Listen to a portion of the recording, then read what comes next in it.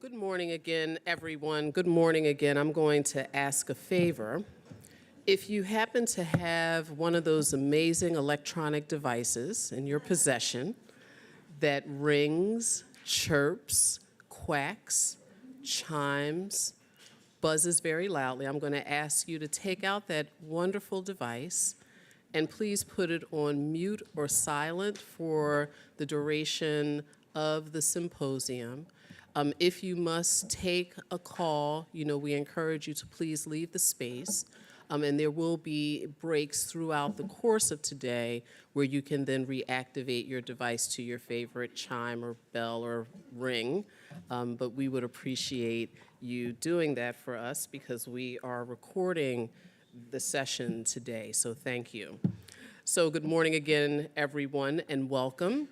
My name is Alexia Hudson Ward, and I have the privilege of serving as the Dean of the Library and University Librarian here at Georgetown University. It is truly wonderful to gather with you today for this landmark symposium, New Architecture for Human Rights, Politics, Activism, and the Global Women's Movement. On behalf of the Georgetown University Library and our very esteemed co-sponsor, the Georgetown Institute for Women, Peace, and Security, I extend our warmest welcome to each of you joining us, whether you are in person here on campus or participating virtually from around the world. We are grateful to have you with us. Before we begin, I would like to offer a special recognition to two library colleagues whose dedication has been essential in bringing today's program to life. Keith Gorman, Associate University Librarian for the Booth Family Center for Special Collections, and Kathleen Scalera, my Executive Assistant. Keith and Kathleen worked tirelessly behind the scenes, ensuring that every detail of today's convening reflects the excellence and care that a topic of this magnitude deserves. I also want to express a heartfelt thanks to the many library and Georgetown Institute for Women, Peace, and Security staff members who are supporting this event. Please join me in recognizing their commitment and their efforts.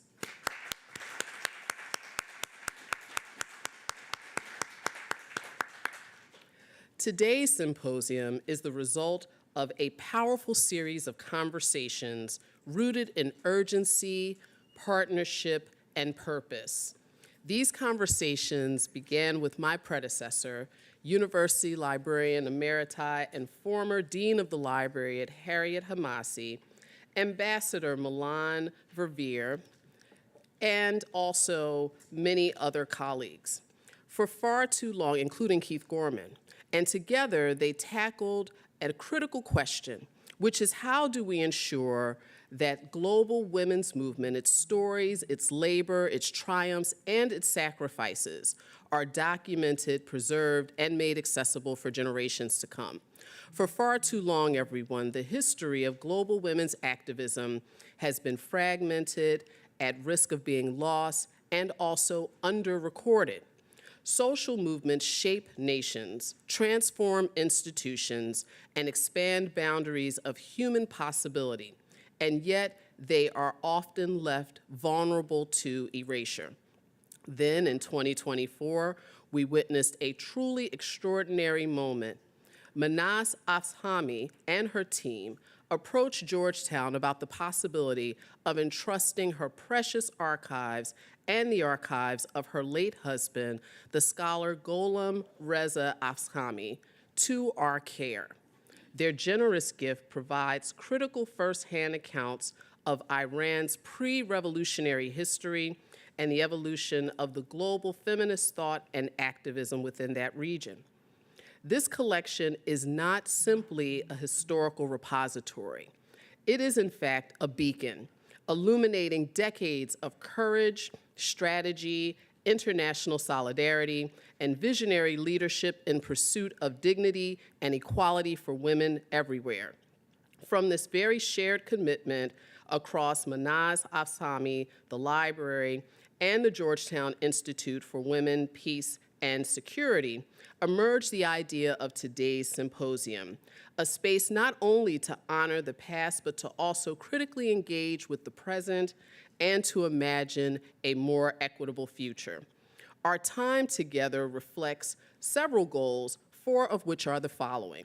1, to recognize and honor the extraordinary legacy of Mahnaz Afkhami, a writer, feminist, and global advocate whose work has shaped movements and freedoms across continents. 2, to celebrate the Afkhami collection, an exceptional archival gift that advances Georgetown's mission to preserve knowledge and to elevate voices that have transformed society. 3, to elevate the global imperative to preserve the history of human rights and women's rights movements, ensuring that researchers, students, and activists have the tools to learn from and build upon the work of those who came before us. And 4, to gather a global community of scholars, activists, and policymakers along with students to reflect on the lessons from the past, to confront the realities of the present, and to envision an architecture needed to sustain and advance gender equality worldwide. We are joined today by more than 100 members of our campus and global community. Thank you so much for your expertise, your passion, and your commitment. Please note that today's program is being recorded and will be shared with all invited guests. Like you, I am eagerly looking forward, to the conversations ahead, conversations that will challenge us, inspire us, and guide us towards collective action. As we engage together, let us hold in our hearts the importance of memory and the responsibility of institutions like Georgetown University to ensure that history is not only written, but preserved, studied, and carried forward. It is now my honor to welcome a visionary leader, a tireless champion for women globally, a steadfast supporter of our library, and the founding executive director of the Georgetown Institute for Women, Peace, and Security, Ambassador Milan Vivir. Thank you so much.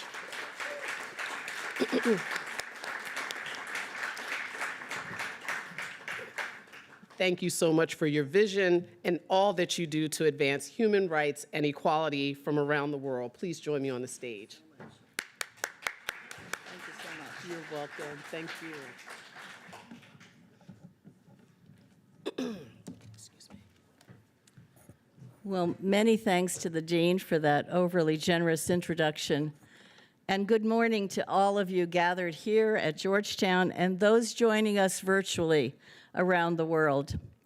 Let me add my welcome to that of hers. We have come together in celebration of the career and legacy of Mahnaz Afkhami. And there is much to celebrate because of her extraordinary achievements in pre-revolutionary Iran, as well as her work on the global platform over many decades in advancing women's rights as human rights. We also celebrate her extraordinary gift to Georgetown and to the world. As you heard from the Dean, it's an exceptional archives relating to Iran's half-century of modernity and change before the Iranian Revolution. It also includes materials relating to her global leadership, her role at the Mexico City and Beijing UN World Conferences, and so many others that catalyzed the women's movement around the globe, as well as her work documenting the histories of women leaders from the global South, a network that made major contributions to the women's movement. Yet, despite these extraordinary contributions, Mahnaz, ever the visionary and the activist for impact, wants us to focus on a needed new architecture for human rights, for politics, for activism, and the global women's movement that these times demand, and our panels will make that focus. Today, we are witnessing a concerted authoritarian pushback on women's rights around the world. In many ways, we are at an inflection point as we confront greater international fragility and reversals of progress. We are seeing the international order upended and wars raging at a level not seen since 1946. Nearly 1 in 4 countries reported a backlash against women's progress, with authoritarian rulers nullifying laws to protect women against violence, contracting women's civic space, and powering their attack on women through the weaponization of technology. But before we begin our discussion, a few reflections on Mahnaz and her work. I first met her more than 3 decades ago as we were working on advancing women's progress, particularly during the time of the Beijing Women's Conference, and in terms of the work that the Clinton administration was doing at that time. Her leadership was already widely recognized.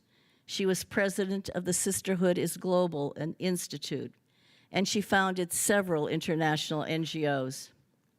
Later, she became the founder and president of the Women's Learning Partnership. Her many books were highly influential and have been translated into over a dozen languages. They included titles like Claiming Our Rights, a manual for women's human rights education in Muslim societies. Victory over Violence, ensuring safety for women and girls. Faith and Freedom, women's human rights in the Muslim world, and so many more titles and extraordinary books. Her most recent book is The Other Side of Silence, a memoir of Iran, exile, and the global women's movement, the extraordinary story of her life and times. When the Islamic Revolution began in 1979, Mahnaz was at the United Nations in New York negotiating the establishment of the International Research and Training Institute for the Advancement of Women, known as INSTRA, and later it was merged into UN Women. She learned in absentia that she had been declared an apostate and enemy of the Iranian Revolution, and she has lived in exile since. She rebuilt her life in the United States and joined the international women's rights movement, saying the conditions women have in common outrank and outvalue any that set them apart. She also went on to become an architect of the women's movement in the Global South. A few years ago, we at Georgetown Institute for Women, Peace, and Security wanted to focus on the rights of women in Iran. We, of course, consulted with Mahnaz.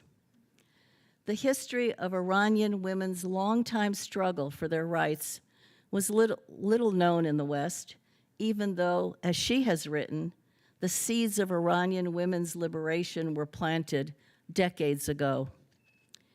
In 1966, for example, the Women's Organization of Iran, one of the most influential and powerful national women's organizations in the world, would influence Iran's leadership at the 1968 UN International Human Rights Conference. Mahnaz, as the first and only Minister for Women's Affairs in Iran, played a key role in the passage of a progressive family law reform. And to this day, it is one of the most progressive and comprehensive in the Middle East and in much of the world.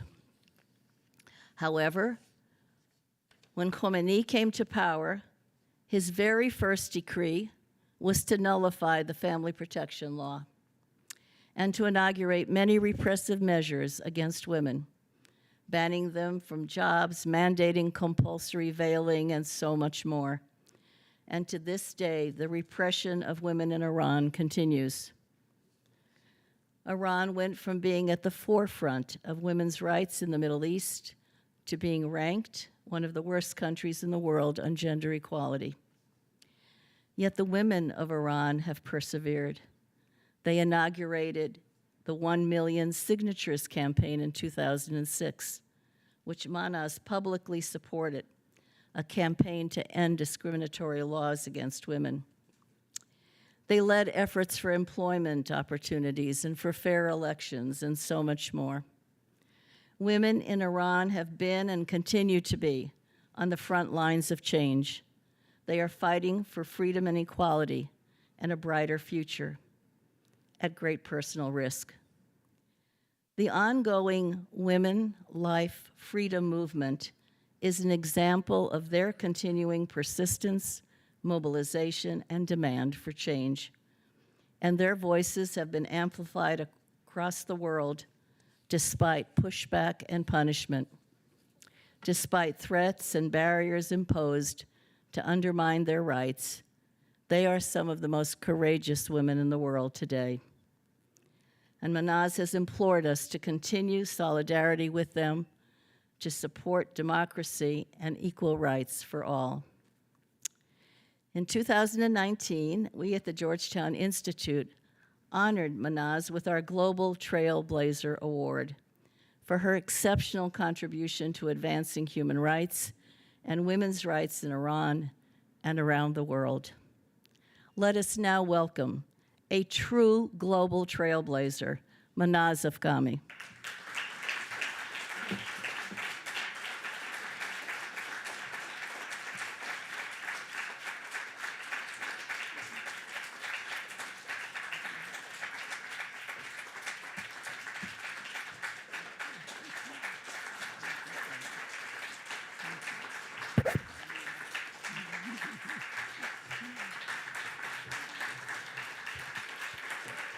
Thank you, thank you. Thank you. Thank you, thank you, thank you so much. Thank you, thank you, thank you. Thank you. Thank you. Thank you. Thank you. What an amazing gathering for one, one ordinary person, I mean, I really am so pleased and so happy to be with all these wonderful people who have, many of them have had a great part in our work, of all the groups who have worked with us. And it's just an amazing opportunity. I just wanted to thank Milan and our new dean, whom I'm really very pleased to meet today for the first time, and looking forward to all that we can do together. But right now, I just wanted to thank you all and just just briefly mention to you that because the conversation that I was supposed to have with Christiane was not possible because of her travels and all of that, so we did a little piece of work that you will see. But Christiane, I wanted to mention to you, is an extraordinary human being and a very exceptional woman. And we just take her for granted as a journalist. She's so much more than that. And she's such a exceptional person who has every possibility. She called me in it, you'll see it, called me Shirzan, which means a lioness or a woman lion or whatever. And I, of course, returned the compliment. But she really is an exceptional newspaper person and journalist. And she's someone who does not work with what is profitable or what is everybody's interest. She does from the bottom of her heart what she needs to say and do for people. And of course, she loves Iran very much, her home. So I just wanted to say my own long-term gratitude for all that she has done and all the recognition she has gotten before you see this. This, of course, is just an ordinary thing for her, but for me, it is a wonderful work to do together. And should I just come down? Yeah? Down? Me down? Milan has always guided my movements and when, what, and has been wonderful. So I will leave this now, and I think later you will have a video by Kumi Naidu. And I just wanted to mention that to you, that Kumi Naidu, many of you may know and many of you may not know, he is an extraordinary human rights activist. And he has started from his home in Africa and has actually been the head of or the manager of every human rights entity that you might know. And he's still at it very, very strongly. And he's one of the things that, one of the people that has convinced me that we really have to work with men. And he is one person that is a perfect model, but there are plenty of them right here, you know, we know. If we work with each other, men and women, I think we have a hugely more positive result than we can have just on our own. So thank you for that, and thank you everybody who has worked so hard to make this archive available or becoming available. Thank you very much. Thanks.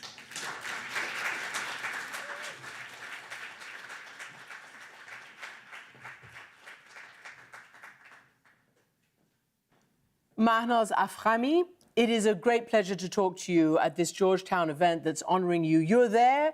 I'm in London as we make this recording for the event. So I want to start by asking you, you're a rare species indeed, a rare bird, an Iranian feminist from 50 years ago or more. What and who were the biggest influences on you and on your work as a feminist in Iran? There were so many people, I can't even begin. But if I go to my own personal, the impact on me personally, I have to go way back to my childhood and my two grandmothers who were really perfect examples for me. One of them very brave and courageous and trying new things and not fearing anything, and turning to become a Baha'i in a place where it wasn't safe at that time, and she had to be divorced because of that, and start her own entrepreneurial tailoring business. The other one, a very settled and very careful kind of a lady, a princess, and she was extremely polite and slow to make decisions and careful about her audience.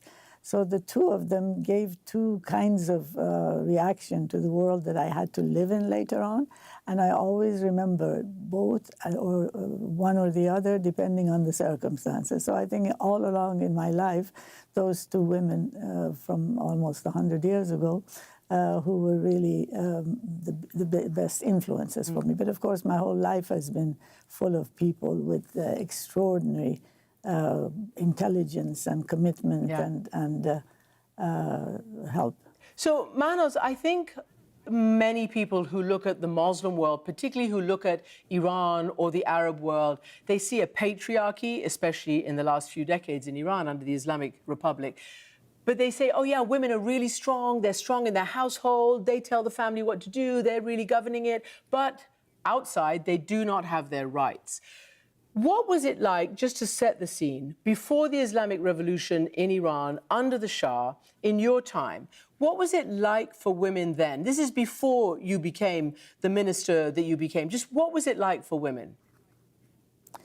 Well, actually, I was lucky enough to come to the work scene in Iran at a time when there was both a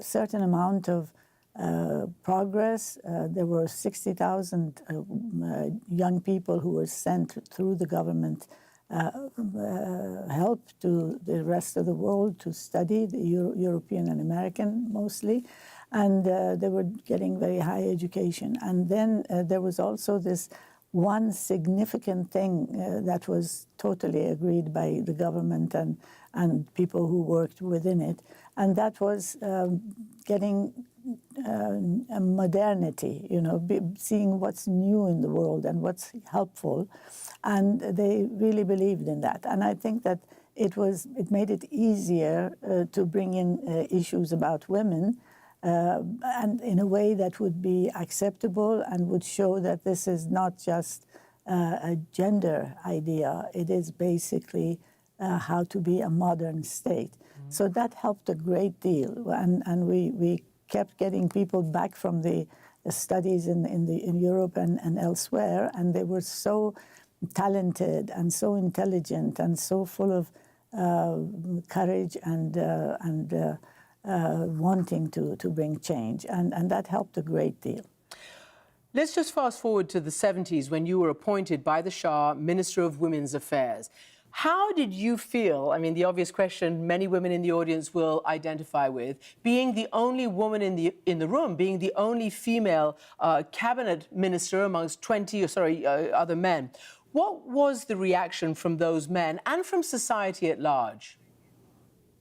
Well, it was strange because I was one of two women in the world who had that position, Françoise Giroud from France, and she had come to Iran just a few months before, and she didn't really know what was this business of Minister of Women.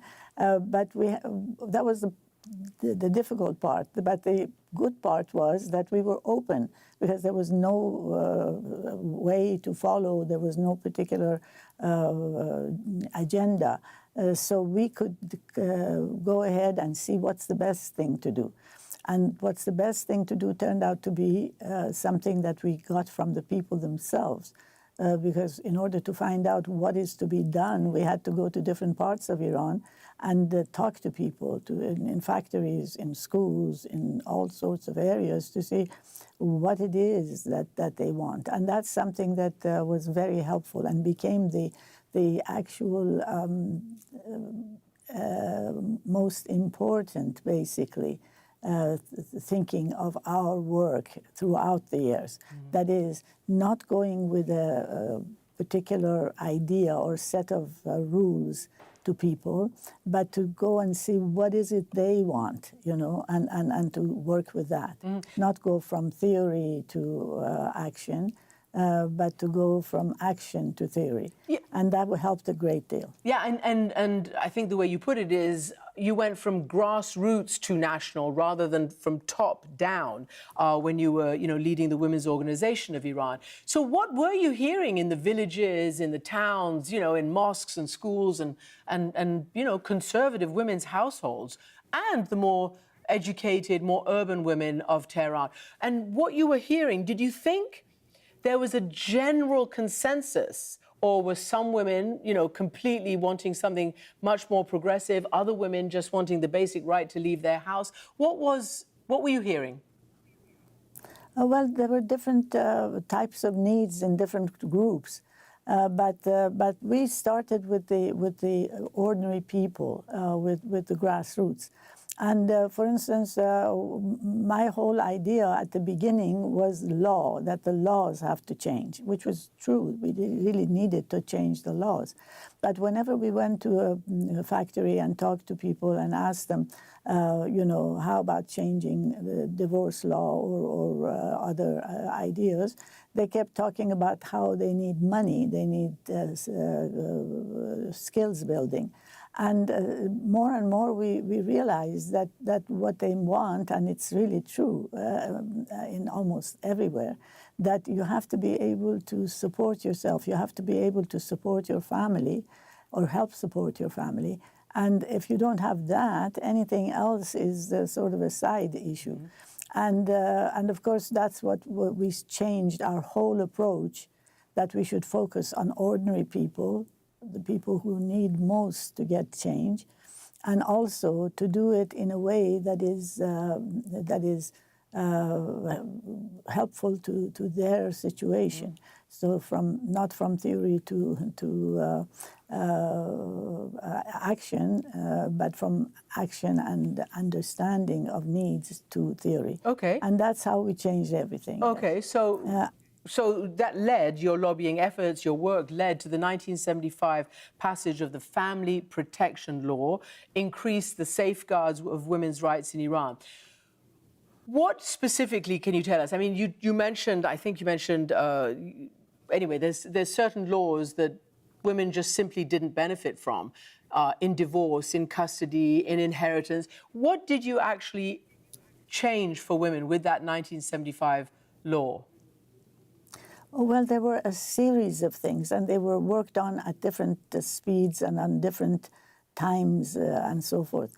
And for instance, the laws that changed would be, some of them would be interconnected, like the ones related to the family. Some of them related to other things, like the right for women to travel without the husband's permission, or simple things like that.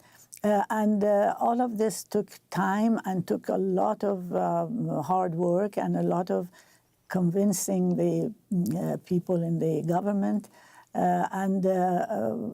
Some of it was just habit and the way they had been brought up or learned. But some of it was really had to be worked with very carefully. And I think that what was interesting was for us not to do some of the things that were done in the West, and many of us were trained in the West, and that is to try to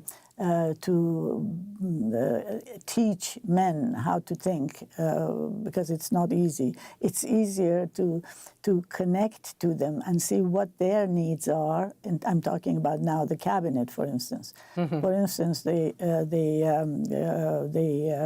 Minister of Agriculture, when we brought a suggestion that we would have women, and then our suggestions were very modern, you know. Women had started working and at every level, and we brought a suggestion to the cabinet that women who had babies who were workers, they would get something like half of their time would be paid to them. They could work part-time, but then get full salary while their children were being taken care of until they are about 3 years old. And this, of course, was very odd to the Minister of Agriculture, for instance, because he was the one we were most involved with for this particular kind of labor and work. And he said, well, look, this is going to change the whole situation. We have to have so many people come and replace these people while they are taking time off for their children and so forth. But finally he agreed, and of course he did it with a kind of a joke, because he turned around in a cabinet of 20, as you mentioned, saying, well, I'll go along with this, but I have to tell you, if we listen to our colleague, the female colleague, what will happen is pretty soon she will take all of the women home and send them a check every month, which was a joke, but basically he was warning that we have to be careful about how fast we work. But the laws that we were able to pass are still unique in the world. Even a place like the United States doesn't have any of what we had. Childcare on the premises of the workplace, part-time work, as I mentioned, all sorts of support for women working, and also very, very much focus on the idea of making women skilled in whatever it was they were trying to do. Skilled. So it wouldn't be just skills. Yeah, yes. yeah. To teach them, to educate them, Okay. so to speak. And so all of that was very important, and the laws were extremely advanced, you know. Well, it's really interesting hearing you talk about the laws, because that's really what matters. You know, the framework of law and rule of law are to protect any citizen, especially women in these societies, and frankly in every society. So I want to ask you, because we're now talking about your time before the Islamic Revolution under the Shah, and he appeared to be an emancipated kind of guy. If he wanted a ministry of women, he had a very powerful twin sister, Princess Ashraf, who I think was on the side of women's empowerment, and his wife, the Empress Farah, as well.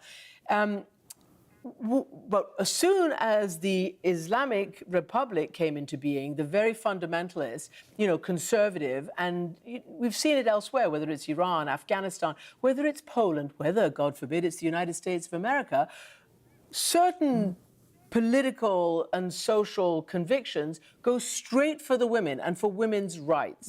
What happened? What was the first thing Ayatollah Khomeini's regime did when they came to power, having promised, I remember this, in their slogans, oh, it's going to be democratic, oh, women will have their rights, all of that nonsense. Did the ministry survive the revolution?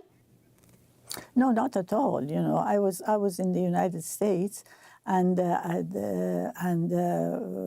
was trying to sign an agreement in the United States with the UN to set up this most extraordinary entity that was for women across the world, and it was for education and for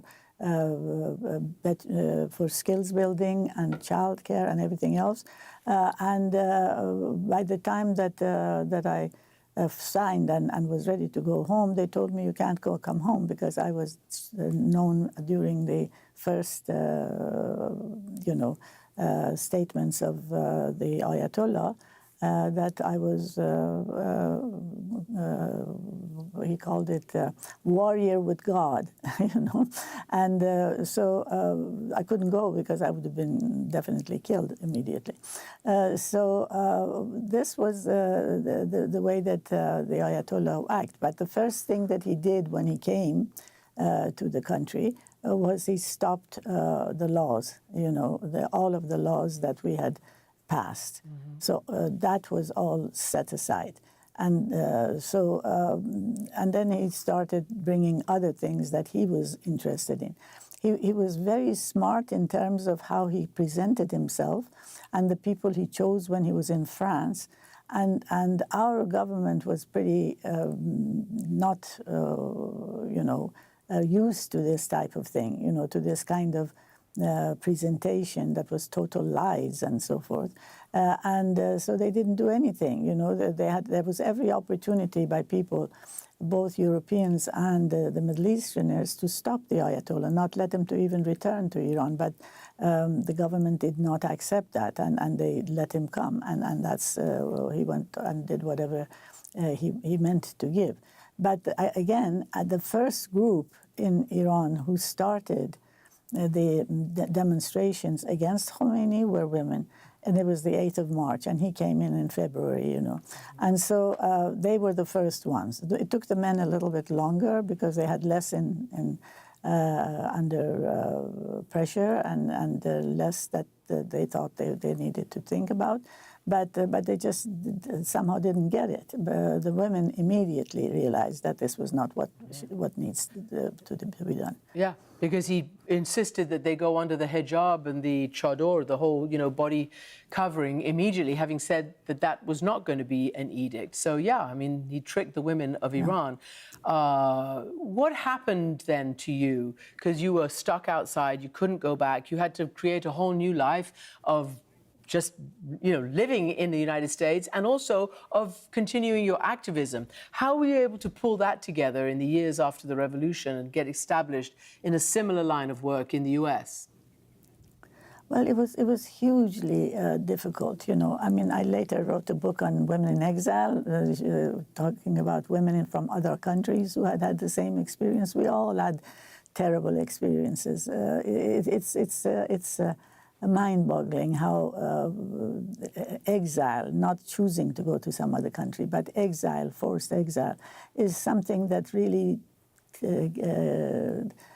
destroys the roots of your life. You know, you don't know who you are. You don't know what you're going to do, and you have to start all over again. And of course, I was lucky because as a young woman, very young woman, I studied in America. But others were even worse, who didn't speak the language or other ideas. But you have to start all over again, and then the kind of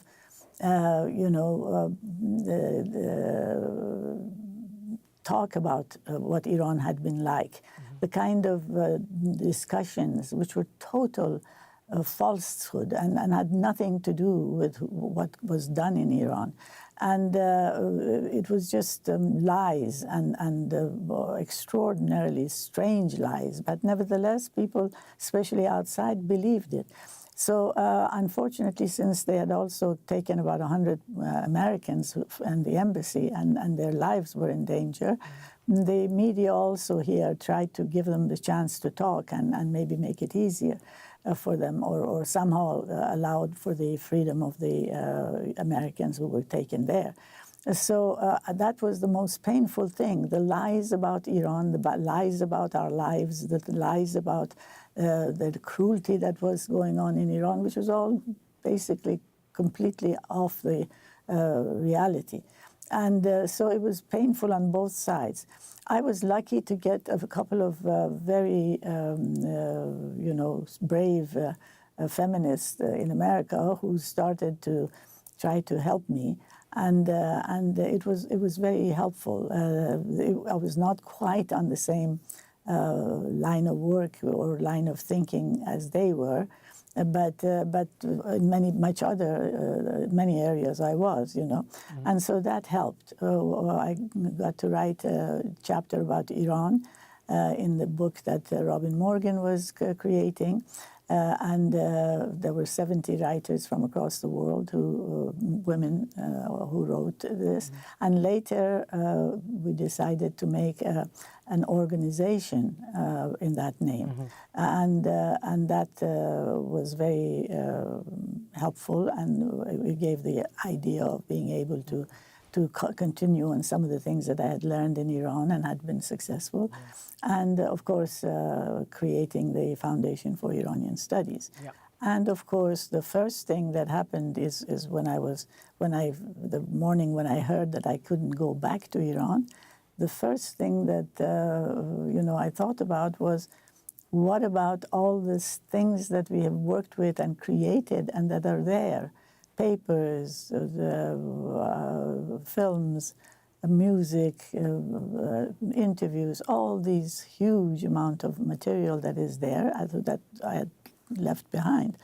So from then on, I started thinking that we have to get the history. We have to have that history, especially since we're facing such falsehoods, such horrific nonsense about the country, and how even in America, everybody just believed it. I mean, for instance, one of the things is that they thought that I was under the Shah's orders or did whatever he did. He had so much to think about it. There was nothing that he had anything to do with my work. I had no contact with him. I had no connection with him. I was working on the National Organization for Women, The thing that helped me was that this idea of modernity and the idea of making things be better and easier for people. And so far as I was doing that, nobody had anything to say to me. Yep. And the other thing was that he was okay with us connecting to other countries. For instance, at that time, China was new. There was hardly any contact with the world. And we were the first people to go to China and try to see what they did, with women in a country like that. Just as we went to Russia and thought the same thing, and then to other countries. And of course, the West was constantly in connection with us. So learning from others, seeing what they're doing, what even very different outlooks are moving positively in some directions. Yeah, Mahnaz, so let me hold you for a second, because talking about the papers, you have obviously decided to secure a permanent location in the United States for you and your late husband's personal archives, and the archives of the Foundation for Iranian Studies and Women's Learning Partnerships. So that's good. But I want to start to bring this to a close by asking you about something you wrote about in your memoir, and that is called The Other Side of Silence, a memoir of exile Iran and the global women's movement. You remember fondly President Eisenhower's farewell address, and that might seem a little, dissonant, really. Why? I mean, why a military man? Why the President of the United States and that particular one? What was it about his farewell address that you thought was so relevant? Well, thank you for asking, Christiane, because I always think that this is so important to see that even military men who have spent their lives in wars, which he had, and so forth, can be of such extraordinary knowledge and give us such fantastic advice. What he talked about was that for the first time during his after his term in office, that America was become sort of a military industrial country, and there was so much money and so much focus and so much secrecy spent on military action. And that was, he thought, and I think it was proved to be perfectly correct, that what happens in the United States is really very, very negative for people. That creating wars, creating situations of exchange of all kinds of material for battle, it's such a horrific thing, such a useless thing. There's so many examples of it, and his own goodbye statement, which I've quoted much of it in my book, it says the most truth about what it does to us, and it has done to us. Things have become worse and worse all the time. I really think that one of the things that we want to think about now especially is not only learn from Eisenhower, but learn from other men what it is that they are doing which is positive, which is humane, which is good for the betterment of the world and the earth. And I think that we should do this with men. We should put aside these pull and push and fighting that women and men have created for themselves. It's true that there are things that have been done to women that are unfair, especially in the past. But at the same time, if we're going to change in the way that Eisenhower mentioned, and many wise people, men and women, will recommend, we have to really sit together, work together, men and women, to create a structure, an architecture for working together to make a better world. It's not everywhere in the world the situation of women under patriarchy is the same. Their clothes are different, some habits of culture are different, and so forth, but the rest is all the same. And not only it starts in the family, going all the way up, but it also connects actually the community, the decision-making, all of the things about how things get done in the world. And if we want to do something about that, we have to work with men under the circumstances that we have now, terrible on one hand and very positive on the other. So we should work together to see how we can make our world a livable and pleasant place. Okay. Structure of the human rights. So let me ask you finally then, given that, and many people will agree with you that we need our male allies as women to form a really positive world community. But I want to ask you, what do you think is your, very briefly to sum up, if you can, what do you think your main accomplishment has been after a long life of activism and really moving from one culture all the way to the other culture and having a really global vision? Honestly, I hardly think that there was anything that I personally had a unique role in. But what I think that I learned, which was very helpful, was working with people and listening to people, which is the exact opposite of how a patriarchy is shaped, top to bottom, and no serious conversation. I think what helped me was that I learned from the very first time that I started working with people that we learn from each other, and we should listen to each other. And if we make decisions, the decisions should be on the basis of what we learn from each other and put into action. And I think that was the most important thing that I learned, and very early in my career. And it's always helped me. It's always been a fantastic support and the strength and feeling that there is so much help, around the world. Okay. Everybody wants these things and will help with it. And so that's my thing is I think that's my luck, good luck, is to learn how to work with other people and learn from them. And they're generous, and it's wonderful, and I am very happy with the opportunities that I've had. Well, words of wisdom. And thank you and congratulations on this amazing event at Georgetown University. And Mahnaz Afkhami, it's been a pleasure as one Iranian woman to another to be able to take part in this celebration. So congratulations. You are what they say, a shir zan. Let everybody else figure out what that is. Bye. From one shir zan to another. Thank you so much. Thank you, Christiane. Thank you.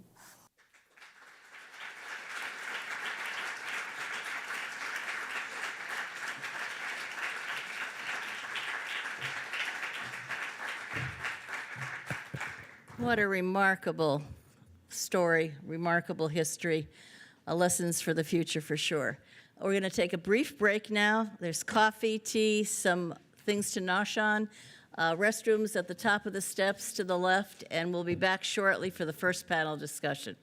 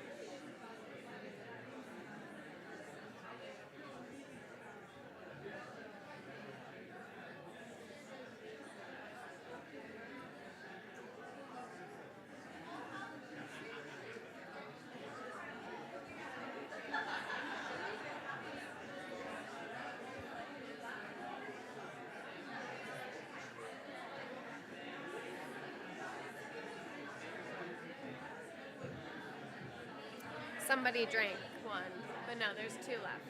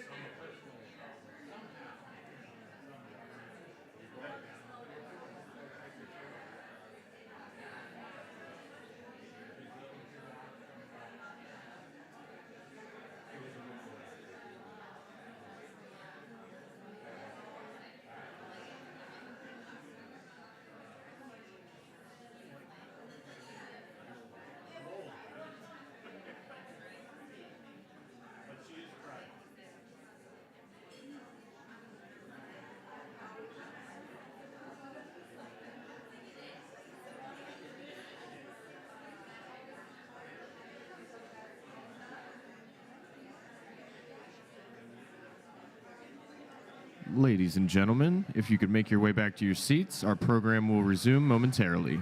Thank you.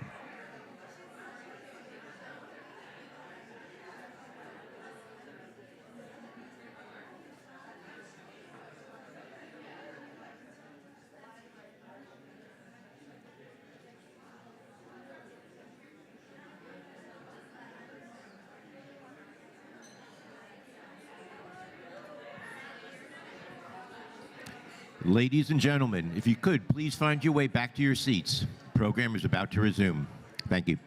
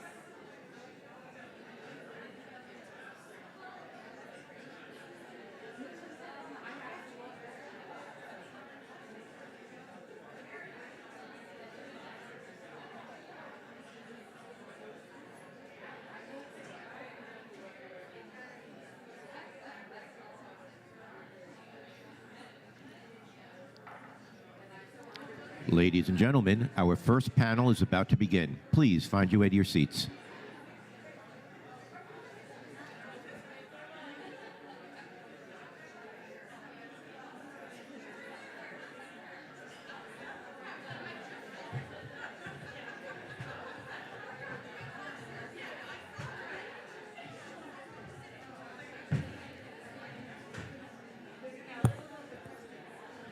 Okay, I need Sanam to come up. Okay. Okay, please take your seats. We are starting. Sanam, I think oh, it's okay. All right. Okay, welcome. Thank you all for coming to the symposium today and to this morning's panel, Global Solidarity and the Transnational Women's Movement. I'm Kelly Shannon. I'm your moderator for this panel, and please forgive my cold. I might be sniffling throughout the panel, but I'll do my best.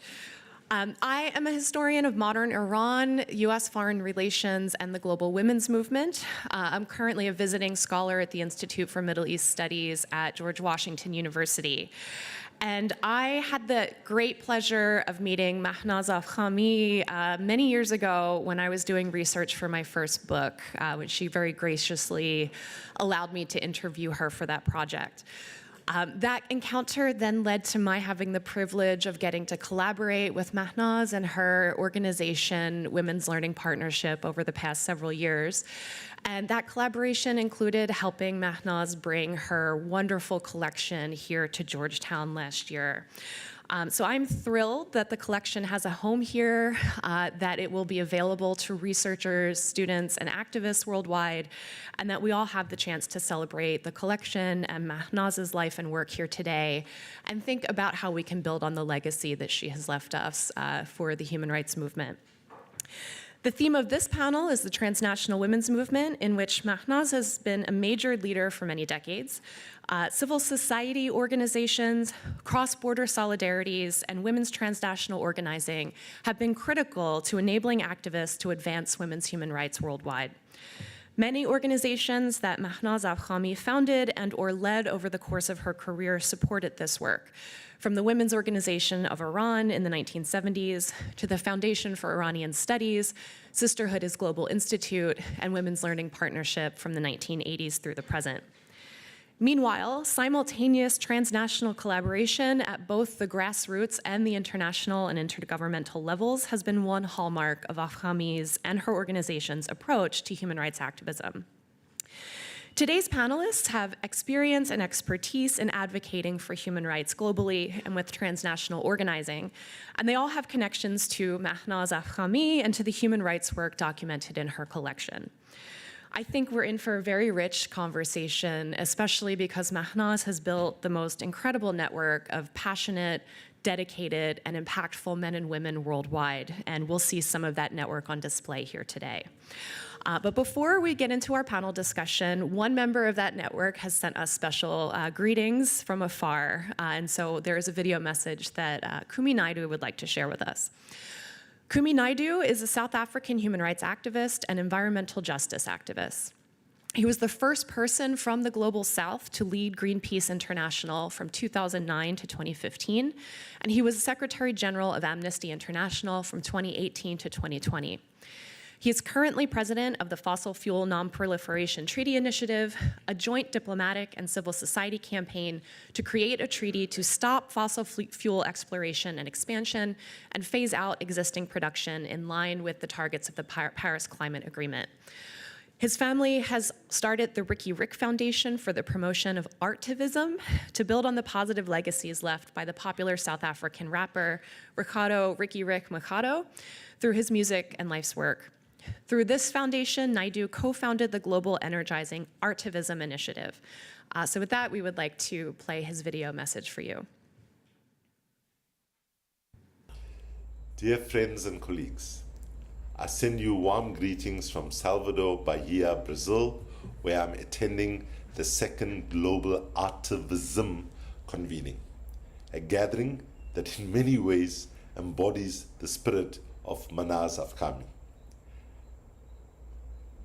She has stood for these values all her life, the power of art, activism, and solidarity to transform the world we live in.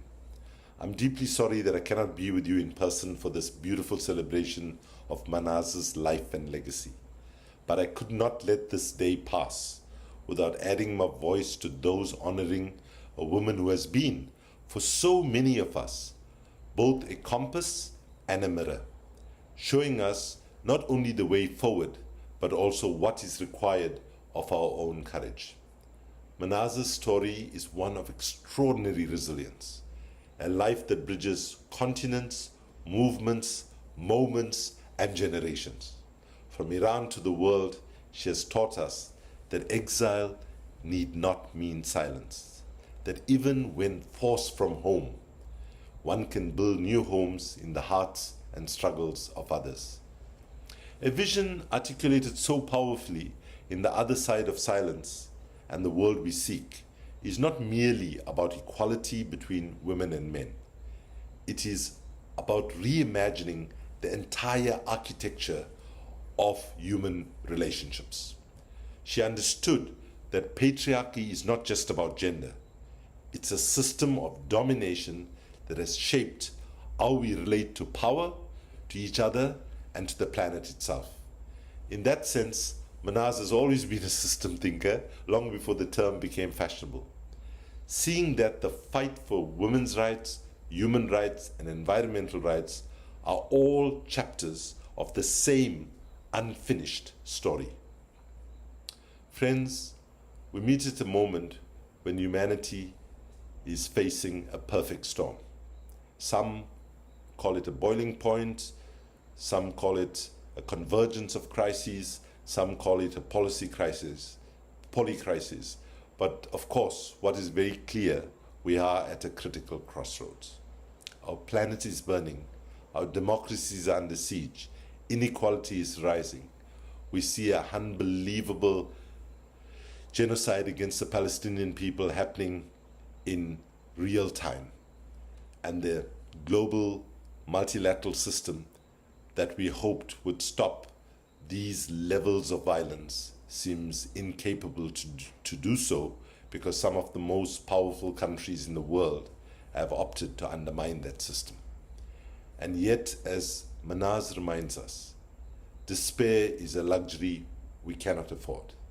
In fact, in the moment of history that we find ourselves, pessimism is a luxury we simply cannot afford.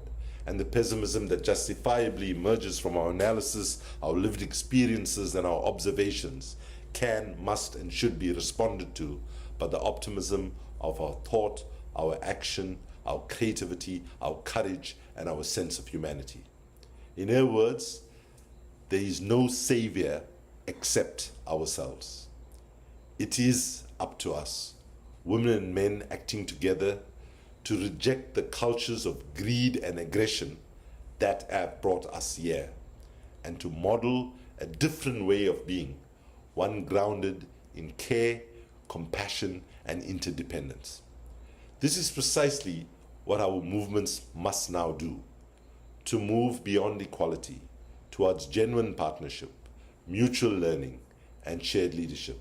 Because if our activism reproduces the same hierarchies we claim to resist, then we are only rearranging the furniture on a sinking ship. I have often said that the most radical thing we can do is to care. Deeply, relentlessly, and inconveniently. That too is what Mahnaz's life teaches us. She built bridges across divides between East and West, between the academy and the street, between generations of feminists who did not always agree, but who shared a longing for justice. In my own journey, from the anti-apartheid struggle in South Africa to the fight for climate justice today, I have seen how women like Mahnaz have always been the quiet architects of possibility, designing blueprints and a fairer world long before the rest of us even imagined it. So today, as we celebrate Mahnaz's life and legacy, let us also commit ourselves to our unfinished project, to build a new architecture for human rights, one that is intersectional, inclusive, and infused with love. Let us remember that hope is not the absence of fear, but the decision to act despite it. And in that spirit of Mahnaz, let us act, not as victims of history, but as its authors. Mahnaz, thank you for your courage, your wisdom, and your insistence that another way of living and loving is possible. From all of us in the various global struggles for justice that I am part of, we salute you, we celebrate you, and we continue your work.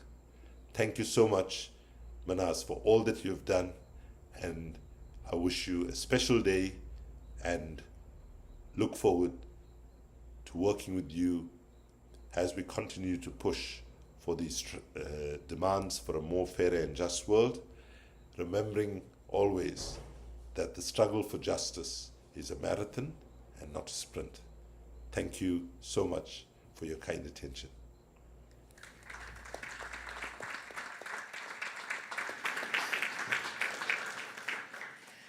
You can see why he's one of the men that made Mahnaz decide that women and men should work together. And I think Kumi's video laid out a lot of the important themes that we want to highlight today. But I'd like to turn now to our distinguished panelists, Azar Nafisi, Hafsa Abiola, Karima Banoun, and Sanam Naragi Anderlini. Azar Nafisi, you probably know, is critically acclaimed author of Reading Lolita in Tehran, Things I've Been Silent About, The Republic of Imagination, That Other World, and most recently, Reading Dangerously. This year, Reading Lolita in Tehran was adapted into a film directed by Aaron Riklis and has been shown in the US and several European countries. In addition, Nafisi has penned pieces for the New York Times, Washington Post, and the Wall Street Journal, among other outlets, and she has published several book introductions and forewords. Dr. Nafisi's books explore totalitarian mindsets, the power of fiction and imagination, and engage with personal memories from the Islamic Republic of Iran. Nafisi was born in Tehran, Iran, and received her PhD from the University of Oklahoma. She returned to Iran as an English literature professor during the Iranian Revolution. She was later expelled for refusing to wear a mandatory Islamic covering, and in 1997, she became a fellow at the School for Advanced International Studies at Johns Hopkins, and later here at Georgetown.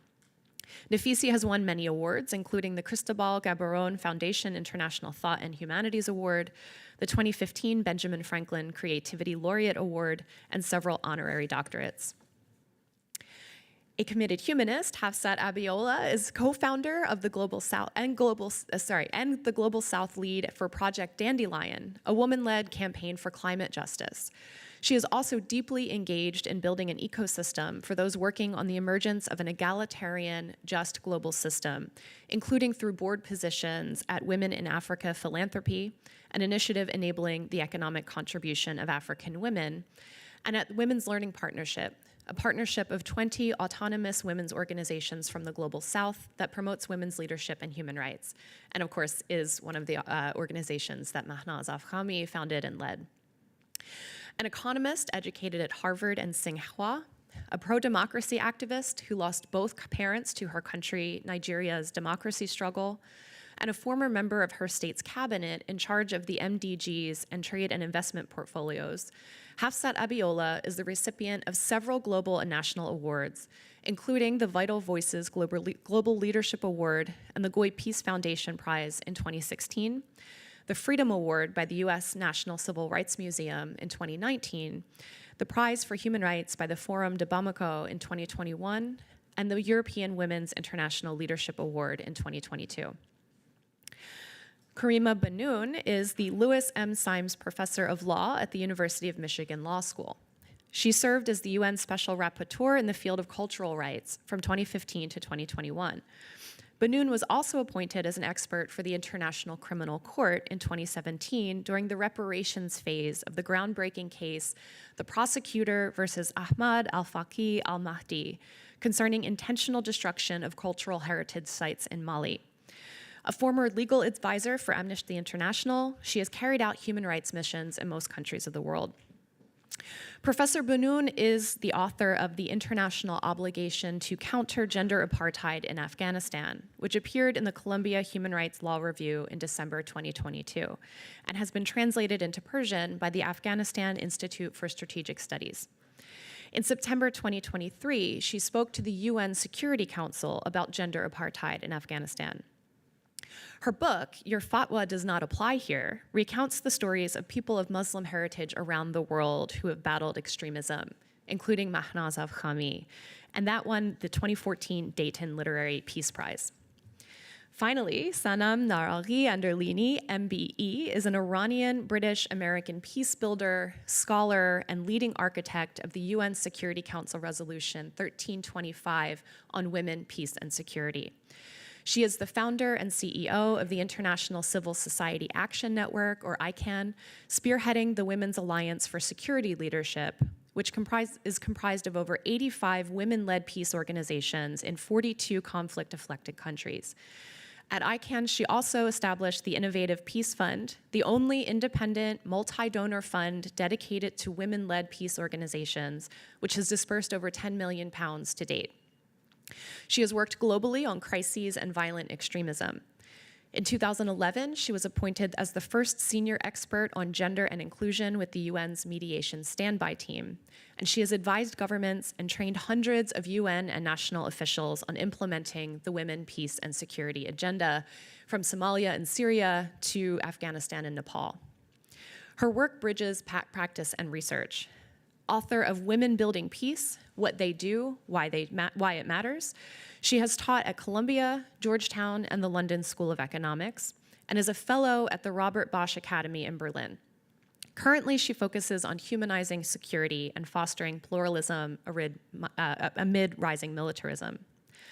Sanam Naraghi Anderlini was a founding member of the Commonwealth Women Mediators Network, and in 2025 was appointed to the Women Transforming Global Security Network, led by former President of Ireland, Mary Robinson.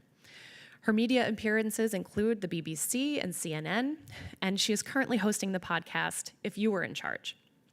In 2020, she was awarded an MBE for her contributions to international peace building and women's rights from Queen Elizabeth II. And her identical twin daughters are now 24 years old and have taken after their mother because they are currently working on climate and environmental issues. Right,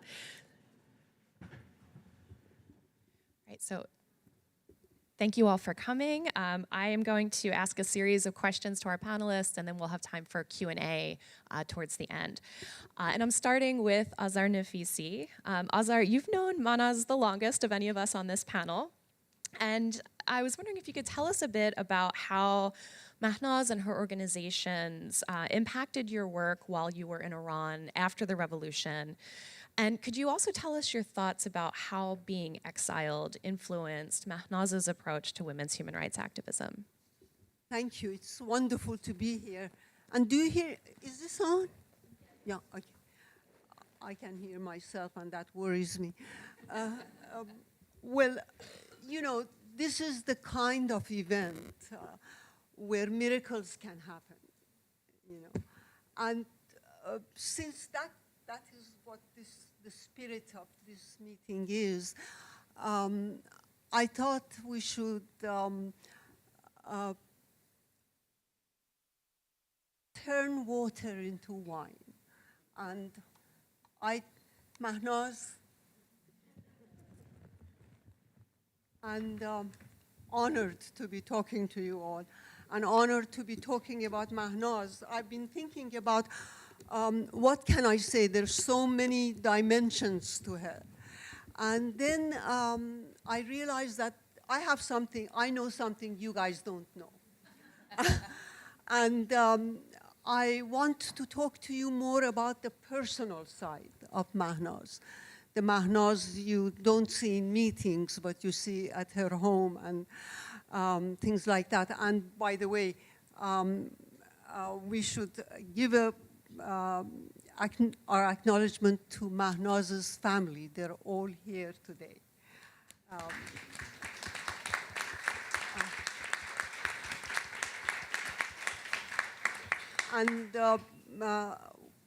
Well, Mahnaz and I do go a long way.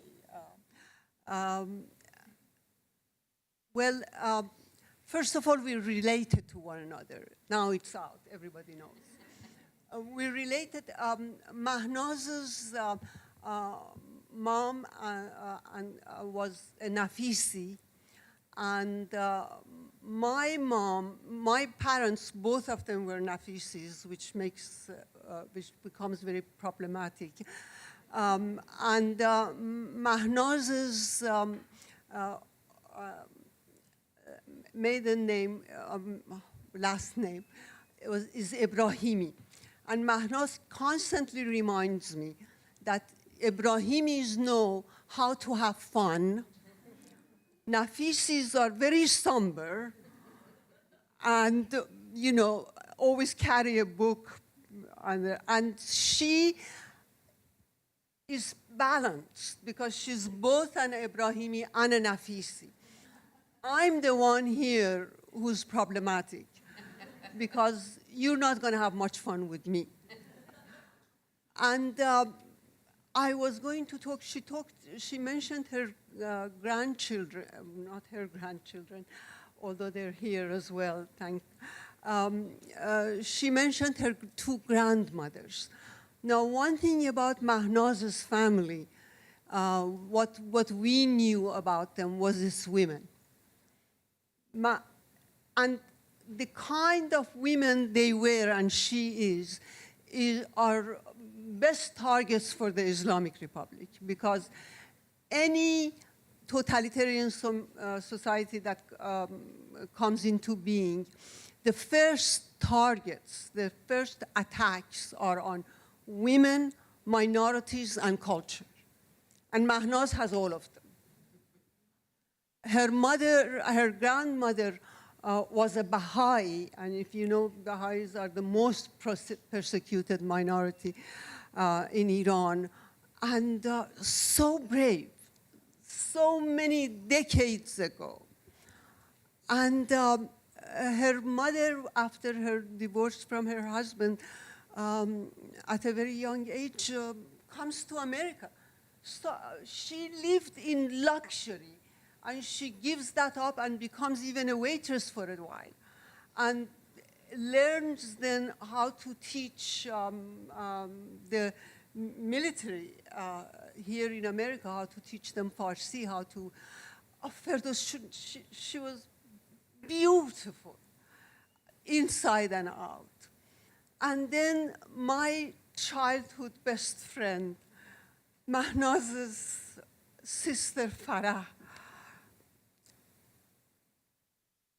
I can't talk about Farah. But then, I'm sorry, and then there was also Ghulam Reza, her husband. And they're not here, but their spirit is here. They are with us in our hearts and in our spirit. And so, my God, I have to, I'm sorry. Could you tell me off if I talk too much? Okay, thank you. So anyway, with Mahnaz, I didn't get to see her until after the revolution. Farah and I were childhood friends, and I saw her a lot, but Mahnaz very soon left for America to study there. So, and then I went to England and America, and she became a minister. I was one of those protesters who would say, down with CIA, down with the Shah. And no knowledge, but a lot of aggressiveness. I was very curious after the revolution about Mahnaz. What kind of a person is she, that she has the honor of being on Islamic Republic's blacklist? That takes a lot of gumption, you know. And why is it that a woman whose only weapon are her passion, who doesn't have the military behind her, who doesn't have, why is it that she's so dangerous to some of the most powerful men on earth that they want her erased? Physically erased and erased from from life, you know. Why is it that way? Because if tomorrow Mahnaz gets on the plane and goes to Iran the way she is now, she will be, it will indicate that Ayatollah Khomeini's Islamic Republic is gone. Women, the more visible women become, the more invisible the regime becomes. And if tomorrow the kind of women that you are and that Mahnaz has worked with, if you tomorrow walk down the streets of Tehran without your veil and without being harassed, that means that the regime has changed. Women are dangerous just by being women and doing nothing else. And Mahnaz has done a lot, at least for me and with me. When I came to, first time I came to United States, I was invited to a conference on Sadegh Hedayat, and I heard that Mahnaz is going to be there. And I was very curious to know what kind of a Mahnaz is she, you know. And we somehow clicked and became, I don't know when we became friends, but from the very first, I felt a sort of kith and kin, that we shared the same passion. And so she invited me to many of her conferences, and there is an anecdote. She reminds me that every time I came here, I would badmouth the Islamic Republic and say nasty things. And then on the night I'm leaving, I say, oh God, they're gonna get me at the airport. What am I gonna do about it? And Mahnaz, one night, we were both sitting at the dining room table, and I kept telling her, they're gonna get me at the airport. And Mahnaz would say, no, they're not. And we would go on like that, you know. But we had our moments of fun when Ghulam Reza, Mahnaz, Hamid, And sometimes their guests, someone like Dariush Shayegan, we were all gathered there. And do you know what we did? Did we talk politics? We read poetry to one another. And you know, I remember all those faces now gone, and in that dining room.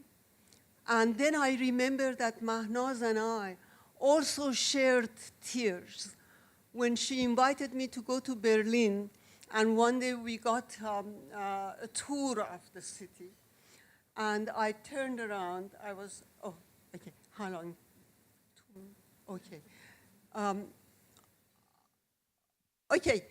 So I'll cut it here and say that one thing that I wanted to say was at one point I decided to quit university altogether. And what I dreamt of was to have a class of my own, something that I had created, that nobody told me you should not be this way or that way. And I'll make it according to my own principles and values. And in Iran, a lot of people were saying, this is crazy, this is idealistic, who cares, you know, about you guys reading Lolita. I was very depressed about this. And I talked to Mahnaz, and you know what she did? She perked up. And all of a sudden, a project comes to her mind. And she said, go for it. Go for it and do it. And she tried to help me with a grant to be able to go for it. And, I just wanted to thank you for your patience. Well, and because of that, here you are, right? You had that class and then you wrote the book, and I think Mahnaz helped you come to the United States. So yeah, it's a wonderful story. I do have one more question for you. So your book, Reading Lolita in Tehran, helped raise global consciousness about Iran and the struggles of Iranian women. And you've also written extensively, not only in that book, but in your others, especially The Republic of Imagination and Read Dangerously, about the importance of people's freedom to read and the political function of culture. Likewise, the Foundation for Iranian Studies, which was co-founded by Mahnaz and Gholam Reza Afkhami, also emphasized culture and history. So in what ways can writing and reading books like yours and cultural production in general help advance the global movement for human rights? Well, you know, with Mahnaz, I remember again of an anecdote. When I was, every time I left Iran, my mother would come to me and say, tell them, tell them. What she meant was tell them about how they're treating us here. Because the totalitarian mindset, the first thing that they do is tell you that the world doesn't care about you, that you're forgotten, that what we say is what they hear. And you need to have a counter narrative. You know, they confiscate your history, they confiscate your identity, and try to turn you into a figment of their imagination. And with Mahnaz, the reason I'm so in love with the Foundation for Iranian Studies is that it went the opposite direction to the regime, but without becoming like the regime. So many today in the movement, they become like the ones that they want to defeat. But Foundation for Iranian Studies brought to the world and to Iran what the Islamic Republic had confiscated from them. And I want to end this by saying that with Mahnaz, one of the things I kept thinking is that how is she going to survive in exile? Will she survive? And my answer became yes, because she has, you know, everything that we love, everything material, our home, our place of work, it can be taken away from us at the drop of an eyelid. Life is fickle. What remains is the passion.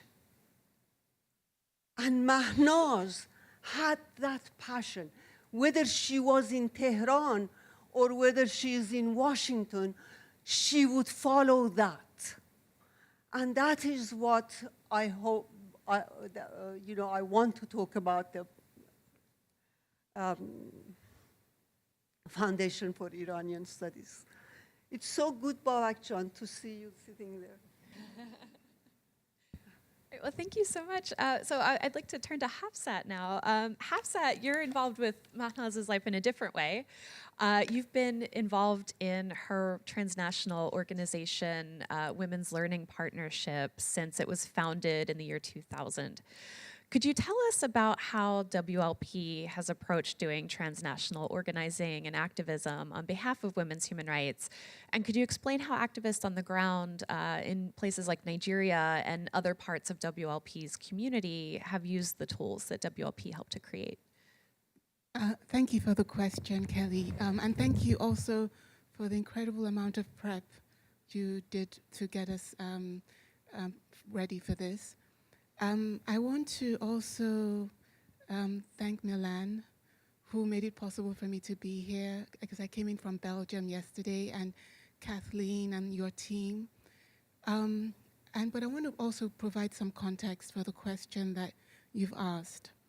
I met Mahnaz in 1998. That was 2 years after the Nigerian military gunned down my mom on the street of Lagos because she was fighting for democracy. And, you know, I had been my mom's biggest champion. And she was a high school graduate. English is not, you know, we speak English in Nigeria. It's the official language. It's the colonial language, even now that we're independent. But we have so many African languages that we need a common language. So English is the common language. But because of the way my mom was educated, our English wasn't perfect. So in Yoruba, my own maternal language, we don't really have he or she. We don't have gender designated in the language. So when my mom speaks English, she confuses he and she. It was just not something she could ever understand. But you know, when my father, who had been elected president in a democratic election, when he was put in jail by the army, my mom, in spite of all the limitations, she was on all the media, speaking, defending my country's right to have a democracy, organizing people on the streets, leading marches. She was so proud. And I could not have been more proud of her. I was our biggest champion. And so when the Nigerian army gunned her down 2 days to my graduation from university here in the US, you know, she was just preparing to leave when she was ambushed and killed. You would have thought, you know, that maybe in a moment of wisdom, I would say, you know, that didn't go very well. Maybe you don't continue encouraging women. But I actually felt triumphant. And I felt, I want to continue encouraging women. First, I felt triumphant for my mom, because I felt that who we are as human beings, this is a temporary place in any case. And my mom can dance to the ancestral place, fully confident that she tried and gave everything for my people and our country. And our husband, you know, because she was one of those loving her husband type people. But I was just so proud of her and so happy. And I just thought, if this woman could organize the oil workers to go on strike, which was the longest strike in the history of the world. I don't think there's been a strike that has gone as long by oil workers, just to fight for democracy in Nigeria and organize market women, who did so much. It was a sign to me that women can do, you know. And then, this was 1996 that she was killed. And then I went to San Francisco, and I was in this hotel room for this conference. And we had been going, we were always going to conferences.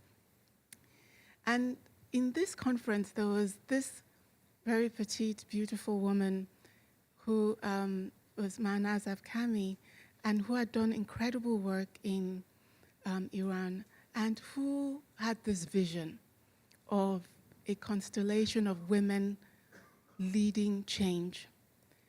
And she invited me to join her. Now, I have to say, at the time, I was in my early 20s, so I was a much junior partner in that space, but I was so gratified. Frankly, I actually don't think that it was an accident that I met Mahnaz or that she invited me, because I do think that the universe is actively involved in the planet and in our lives. And I think the universe saw that I would like to continue to encourage women, and maybe thought maybe it would be a good idea to see how she can encourage women without getting them killed.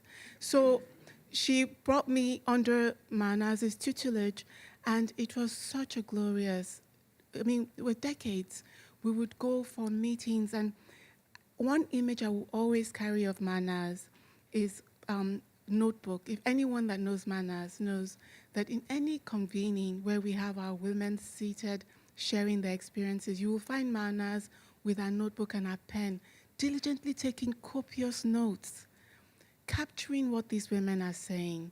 And not just capturing it, if you've read her books, you see that she then takes that information, distills it, and makes something of it for us to use in the movement. There were so many lessons I learned, and that the whole democratic struggle in Nigeria, by 1999, the military was fed up of all our agitation, and they went back to the barracks, and we now were building this fledgling democratic system in Nigeria. And Mahnaz, again, just the way she always does, worked to identify strong women's organizations in Nigeria. At the time, she chose Baobab. This is, there's this tree in Africa that goes, it can house a whole village. A whole village can sit under this tree. And there was this organization that came up with the name Baobab for Women's Human Rights, led initially by Aisha Imam, a brilliant scholar. There were so many brilliant people in Baobab and in many of the organizations, not just in Nigeria, but in Mauritania, in Senegal, in Morocco, that Mahnaz was supporting and helping across Africa, around the Muslim majority world. But what I really valued about Mahnaz's approach, and that I saw, the thing about Mahnaz's approach is that you must just be a student understudying her approach, because she never hits you over the head with it. She's so gentle, she's so calm.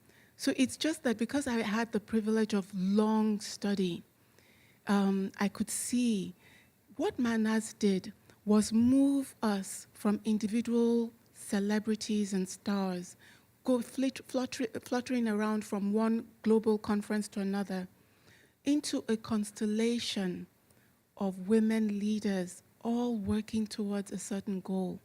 We were all pushing certain agenda. There was the family law, the need to end child marriage and female genital mutilation, the need to ensure equal inheritance and the right of women to pass on their citizenship to their children. So many different clear objectives like this, so that we were not just floating around mouthpieces or just tokens on a stage, but we were working towards shaping a new world in our world. And it was important also because another thing she always did, some of these women, because the truth is exactly as Azara said, some of these women came and they were part of the problem, I have to say, maybe even me. Some of the privileges, they didn't manage it well, they didn't, there's class in Nigeria, and there's a way in which certain women have certain opportunities, and then they treat members of their staff as if they're nothing. And they see no contradiction. But the way Mahnaz organized all this training and capacity building was to help us so that we could internalize democracy and practice it and be it. So it was really powerful and transformative for us. Great. So I wanted to ask one brief follow-up question. So transnationalism is the theme of the panel, and you're involved in WLP, which is a transnational network, as well as many others. So what role can transnational organizations and transnational organizing play in assisting women on the ground doing the fight in countries like Algeria for human rights? What approaches do you think have been really helpful at the transnational level that have helped women working on the ground? And what would you like to see the transnational movement do going forward to help women advance human rights in places like Nigeria?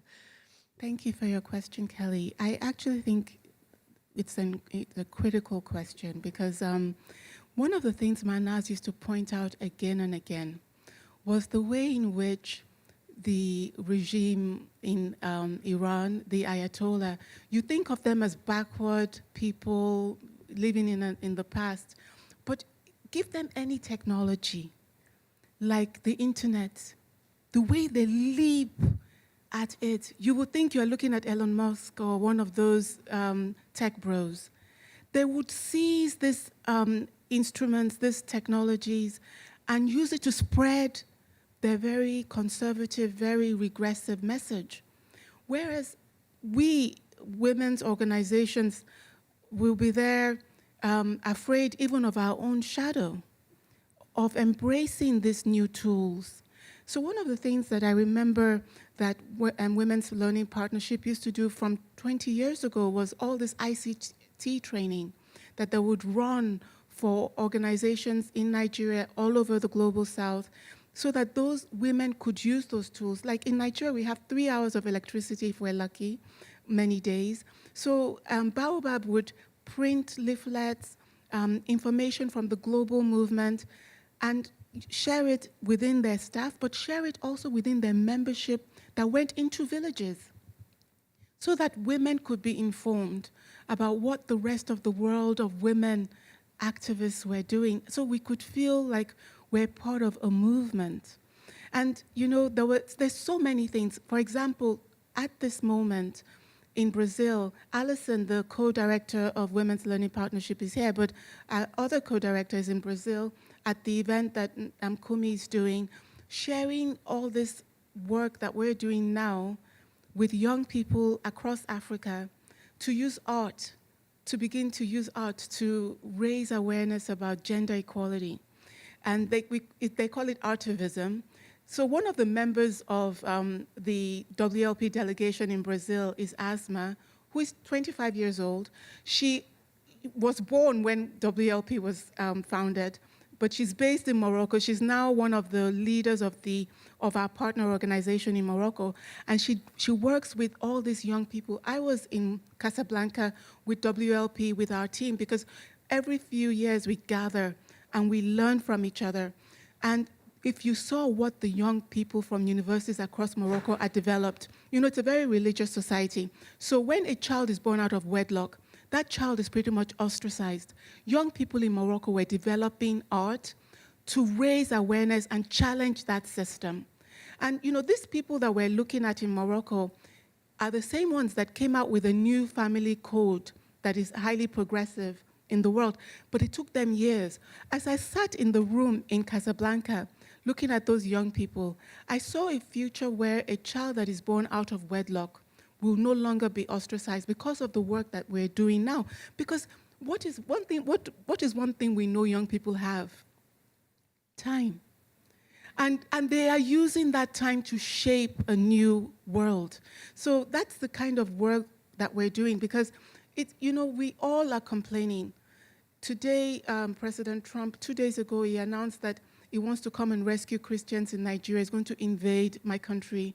I hope he changes his mind. But one thing I do know is that we're always complaining. If you are with Women's Learning Partnership, if you're with Mahnaz, under our umbrella, you never spend your time on that. You spend your time on solutions, and you work with other women together, and you begin to act, because action is the springboard of hope.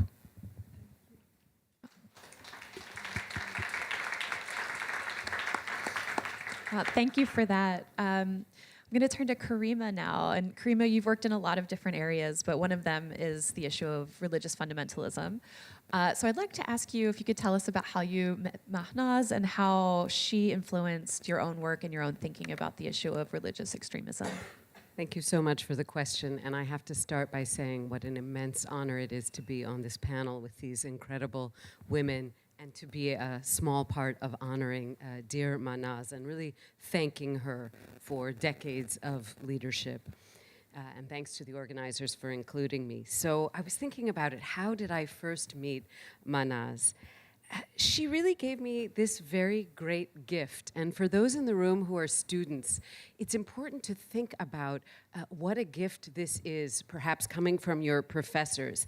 And that gift was that she took me and my work seriously when I was in my 20s. And I thought I was very grown up, but when I look back now, in fact, I was really just starting out. But Mahnaz never treated me that way, and I was so grateful to her for that. And I think my first contact with her was either in late 1994 or early 1995. And it's critical to understand, so I am half Algerian, and anyone who follows North Africa knows that 94 and 95 were ghastly years inside Algeria. My father was a professor at the University of Algiers, and he was ultimately forced out of teaching due to death threats from the fundamentalist armed groups. He finally had to move out of our family home when someone left a note on the kitchen table that said, "Consider yourself dead." And I, strangely, went on a family visit to Algeria in this time, which, because I was a junior human rights lawyer, very quickly actually became a research trip rather than a family visit, given the situation that I found. And I came back to the US, where I was a law student and wrapping up my studies, and I was so deeply horrified by the lack of understanding or the lack of interest here in what was happening in Algeria. Or if there was interest, there was great misunderstanding and often sometimes sympathy for the fundamentalist project in Algeria, which was very shocking to me given what I had seen on the ground. And I ended up speaking at a panel at the last PrepCom for Beijing. And it was around that time that I met Mahnaz, who reached out to me in the most generous and supportive way and invited me to speak on a panel at the Fourth World Conference on Women at the NGO Forum with her. And it was this extraordinary thing to be, I think, 26 years old, sitting next to a former cabinet minister on a panel. But it was especially meaningful because she was giving airtime to what was happening in Algeria so that women around the world could learn about this situation there. And she invited me to contribute a chapter to her excellent edited volume, Faith and Freedom, Women's Human Rights in the Muslim World. And I was looking back at the title, and I can sort of see my feelings at the time in the title, which was SOS Algeria, Women's Human Rights Under Siege. And it was a very difficult article to write because it involved a great deal of atrocity material, and it was also about something that my family was currently living through. And I just remember how warm and supportive Mahnaz was, even if she also guided me and gave me edits. But the critical thing was that she understood what was at stake. And this takes me to the fundamentalism piece. Mahnaz simply understood at a time when many human rights organizations actually did not yet. She understood what was at stake for a country with the rise of fundamentalism, all the things that have been discussed, the attack on culture, the attack on intellectuals, the attack on free thinking and dissent of any kind. And she just really recognized the severity of that and helped me to understand it as one of the leading human rights questions really in the world. And it certainly was then, it is now. And what's interesting looking back is she actually didn't tell me the details of her own story at the time, which was remarkable. And I came to find those out later and was really blown away at the risk to her own life that she had lived through, which was what had taught her these lessons. And I think we are all so lucky and grateful that Mahnaz was out of the country at the right moment, because if she had not been, her fate, and indeed the fate of the transnational women's movement, would have been so different. And I just wanted to end my answer to this question by sharing what she told me when I later interviewed her for the book that you mentioned, Your Fatwa Does Not Apply Here. And I was asking her about sort of the impact of fundamentalism, the meaning of fundamentalism, and how you work against them when extremists are trying to take over your country. And I think her lessons are actually very relevant for Americans in this moment. She told me to fight fundamentalism, you need to have a vision. You cannot change anything unless you have a vision of what is the life you want to lead. She said the fundamentalists, they express those ideas clearly. They are courageous about expressing them. We also have to have big ideas, and we have to be courageous. And so I think those are some key lessons to learn from Mahnaz's brave life and her persistent advocacy.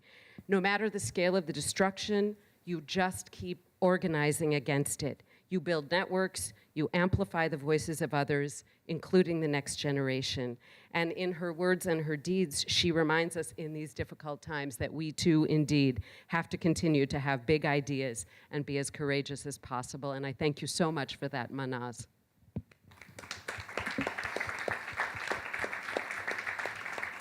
Yeah, there's so many wise words that Mahnaz has said. It's incredible. I do want to ask, again, a brief follow-up question. So in your other work, you've worked extensively with the United Nations, and so has Mahnaz. I mean, as an official representative of the Iranian government, but also in every transnational organization she's been involved in.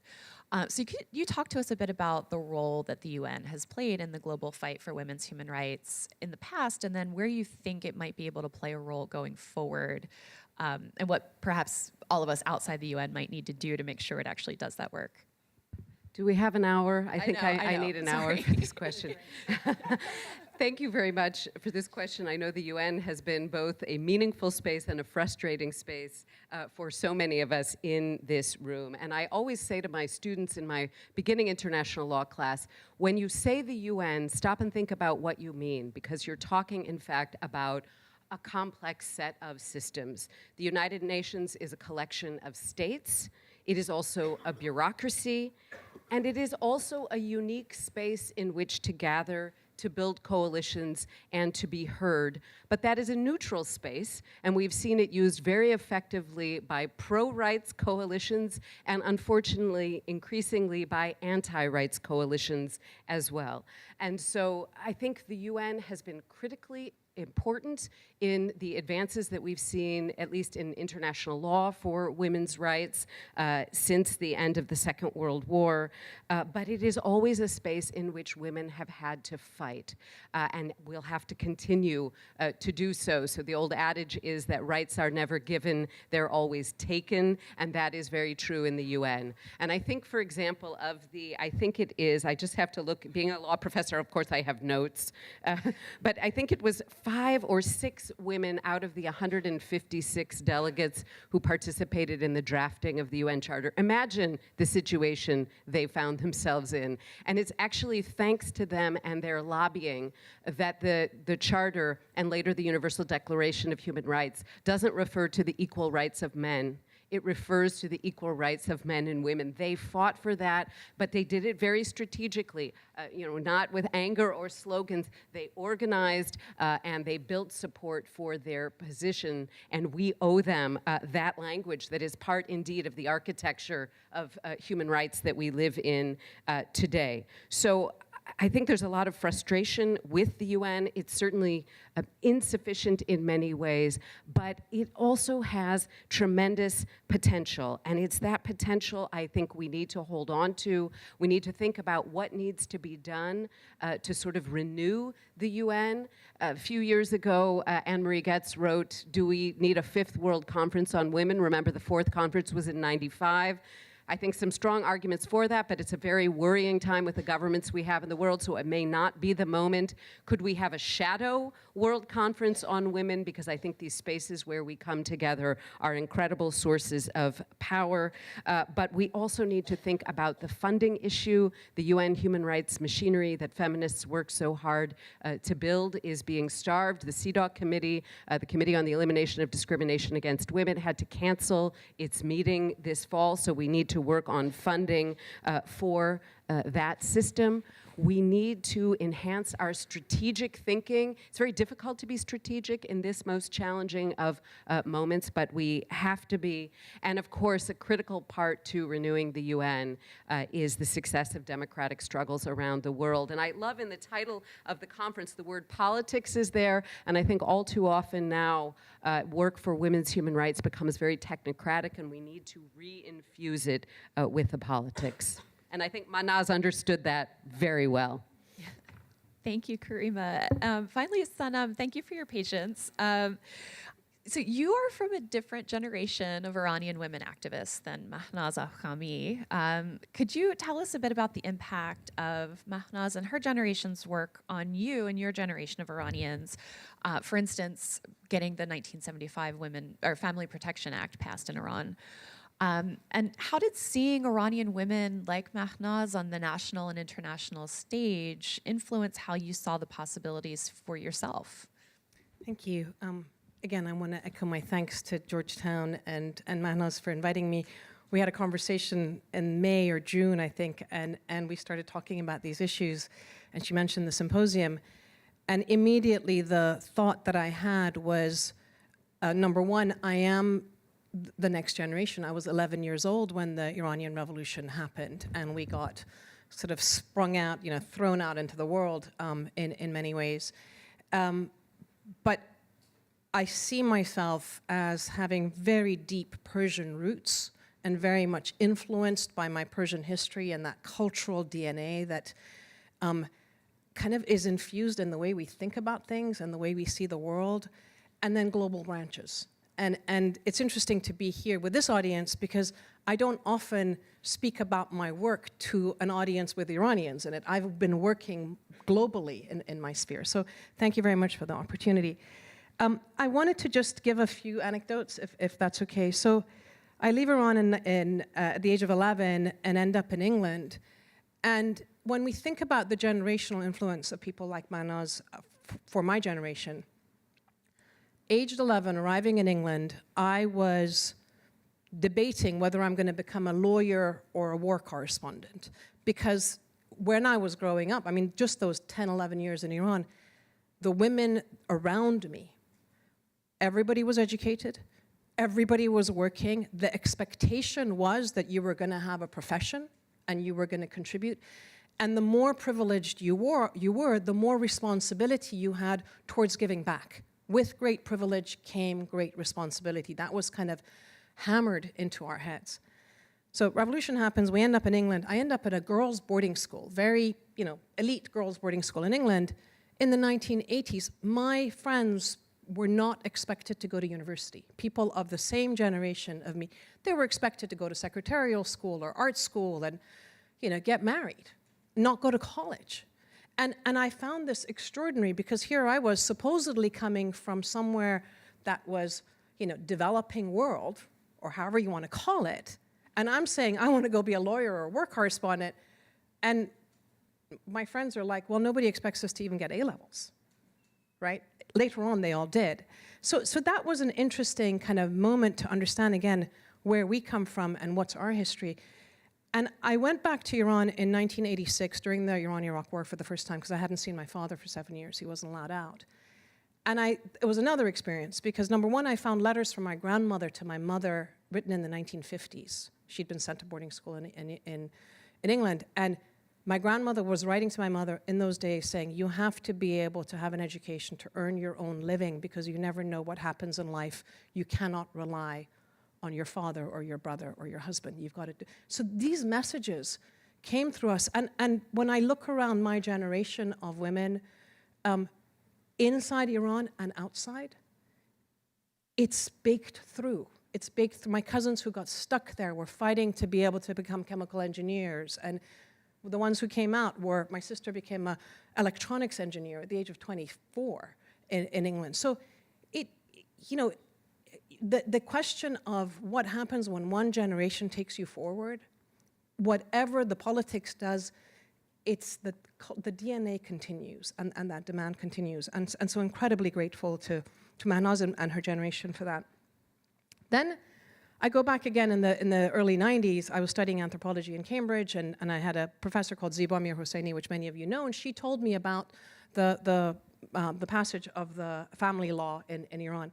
So I go back in the early 90s, and the first thing we notice is that it's the women of the revolution, the same women that were on the streets in support of the Islamic Revolution, who are now fighting the Islamic Revolution to get back their rights, because they were war widows. There were, people who were told, when we have an Islamic society and it's a moral society, you get to come back and have a public life.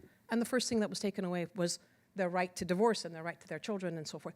So it was a reminder that they knew what rights they had, and it was taken away. So again, and then I continued to observe the Iranian situation, and came to this. I got involved in getting the resolution at the UN on women, peace, and security, which is basically saying women should be involved in the decisions around peace and security. We should be at the peace tables where these negotiations are made. It was the first time in history that we came up with that.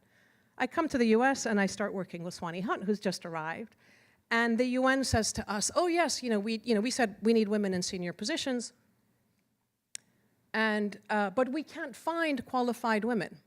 Where are the women? So we were sitting in the office here in DC and like, okay, let's give them a list of qualified women. And we went through, and it was like, let's make it international. Let's give them as broad a range as possible. And I remember being insistent that I wanted an Iranian woman on that list. And so, going through, and it was like, of course, Mahnaz Afkhami is the person. She was a government minister. She knows about these things. So I don't even know whether Mahnaz remembers this, but I called her as a junior person here in the U.S. context in this universe of women. And I said, I'm so-and-so. I work with Swani Hunt, and we're making a list of women to give to the UN, and we'd like to add your name. And she said, of course, please do. I was convinced that she was going to become an SRSG, senior representative of the Secretary General, because in those days I didn't quite understand how political these positions are and how governments slide and behind the scenes. But if it were meritocratic, if our systems were actually meritocratic and you went with the best qualified, you would get these stars in our global systems. Sadly, it's very much an old boys network, and I put the emphasis on old. Fast forward, I go to Iran in 2015. My father was very sick, and I was staying with family, and I was with one of my older cousins, and we were talking about Iran in those days and what happened, and she had lost her husband in a freak drowning accident when her children were very young. And she said to me, you won't believe this, but my husband passed away. I had been asking him to write a document to make sure that I could be the executor of our children's lives and wills and so forth. Because if you wrote that, the law didn't allow it, but if you had that, you could be the executor. And she said, we just never got around to doing it. And then he passed away in a drowning accident. And she said, Mahnaz was working on the family law at the time, and the minute the law got adopted, I'm getting very emotional here because I know those are my cousins. She picked up the phone and she said, the law is here. And she said, I was the first person to enact that law to be able to have control over my children's lives going forward. Otherwise, it would have been having to deal with my husband's brother and their family and so forth. So when we think about these laws and these changes, it is long-term, it is personal, deeply, deeply personal for people's lives. And even though the law has been, suspended, it still resonates. And, when we think about Iran, I just want to say this, that the hijab law has just been suspended. And it's 40 years of women's resistance. In '86, when I went back, I could show my face. In '91, when I went back, the scarf was back here, and the women have been at the forefront of change, but not change from the top in the language of men. It is the language of women. And we have a poem in Persian that we used to learn. It was called Cheshme Osang. It's a spring and a rock. And it's a little spring, comes down the Rocky Mountains, hits a big black rock, and says, Mr. Rock, would you mind moving aside? And the rock says, what are you talking about? And so the spring just comes, and slowly erodes it, and it becomes a river. And this is what Iranian women have done. They have just become a river, and it's not going back. It is change, it's not going back. It's going to be change that we don't necessarily understand from outside, but I see a lot of hope, and I see Iranian women transforming not only Iran, but Women Life Freedom showed us that the men are standing behind the women. Women Life Freedom wasn't just women wanting their rights, it was women pushing back against an autocracy and a dictatorship and leading that charge. We've never had that in history, anywhere. And it's non-violent change, and it's the language of women. And so these things are all connected to each other, and you know, we are standing on the shoulders of giants, and hopefully others will stand on the shoulders that we create for them. Thank you. Thank you.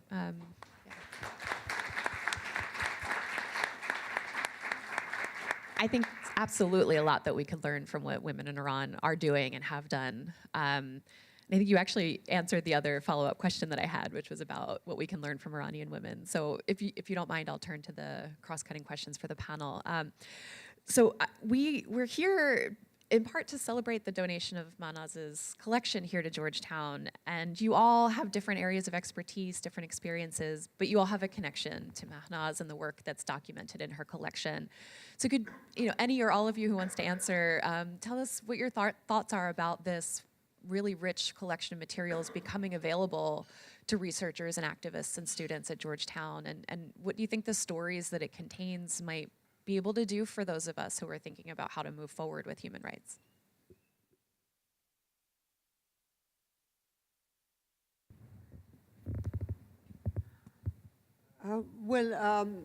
That was one reason I felt that the Foundation for Iranian Studies is very important, because what this regime has done is create a narrative within which women especially become a figment of an Ayatollah's imagination. It's taking from us the agency. And Iranian women amazingly have taken back that agency. I was thinking of something in one of my classes. There was this guy who was part of the militia, had been to the war. The students were both hated him and also were afraid of him. And one day I was teaching in class, I was teaching Henry James, and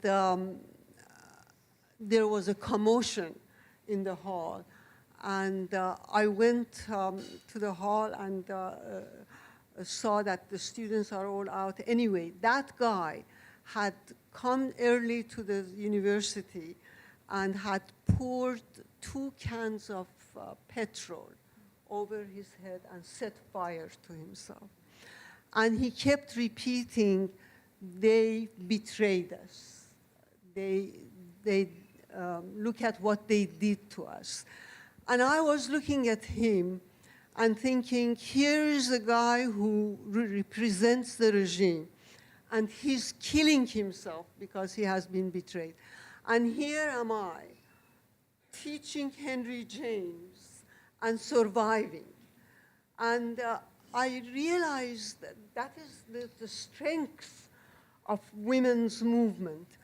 They can put you in jail, they can blind you with their guns, they can kill you, beat you, but how many people will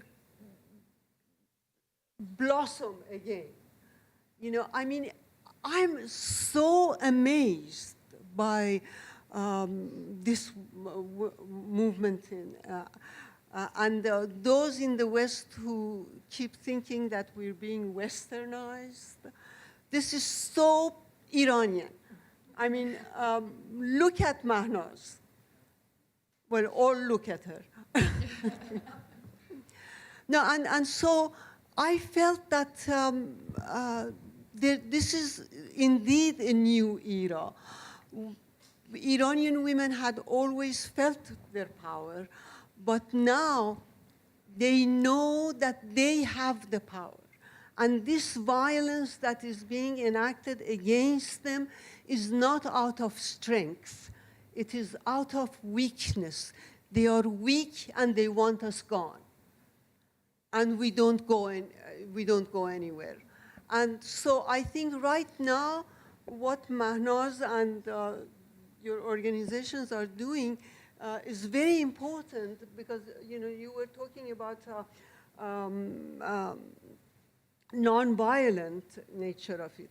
And that is what the foundation did. It created a foundation where all those silenced voices got an opportunity to talk. It brought the joy that was taken away from us through Iranian poetry, Iranian films, Iranian music. Everything that we call life, they took advantage of and brought to the, both to the world and formulated it in Iran. And so I am very hopeful about this movement. And people tell me, oh, is it gone? It's flourishing, and that's the good news. There's always a bad news. I would just add that it's always fascinating how the patriarchy is always looking to erase women from history. And that's why Milan's library and the work that our institute is doing, and now to welcome Mahnaz's archive and her husband's archive, is so important, because we have to change the language. Mahnaz says we have to change the architecture of human relations, but we need a place to stand so that we can change the world. And to have the archive have a home, and to have the home be organized and curated and managed by someone like Milan, who anyone that knows her knows she's just an incredible human being of the deepest integrity. And she and Mahnaz, I can't imagine, they're sitting beside each other, so you know how that relationship is. But I can't imagine the countless conversations they've had over the years as they've prepared for the opening of the archive. I know that for Mahnaz, the most important thing is that these archives are available for students, for them to come and access the information, for them to learn. And if you've read Mahnaz's work over the years, you would see that our work is so powerful. Like, you learn that ideology is not part of this new language. Dogma is not part of this new language. Mahnaz, in the last book she wrote, The Other Side of Silence, she said, she met the grandson of the Ayatollah, and she gave him a space. She went and got food, and they gathered and sat and listened to him, listened to his ideas. They wanted to hear what he had to say, because we're not going to get to change from alienating and ostracizing each other. The problem is that the regime refuses to listen to women, not that women are not willing to listen to the regime. And we need to make sure that there's so much passion that young people have. But when you read the story, the historical record that of the histories in Iran, you find that we cannot afford to be naive with our passion. We need to be incredibly strategic. We need to be wise. When I read the book, I was so sad. I don't need the Shah to be perfect, but this man, in the record I read, was trying. But look at where we ended up. And I just think, and all this passion, and where we ended up, they took us back, I don't know how far back.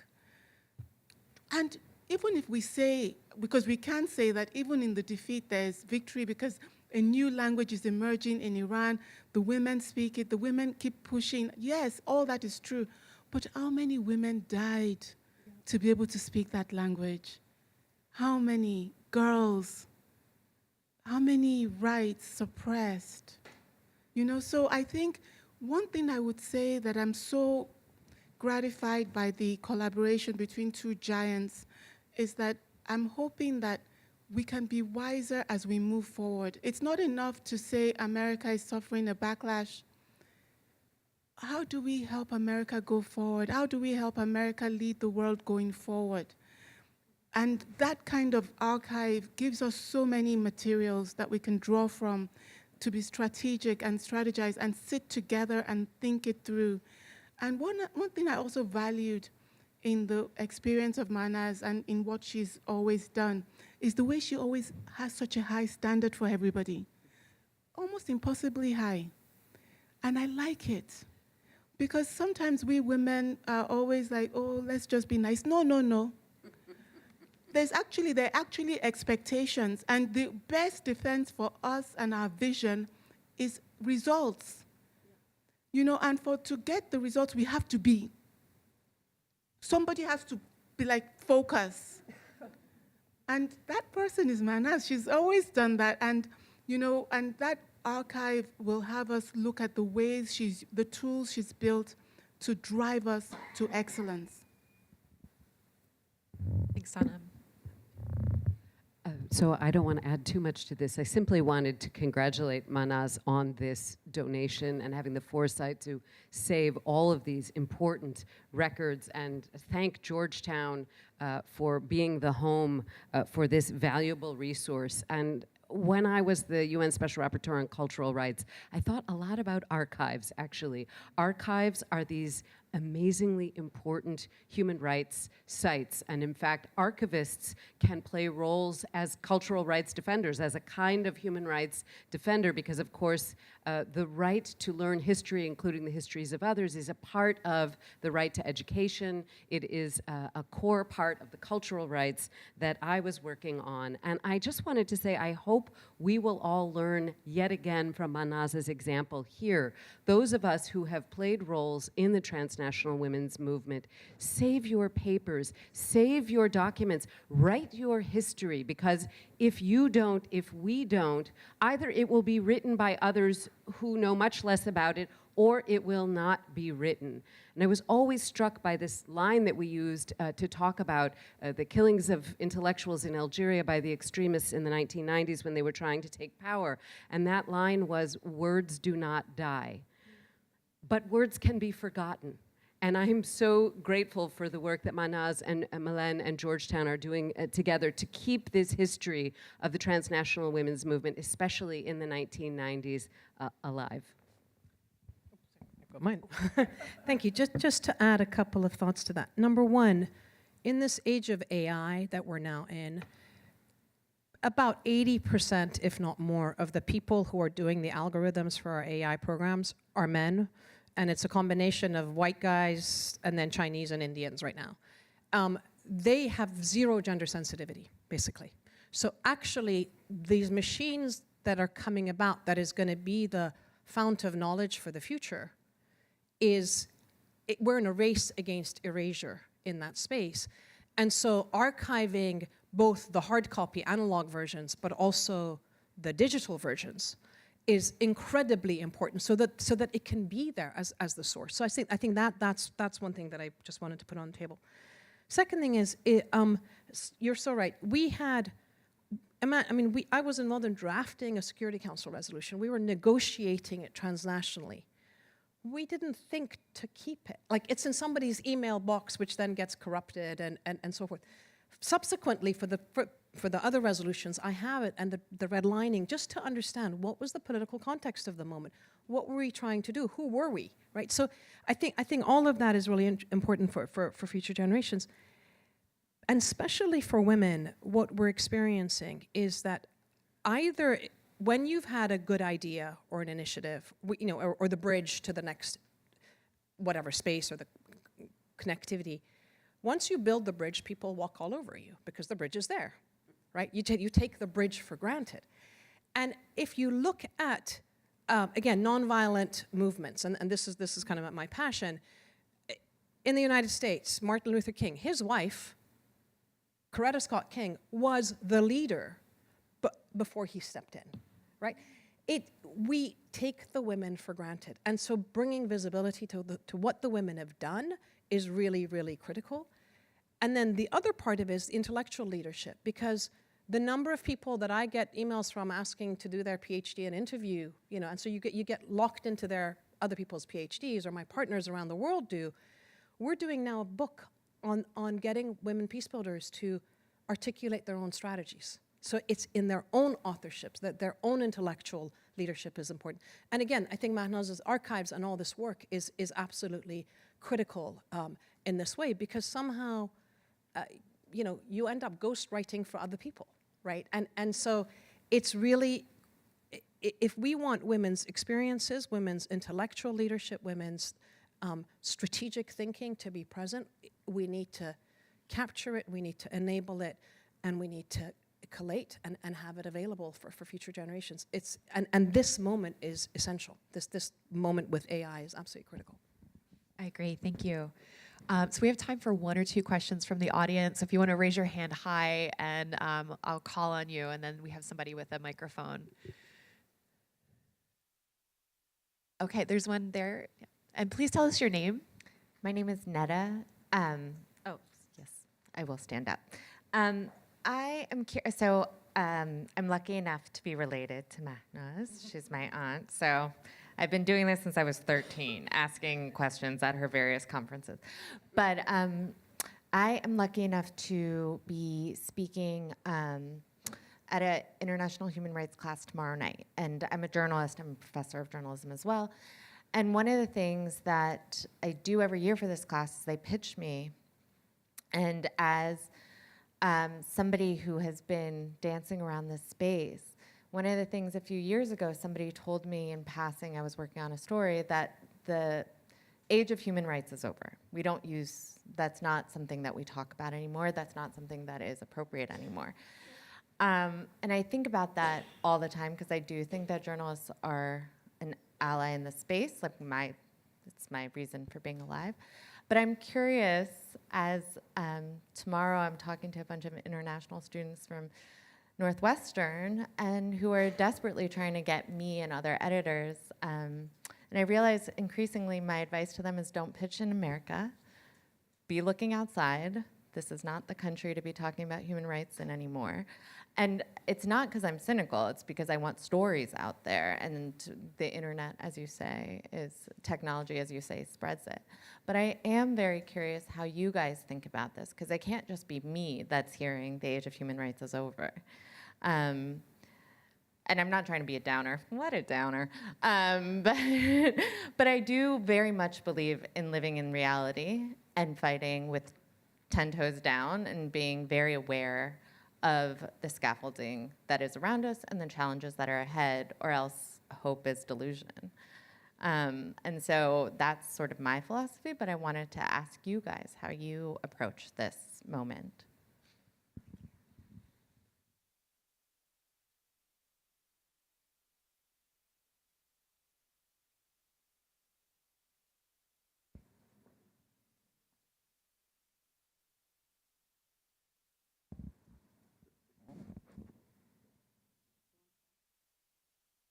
I'll give you an attempt at this.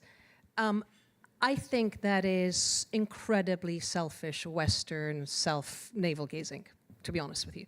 Because, number one, we could argue that when was the age of human rights present for Palestinians, right? 75 years, you could argue that they didn't have their human rights addressed.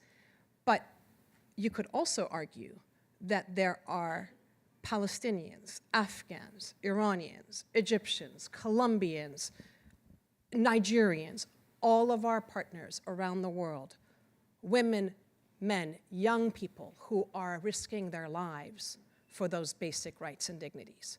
And how dare we sit somewhere in the United States right now just because of what's happening here, or because our Westerns are off and they don't care about international law anymore. So suddenly say, oh, well, it's all nonsense, right? To me, pessimism is a privilege of the privileged, right? And we should be very, very careful about that, and we should be really humble about how much people are risking their lives for these basic things. So that's kind of one big answer. The second smaller answer, if you want to break it down, is that I think that we use these terms, these human rights, and they become radioactive because people don't understand what they mean. So if I say feminism, am I a feminist? Of course I am. Do I walk around with a stamp of feminism on my forehead? No, because when I'm talking to my Egyptian partner and I say, are we a feminist organization? They'll say things like, well, if we say feminist, they're going to say we want men to have babies and we have other things to fight about. Like the labels get in the way. I think we need to unpack them. When my kids were at school here, I did a session with them. They were in the 4th grade. And I went in and I said the story of the writing of the Universal Declaration of Human Rights. And I said, imagine you were writing that declaration now, all of you. And in 20 minutes, a group of 4th graders sat in little workshop sessions and I didn't tell them what the UDHR said. I just said, you were writing this. This is for people everywhere. They came up with 20 of the existing articles in the UDHR and a whole bunch of things on environmental responsibilities. It was a real moment for me because I was like, what was drafted in 1945 to 48 with all those women from from Latin America and Asia and others helping Eleanor Roosevelt, but also the men from all these other places, were genuinely universal human desires. It's not the first time we have the Cyrus cylinder 2,500 years ago. You have other cultures that have similar things. So the age of human rights is never ending because so long as humanity exists, we want basic dignity and justice and kindness in terms of how we deal with each other. So maybe it's the cynicism of the journalists or I don't know, but I think that the media has an obsession and an interest in violence and horrible people, and they don't understand actually the news now are the good people out there, and that should be covered. So thank you.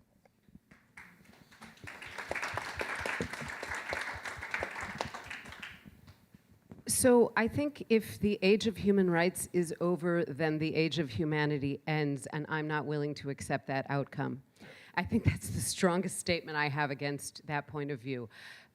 What I would say is, I think the challenge for us now is to develop a 21st century human rights language, to learn new ways of communicating human rights messages. And I very often think this is not going to come from me anymore. This is going to come from the next generation to whom we're all ready, I think, to pass the baton. And so I think this takes us back to something so important that Mahnaz always has done, which is to empower this next generation of human rights advocates who may have a very different language for speaking about some of the same issues and principles than we have used. But this goes back to what Sanam said. Look at those people who are on the most dangerous and difficult front lines around the world. And I think about Afghan women who have one of the toughest human rights struggles in the world in front of them. And they believed everything that was said over and over again about the importance of human rights in the instruments that we have and in statements that were made. And they have continued by themselves, really, to risk life and limb to defend those values. And so who are we who face struggles, but less difficult struggles, to back away? And I think I've actually been very frustrated in the academy. As I started out a human rights advocate, I then became an academic. And I have no more patience with those in the academy who have made basically a cottage industry out of deconstructing the human rights that they take for granted every day, but that other people are fighting for. And I thank you for asking this question because you're right. These are the kinds of arguments that we are confronting. But I think we have to be very unashamed and brash as Afghan women are in our defense of the concept of universality, as unfashionable as it may have become, and hang on to some optimism around the potential of rights discourse. Look at the progress that has been made in our lifetimes. It is amazing, and we're not willing to give up on that. And I always think of what a woman human rights defender said to me in Kabul back in 2011. Again, I was writing Your Fatwa Does Not Apply Here, and I was asking people, are you optimistic or pessimistic about the struggle against fundamentalism? And I always remember what she said to me. She said, optimism is key to survival. And I think that's a core part of the answer to your question. All right, thank you. So we are slightly over time, but I want to have us end with a call to action as we go into lunch. So human rights, especially women's human rights, are currently facing a moment of backlash in many parts of the world. We're seeing anti-democratic, authoritarian, patriarchal, and fundamentalist movements rising in influence and using the internet to do that. So women's human rights activists have faced backlash before. Iran in 1979 is one key example. So what do you think the movement should do going forward to meet these challenges? And then for those of us in the audience, what can regular people, individuals also do to try to help support those in the movement?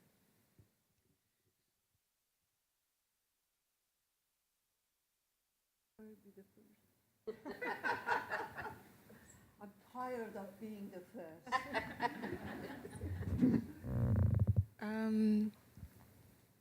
I think maybe this is the moment to, there's going to be a message from Mama Mary Robinson, I think, later today. But I should just set you up for the message, because she will probably speak about this. And, you know, I think Hillary Clinton used to say that it was always a challenge trying to get women to run for office and to seek power until you could convince women the reason why, because they always wanted to know power for what. And I think the biggest challenge before us now is that, you know, I have every confidence, as many people that have children have confidence, that young people are a great source of hope. They're going to get it right. You can sense it, the way their language is, and the way they take no BS, and you know they have words like gaslighting and all these things, so they see through a lot of nonsense and they cut through everything, and then they're not so materialistic. So it's going to be hard to buy them off. So once they set the path, they're on it. But there's a moment before they, you know, have the podium, which is the moment we're at, and we just have to hold on enough for them to have that opportunity to make the change. And I think for us to hold on, especially because of this climate crisis, this symbol, oh, Mahnaz, I'm going to give you one because you're not wearing yours. And because Mahnaz is part of this whole movement as well. And Milan, I know you're part of it. Yes. You know, we want women fighting for the climate crisis. I know it's not sexy in your country at the moment because President Trump doesn't, I think he's concerned about the short-term cost. But I think the bigger cost is if we don't act. You know, I just can't imagine that we don't give these young people who are so much better than us the chance that they deserve to have a healthy planet. So my call to action is that if we've learned anything from Mahnaz over the decades, it's the good news is we don't have to have all the answers.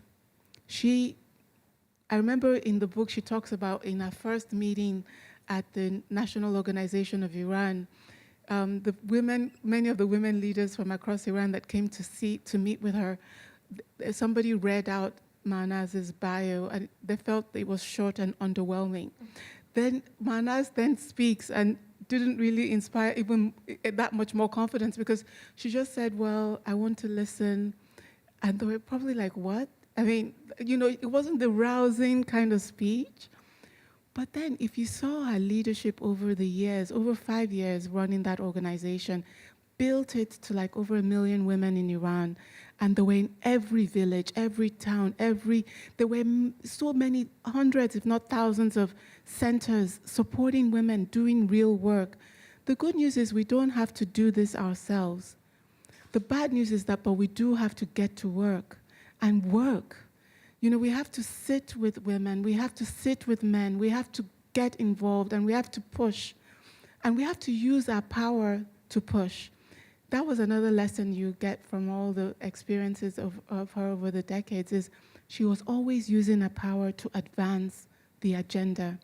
We have to begin to do that. Yes, this is not a good moment in the US, but you can go local.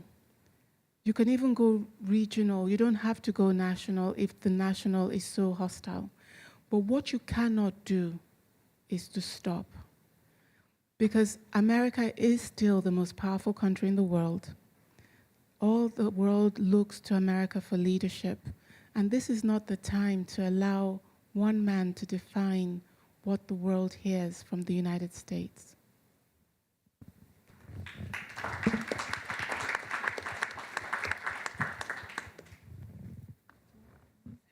So I was recently at the Feminist Foreign Policy Summit in Paris 2 weeks ago, and I was reminded being there of how important spaces like that are, whatever the problems with them may be. It was really like putting an oxygen mask on for a few days and getting a jolt of oxygen to be able to come back here where our leaders have a very different message at the moment.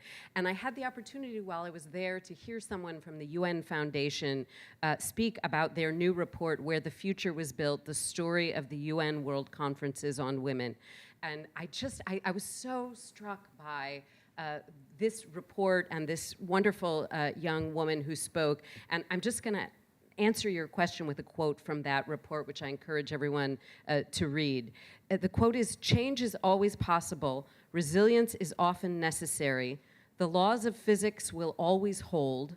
Our foremothers deserve our gratitude. Our ongoing and future movements deserve our support. Our past is worth remembering. Our future worth protecting." And I think all aspects of that are critically important to remember right now.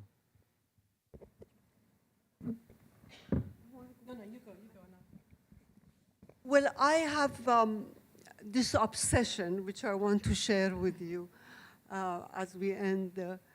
And I do it with an anecdote. I had just given a talk at the Women's Policy Group, and I was getting ready to leave. And this gray-haired lady came towards me, and she looked so benign, and she was the kind that you could ask how to make homemade jam and how to improve US foreign policy, both of them. Anyway, I was ready with a smile. She was frowning. And she came to me, and without saying hello or anything, she said, "You are wrong. I have been to Iran, and women like to wear their veils." I mean, the arrogance of it, it was mind-boggling. But then, as I lived here, I kept coming across the same thing. And one of the things about Mahnaz, they said she's westernized. Now, what is westernized? Fighting for freedom is okay for the Western people, but when we do it, it's being westernized. There is such, on the right, they say, these guys are horrible, they're terrorists, we should not let them in, or we should send them to Venezuela. On the left, they say, well, they show us as victims and say they'll be offended. We'll be offended because girls are being married at the age of 9. Yes, we are offended. And so I felt that we need to, as my mom would say, tell them, because today the leadership of women's movements is not here. It is in Iran and Afghanistan and Sudan and all the places that we don't talk about. So I think we should shift the discourse, because times of crisis, and they are, and as you said, we're living in very dangerous times, but there's one good thing about crisis, and that is it makes us pause and think. And the things we took for granted, we can no more do that. So this is great for this movement. And actually, I think human rights is the funky way of going about it. Human rights is not old-fashioned. As you know, Mahnaz, you would be very much against saying that human rights doesn't have any agency anymore.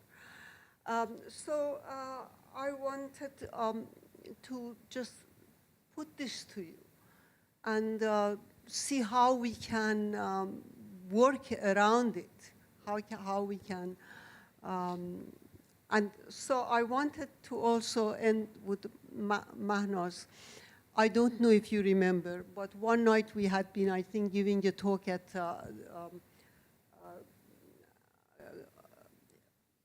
Carl Gershman's National Endowment for Democracy.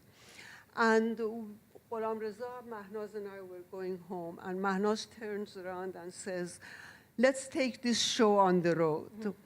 And I wanted to tell you that you and I know, and everyone in this room knows, that this is no show. But we have to take the truth on the road, definitely, because truth is the enemy of totalitarianism, of autocracy. I want to drink to Melan as well. That lady makes it always worth coming to this event. I'm just going to add a couple of thoughts to this in terms of what the audience can do.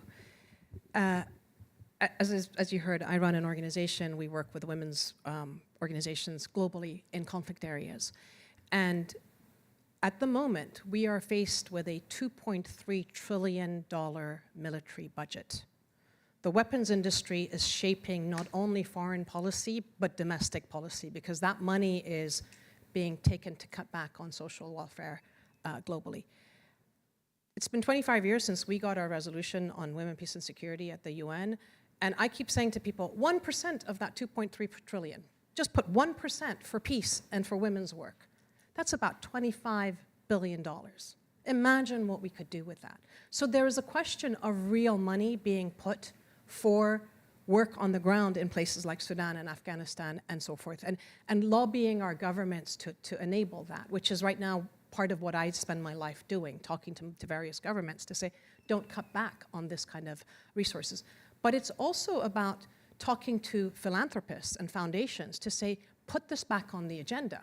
Don't self-censor and don't run away and be afraid just because they want you to be afraid, right? So the question of what we're doing with our own resources, how we speak up about issues, who we support, what meetings you go to, who you amplify, what spaces you share, these are all really, really important things that can be done. Businesses, how can businesses support this kind of movement? How can the media tell the stories? One of the most important things I think that we've forgotten is that storytelling, fictionalizing. You know, I reading Lolita, I was studying English in England, and I was like, it was like reading a story, and I was thinking, imagine if I were in that class. It's inspiring, right? So storytelling is really critical, both the fictionalization, but also the journalism. And we need, as audiences, we need to be seeking out and supporting this kind of media, because these are the superheroes of our age. It's not Superman and Wonder Woman in some, corset. That's just nonsense. That's men's figment. The real people are amongst us, and the inspiration is extraordinary, and it's global. And I think that you can't, if the public doesn't get it, we in the policy space or activism space are struggling against a headwind, but we need you with us. And so go out and tell people about the kind of work that's out there, and come and support whatever the organizations are that is what I would say, because people are really risking their lives now to continue this fight. So thank you.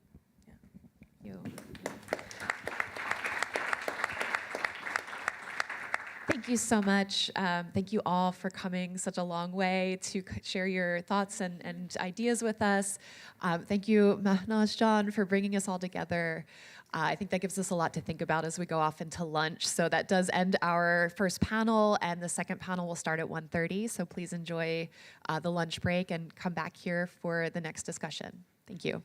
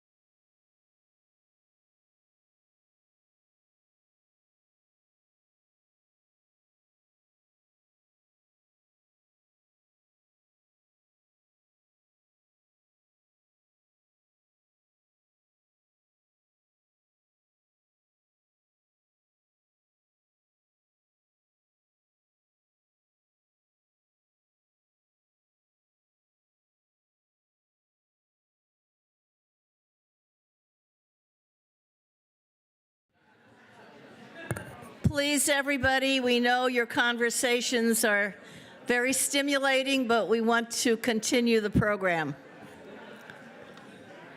Please take your seats. Yeah, come on.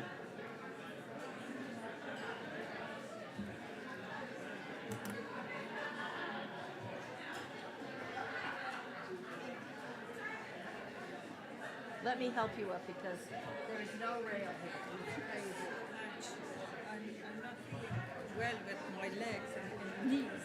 Oh, you don't need help. Yeah. You're vigorous. So where should I sit? You, That? Okay. Okay. I'm going to be here. I'll sit here. Oh, good. And then Stella, you can go next to her. Shall I? Yeah, right here. I'll move from this. Hi, Mela. I love your jacket.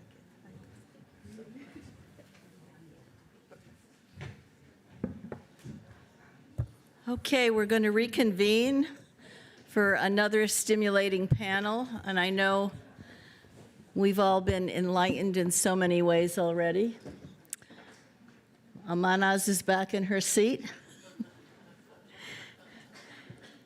So this panel has to do with leadership, politics, and power. And one of the things that often is said that we are missing in terms of women being able to move into the kind of world we want to create is the lack of power, and politics is one way that we certainly can access that power. Progress on global political representation for women has been slow, but it has been progressive nevertheless. We have made progress. For women in parliaments, it grew from just 11% at the time of the UN Fourth World Conference in Beijing, so 11% 30 years ago. And today we're at 27%, almost 30%, so about a quarter. Yet according to various data, and one source is the World Economic Forum, which puts out an annual gender gap report, according to the WEF, it will take 162 years to close the gender gap in women's political empowerment at the current rate. So we clearly need to accelerate. And I think that's something we need to keep in mind in all of this is how do we move forward with greater speed. Moreover, the authoritarian pushback, which you've heard about, is significantly focused on women, particularly women in political life. Technology facilitated violence against women is not uncommon today, including a real targeting of women in politics, being targeted with disinformation, harassment, threats, and really making them out to be something other than they clearly are. We also know that the status of women is the status of democracy. And authoritarians are taking a sledgehammer both to women's progress and democracy. Mahnaz, always ahead of her time, her organization, the Women's Learning Partnership, and the Sisterhood is Global earlier, saw women's leadership as an untapped resource benefiting all of society. It wasn't men versus women. It was benefiting women and men, all of society, and promoted a model of participatory leadership that could transform politics as usual. And we've heard some about that already. This panel will discuss why women's political leadership matters and what are today's greatest barriers. You know, as I was listening to some of the anecdotes and stories from the previous panel, I was thinking about an experience I had back in India. It was just prior to the Beijing conference, and Hillary Clinton at the time was giving a speech in India that was inspired by a poem she had gotten the night before from a young woman, the headmistress of her school, frankly, who just kind of slipped this to her. And when she opened it up, it said something like, too many women in too many countries speak the same language, the language of silence. My grandmothers were silent. Our mothers were silent, but we must end the silence. And when we do, yes, we want to grasp power, but power to make positive change. And that theme just went through and through my head. And so we will grapple with some of that right now, drawing on the experience and research to ask this extraordinary panel, what happens when women's political progress is lost? How do we sustain women's capacity in these times? How do we tap in archives, for example, to capture the stories of women leaders so they are not lost in the public sphere? And we have an extraordinary group equipped to handle these questions.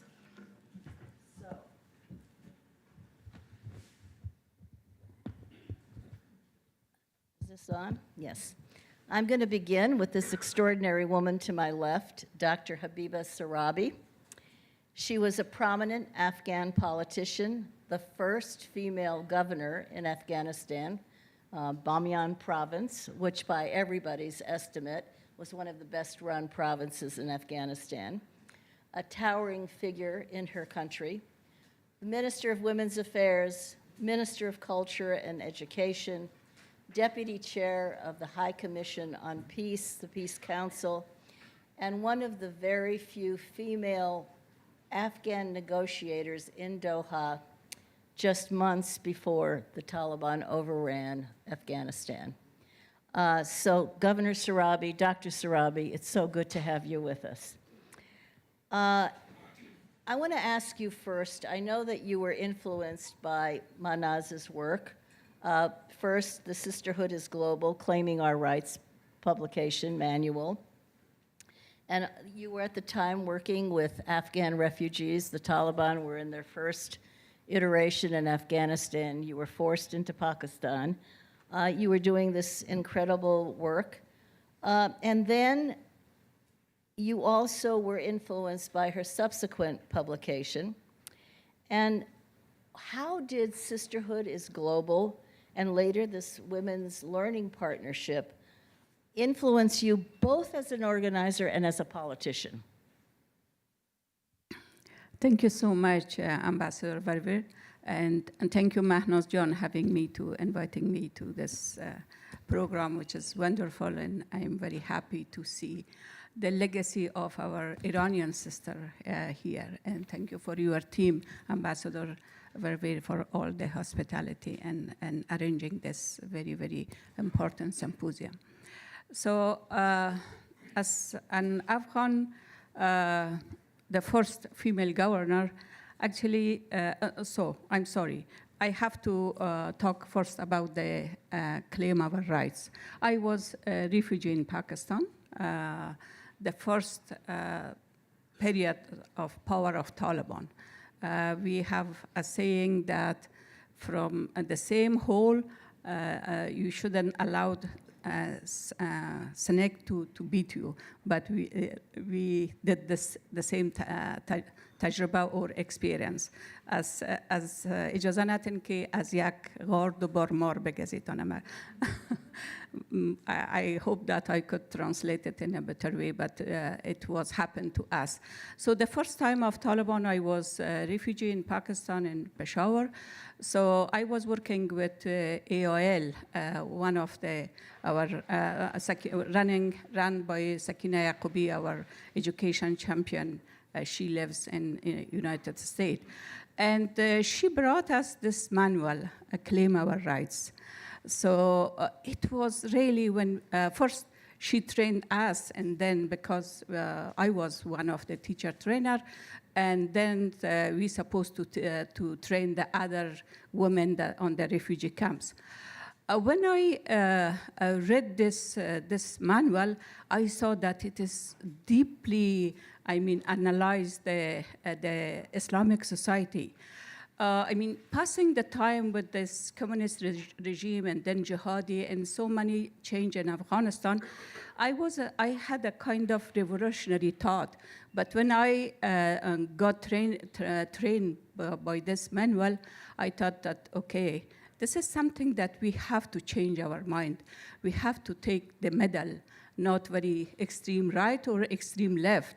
So this, and also, that manual was started by, for example, our rights from the family, from home, up to the rights, of course, rights of education, rights of work, and many others. The end of the manual was our rights to politics.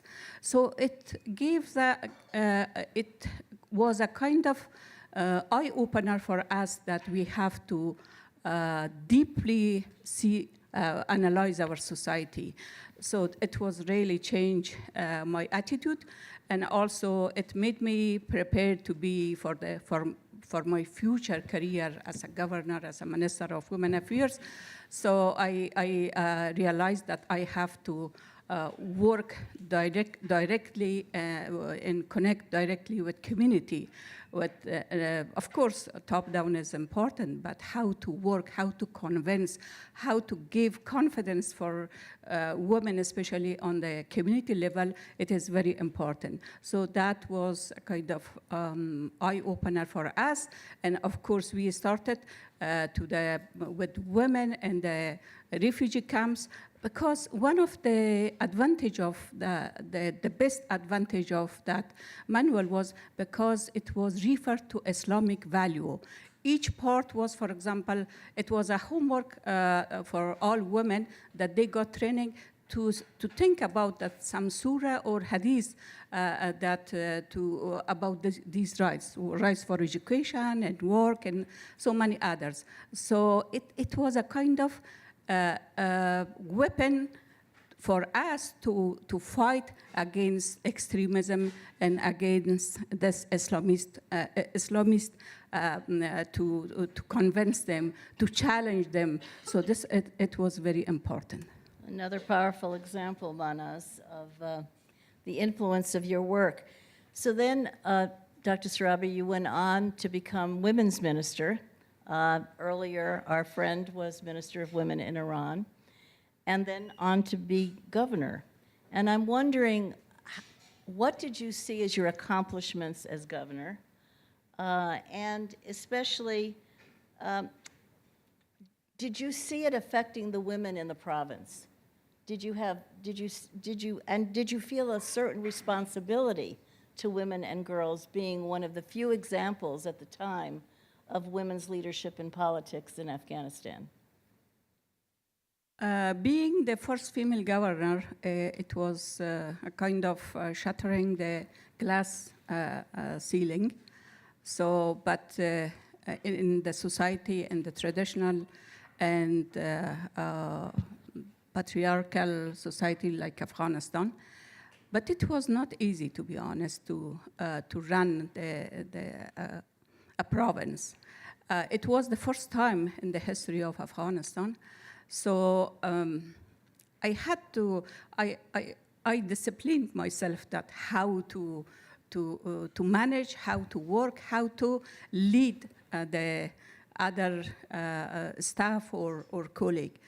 So sometimes I faced with humiliation, to be honest and to be frank, especially when there was a kind of conference, national conference in Kabul, and they were calling the government, the central government was calling upon to all governors to come together and share their report and talking about some policy.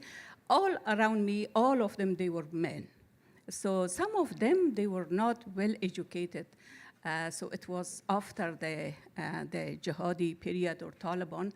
So they were a kind of, we call it in our society, arbab or khan. I'm sure that my Iranian sister also know that about that.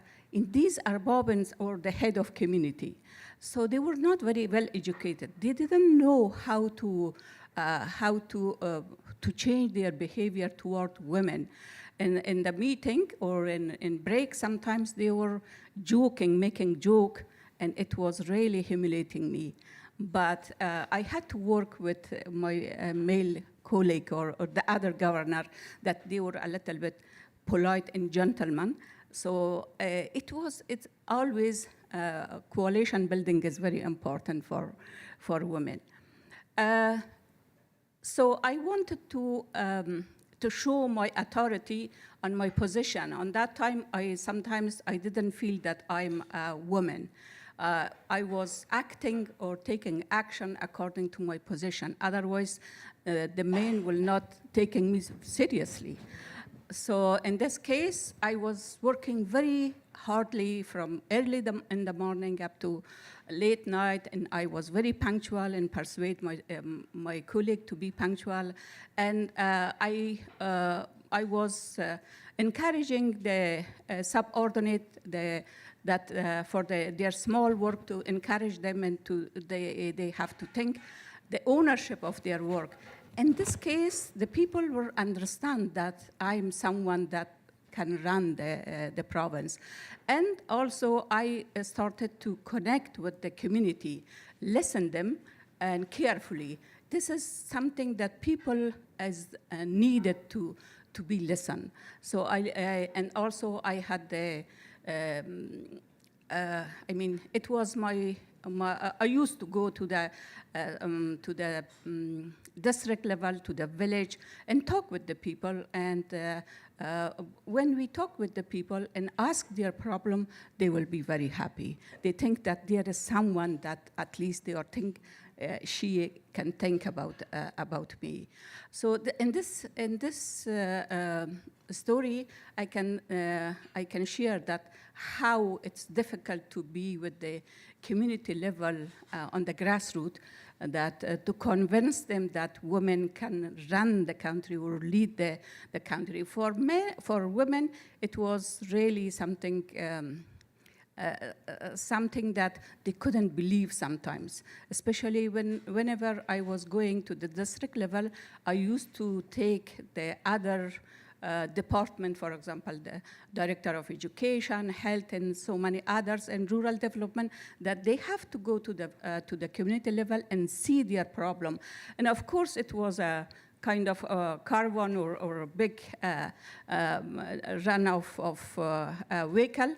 When the villager, especially women, they saw that a woman can lead a number of other staff, so they were they felt a kind of confidence that women can do something. So this is a legacy that we have to leave behind us, that it should be a positive and good legacy and a role model, that otherwise the door can be closed for the next generation, for the next level. And that's the perfect segue in what I want to ask you now, which is, sadly, what's happened to women in Afghanistan under the Taliban is that they are victims of a systematic oppression. It is nothing less than gender apartheid. Everything is being done to erase their standing as individuals with dignity who have and should have a brighter future in every sphere. So we've been talking about history here and the value of archives. What can we do to make sure that Afghan women are not erased from their historical narrative, your story, for example, their potential, for example? What can be done to, in these, especially these dark, dark times, to ensure that that doesn't happen? First, let me to just share some of the information, for the latest information from Afghanistan. This survey is for the 31st of October. Now it's 1,500 days that the girls banned from secondary education. You know that 1,505 days, it's a long time that girls cannot go to education. What will be happen to their life, no? So 250 written and verbal directive has been issued by Taliban. But out of this 250, 160 of them, they are specifically for women to ban from education, healthcare, or going to the park, or many other. Actually, as you said, it is, the gender apartheid is going on in Afghanistan, and everybody can feel that one, and women are erased from public life. But still, this is something that women in Afghanistan is still resistance and standing and struggling and fighting for their rights, which will be hidden in their rooms. They are taking, a slogan and putting on the Facebook, and or bringing some 5-10 women. They are coming together and making a small gathering and making their slogan to flesh out that slogan. So something that you can do it that respect these women. We have to respect them, to listen to them, and expand or how to say it? Yeah, distribute among our network. So this is something that we cannot forget that. So you have done a great job with bringing women from Afghanistan as a white scarf. So there are so many prominent women. They have done a great job in Afghanistan in their history. They have a very, very,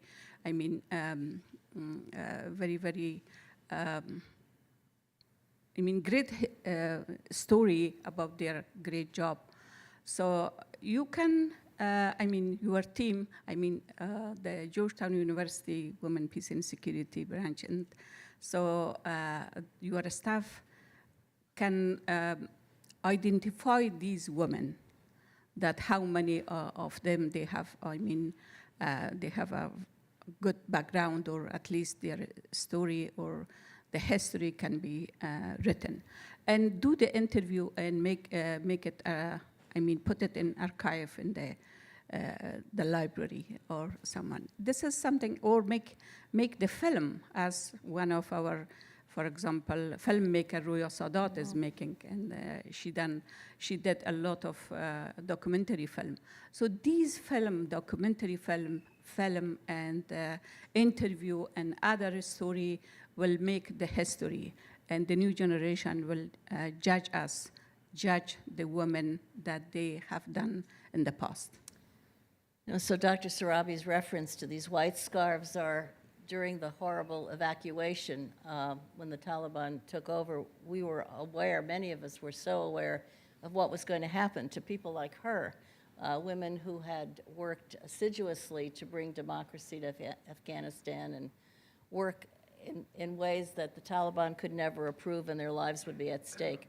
And what I hear you saying, and this is a good call to action, even though we're not at the call to action part of the panel, which is record the histories now of the women here in the diaspora, so those stories are told, because they're all women of extraordinary achievement. So we're going to turn now to Dr. Shala Harry.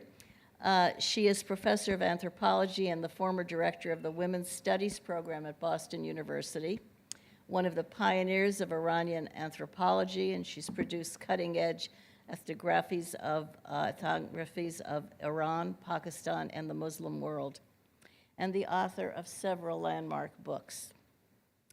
Now, your most recent book, Dr. Harry, is The Unforgettable Queens of Islam, Chronicles of Women from the Quran, from medieval era, as well as the most recent past, who've ascended to the heights of political power.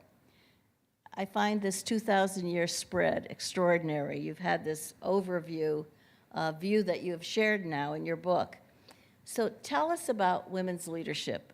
Did it have parallels with Islamic history and current situations? Benazir Bhutto, for example, late Benazir Bhutto, president of Pakistan. Were there parallels between her more recent political history and with those going back decades, centuries even? Hello, everyone, and thank you, Ambassador. Thank you, Mahnaz John, for being so great. It's just amazing to be here today celebrating Mahnaz's long life achievements.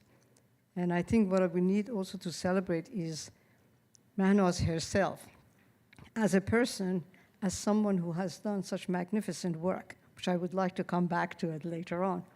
Thank you, Ambassador, and thank you for Georgetown University for the invitations and for this amazing event and also taking the old archive. I think this is just an amazing, it's to Georgetown's credit, I have to say, and I have to thank you, and of course, what Mahnaz has achieved is incredible.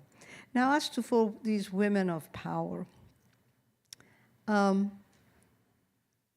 and actually the history of writing that book goes a little bit further, if I may just say a few words about that.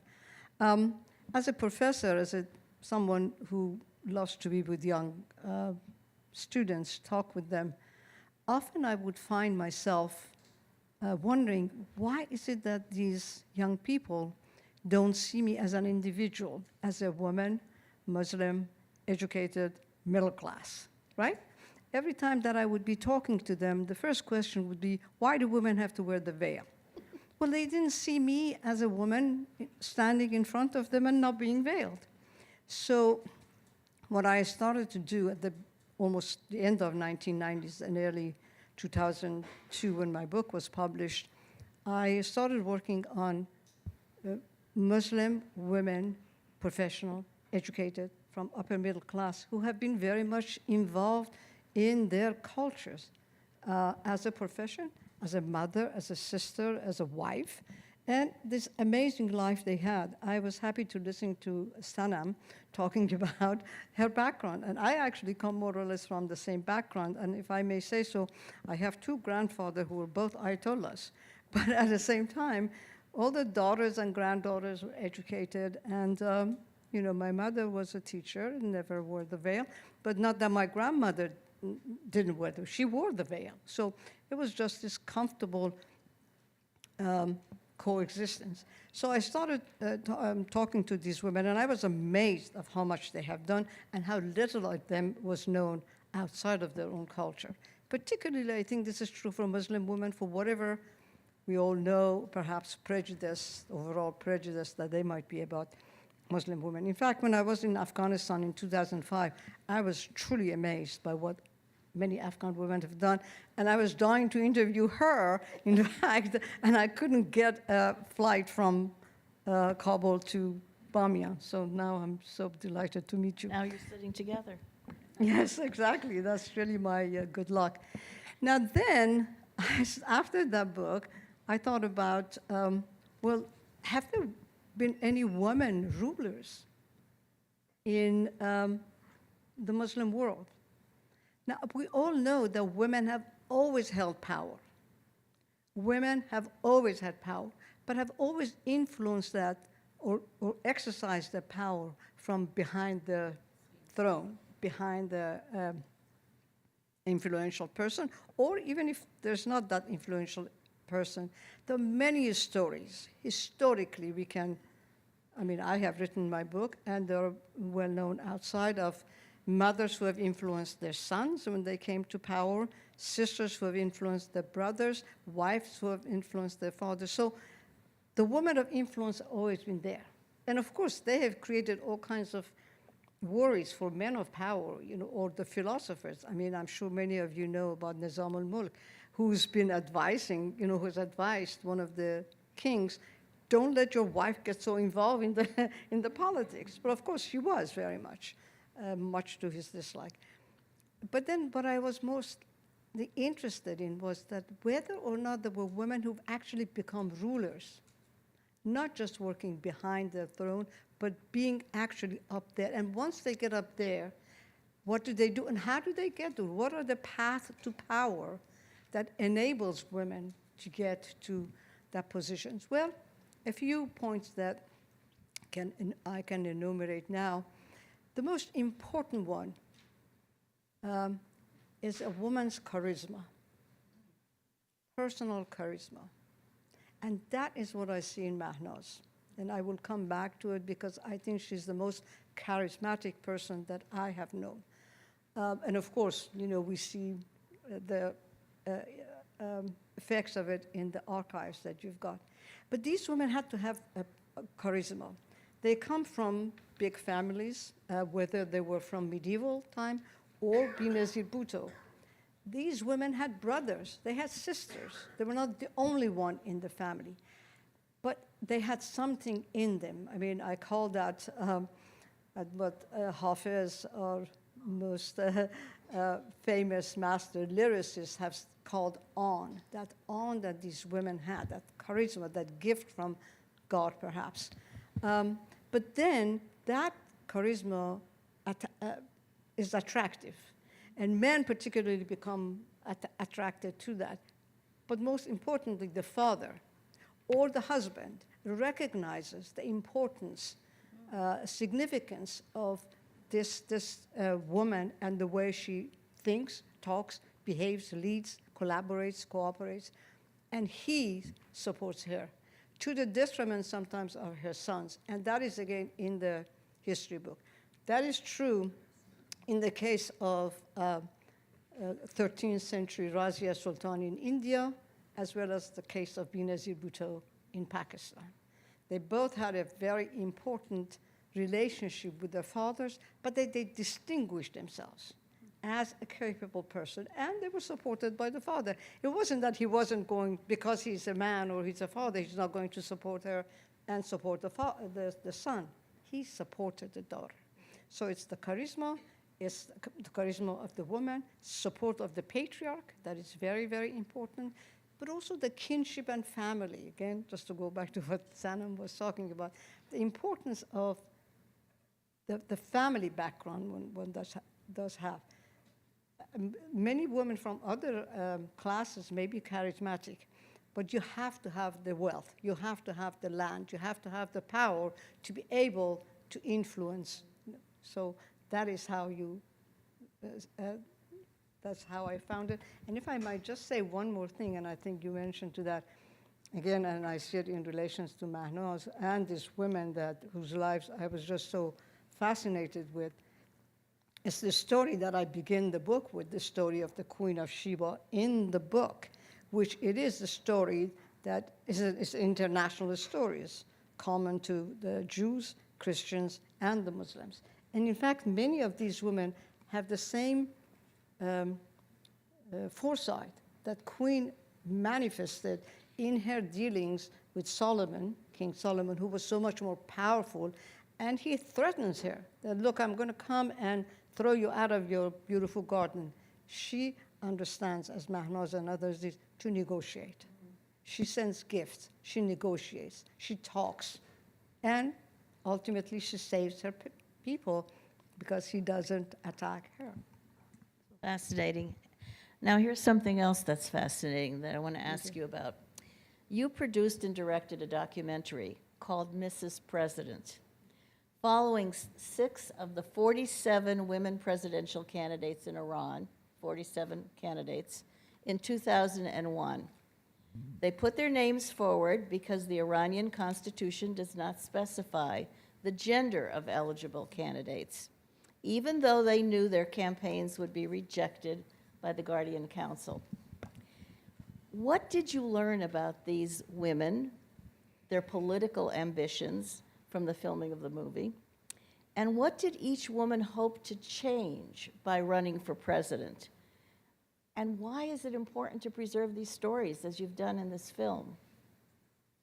Well, thank you for bringing that up. I mean, it is important to preserve those stories because it is important to, yes, we have those stories ahead of us. I have to, again, start by a quick story. I was in, this is at the beginning, at the turn of the 21st century.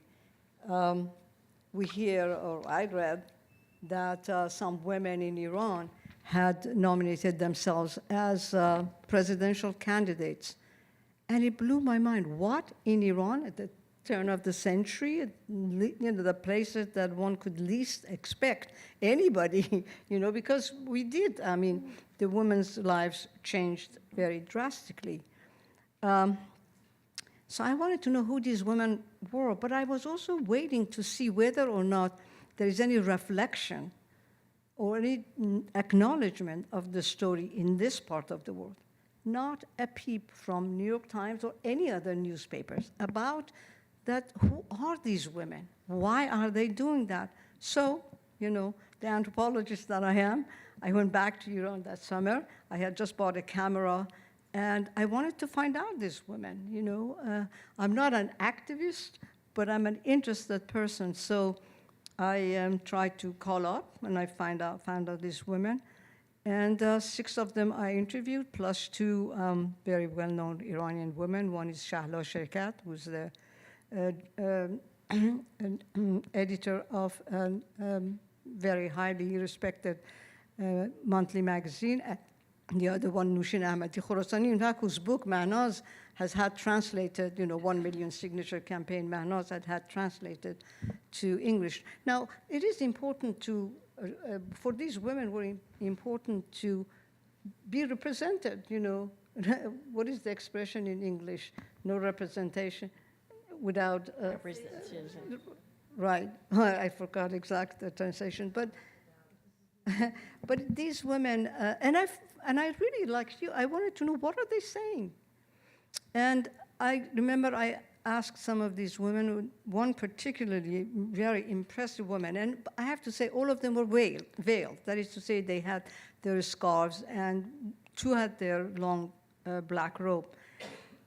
But then I often tell people, these were women who stood for president in the small Islamic Republic of Iran, meaning that they had to stay, more or less, faithful to the Constitution. So they had to coach the language, the discourse within that running discourse. But this woman had a blue scarf and a black veil, very impressive, 60-some years old woman, director of a high school. So I asked her, I said, what gives you legitimacy to run for the presidency in a country like Iran? What do you think you can achieve? And without just, waiting, giving me a chance, she said, well, why not? Why not? And then she continued. She said, we have in the Quran the story of the Queen of Sheba. She was the ruler of her country. I can be the president of this country.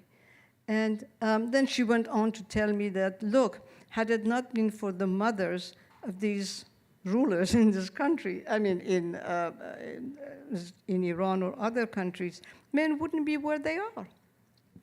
And she even went further. She said, had it not been for Khadija to help Muhammad, Prophet Muhammad, had it not been for Mother Mary, the mother of Jesus, had it not been for mother of Moses, they wouldn't be there. So what I thought important after this very interesting conversation was how clever this woman was to quickly find legitimacy in the Quran, which is the highest source of authority for Muslims.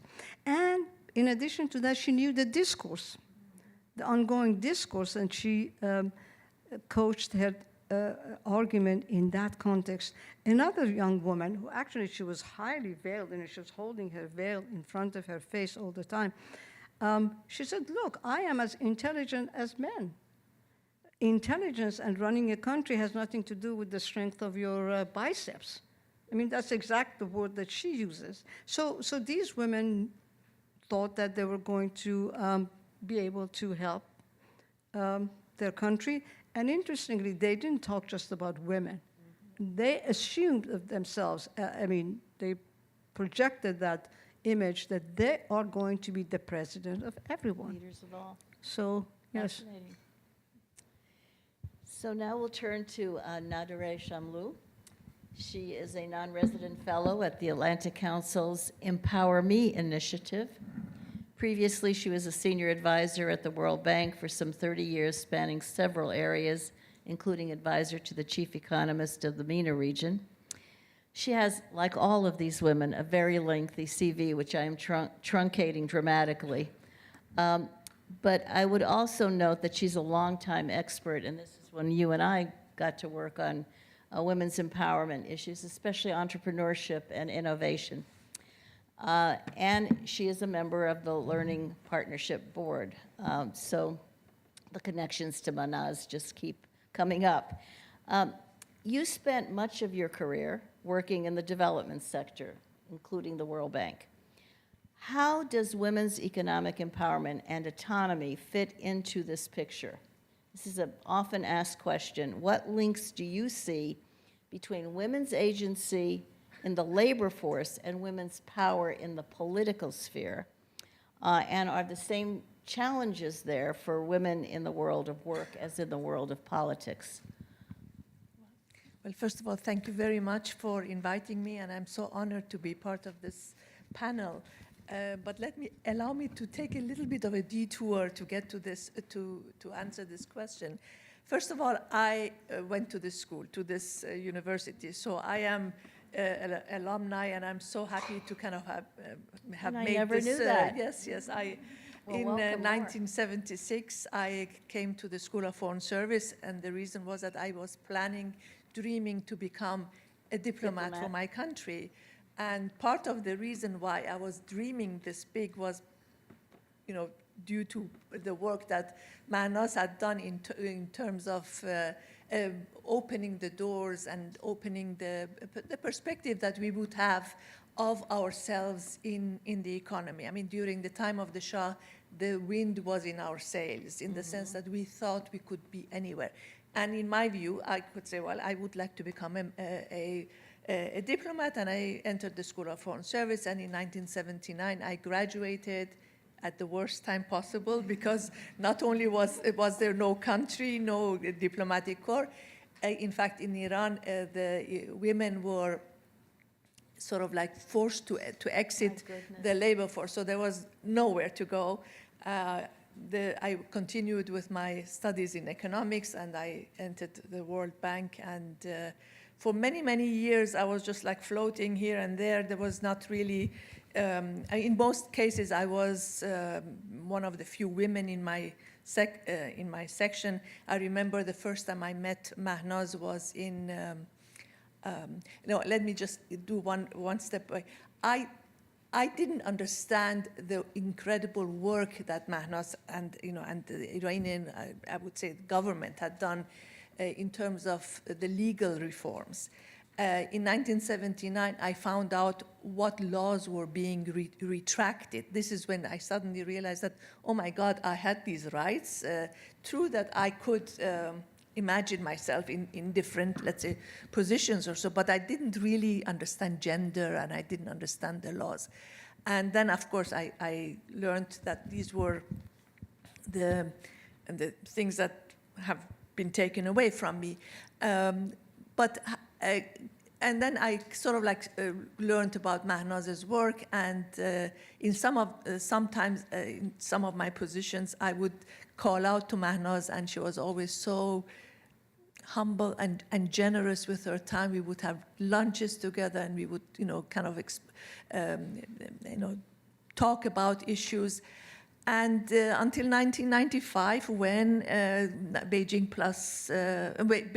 happened, and when Mrs. Clinton declared those very important words at Beijing, and they had an impact in the World Bank. And with Jim Wolfensohn, who was a close friend of the Clintons, and I think behind the scene was this lady, Ambassador Melanne Verveer, who was kind of marionetting everybody to do. And with Jan Piercy at being the executive director of the World Bank, suddenly the women at the World Bank had more opportunities, because then suddenly we were given opportunities that before they would, was the old boys network. So in a way, I owe my career also to a great degree to your work and to Mrs. Clinton's push and everything. So I want to thank you for that. When I said I was going from here there, I was a bond trader for some time. I was in oil and gas. I was in telecoms. And all of these sectors were considered to be hard sectors, the hard sectors of development.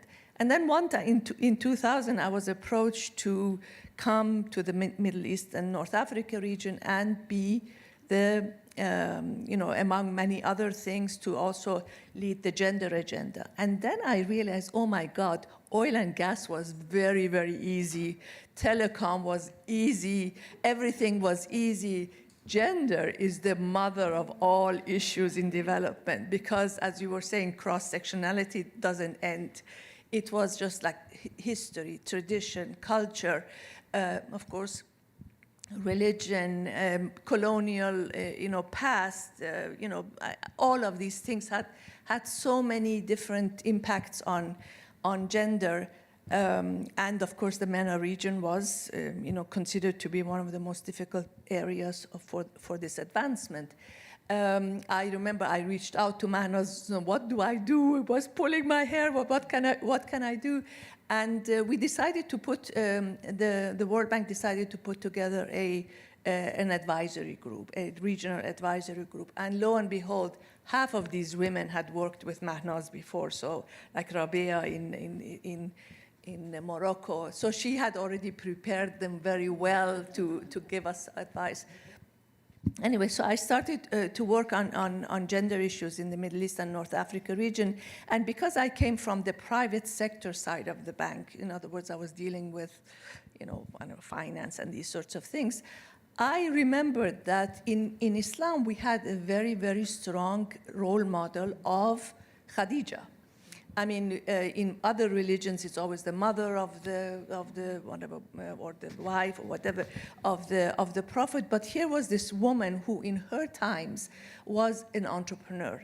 And so whenever I went to the countries, I was always seeking the women entrepreneurs. And what was interesting is that many of them were really incredibly strong women, incredibly strong and very, very accomplished women. They had, how should I say, jumped over barriers that they even didn't know were barriers until afterwards they found out that, oh, yes, we were questioned for whatever license we were giving for hours and hours, and we didn't know that this was, we didn't know that it was us rather than every other applicant that went through these hoops and loops and whatever.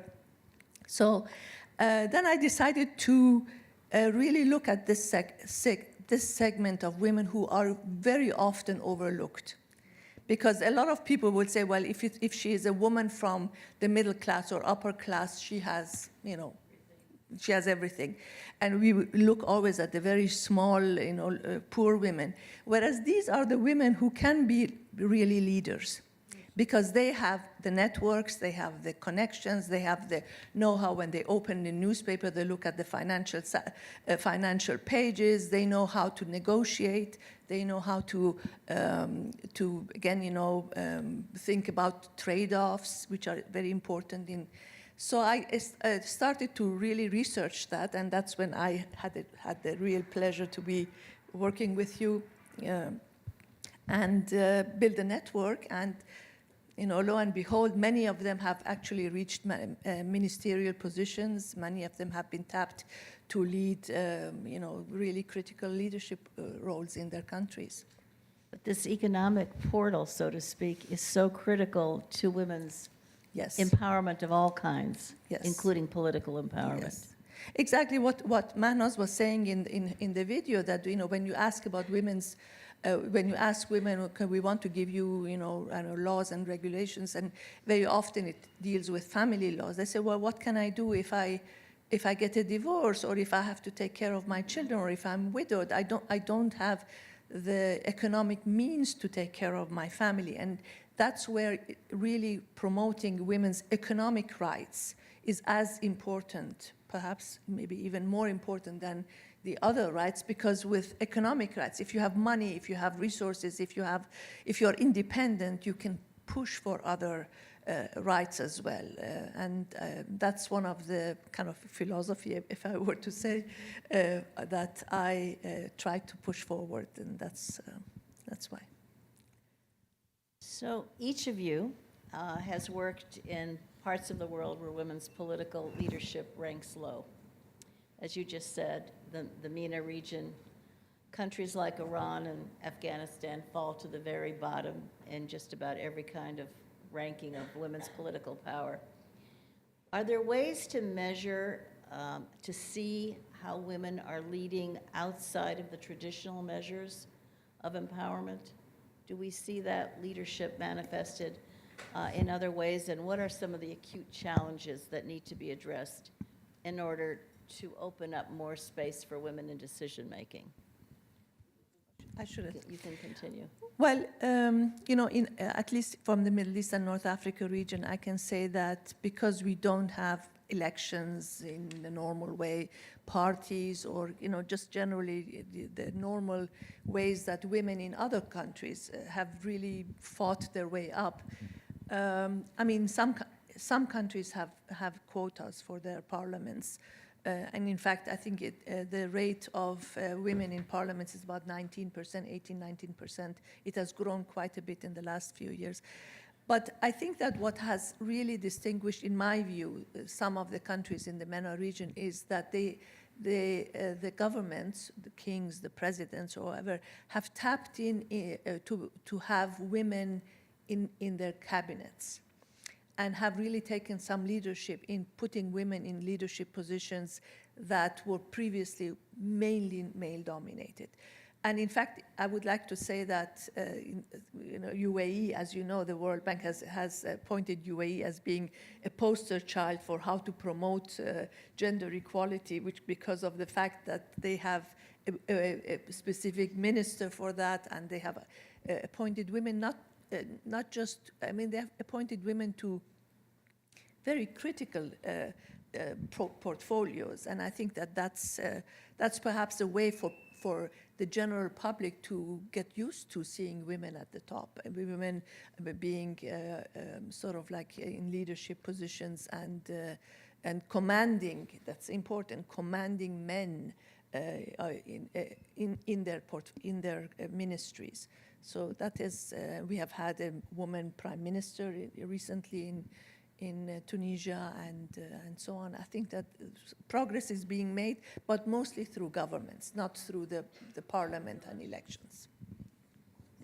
Sarabi, your political career gave Afghan girls a model of what was possible. And Dr. Hari, your books and films work to improve the representation of Muslim women leaders in a world that often falls back on stereotypes. How can we lift up models for the next generation, especially during this period of backlash that women are experiencing? Who wants to go? Well, I mean, I should have said what Azar said. I don't like to be the first, but let me try that. If I may just say something about what Nader was saying about women being in the parliament. Please. And women being in the parliament and being ministers, influential, and being able to initiate, not only being a model, but initiating help. But I also want to go back to what Mahnaz had done as a director of the women's organization. And I have to say here that Mahnaz and I have a 40-minute conversation together. I interviewed Mahnaz, and she was kind enough to let me talk to her so much for so long. And this is a long time ago, when it was in 1992 when we did that. So what I want to come back to that and what Mahnaz did and how important it is in terms of having other channels to get women to, first of all, recognize their own rights and be able to perhaps get some money. And that's where she started influencing or establishing these centers all over the country, in all these small towns, villages, and having women to be responsible for running the children's Mahad Kudak, children, kindergartens and things like that. So that was one way of not only enabling women economically, but making them understand that they can be very important and all together, collaborative working together, they can be even influential in terms of changing perhaps the policies. So that is one way of just doing that. And I think this is the lesson, again, that I learned from Mahnaz, and Mahnaz has been pursuing that all along as a, to listen, to learn, to collaborate, to cooperate, and then to include everyone. In other words, to learn what is on the ground before you come up with some models or theoretical point of view. So that is very important. I don't really know what models I can offer other than what I have learned from Mahnaz, but what I can tell, I go to Iran often, although I haven't been there lately for about 5-6 years. I am consistently impressed by what I see young people, but particularly young women, are doing. They have been so creative, inventive, involved. You go there are so many plays that you don't know, whether or not you can make it the whole time that I am there. And we can see the result of that in women, life, freedom. I mean, Women, Life, Freedom had a history behind it, Mahnaz, and then even before that, but then it became more and more organized, more and more widespread, more and more people became aware of the gender apartheid and the gender discriminations. And what seems that these women's movements are starting from, way before Mahnaz, but really becoming formulated under Mahnaz and continue, is that women's movement, or in whatever form they were able to make men aware of what is going on. In other words, I think the women's movement in Iran from many years ago till now has led to an awakening of men. There seems to be a paradigm shift in Iran. And it's really amazing. You realize that men have realized, many young men have realized that patriarchy is not just oppressive of women. It's just as oppressive of many men.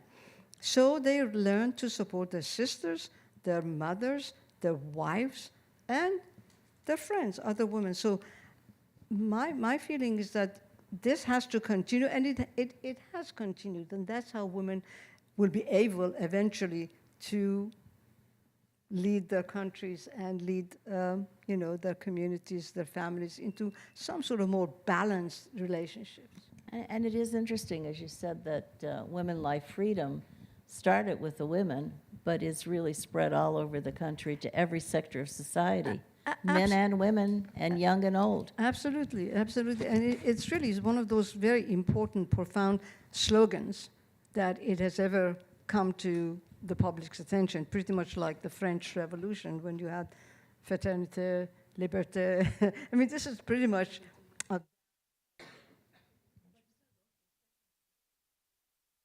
زن زندگی آزادی مرد میهن. That's right. There is a second verse which is men, women, life, freedom, men, country, progress. Or yeah, interesting. Very inclusive. That's the case in Afghanistan is very different. You know that even Afghanistan cases in the world is very different. You cannot see any country that it can be banned for education for girls. And so this is a dark period of Afghan people. But women in Afghanistan are still resisting, and they are very resilient, and we have to appreciate them. The only help or assistance that we can do it with the online education. So this is, that the time when the internet was cut off for 48 hours, so it was really a big shock for all women because they would depend to internet and the online education, online training program, online, medical help and everything. So it was really a big shock. But fortunately, with some pressure and some influence, of course, it was intentionally they cut the internet. The other thing that we can do, or all other women can do for Afghan women is the mentorship, because they need some kind of consultation, something on the mentorship that they can listen the other and also relieve themselves.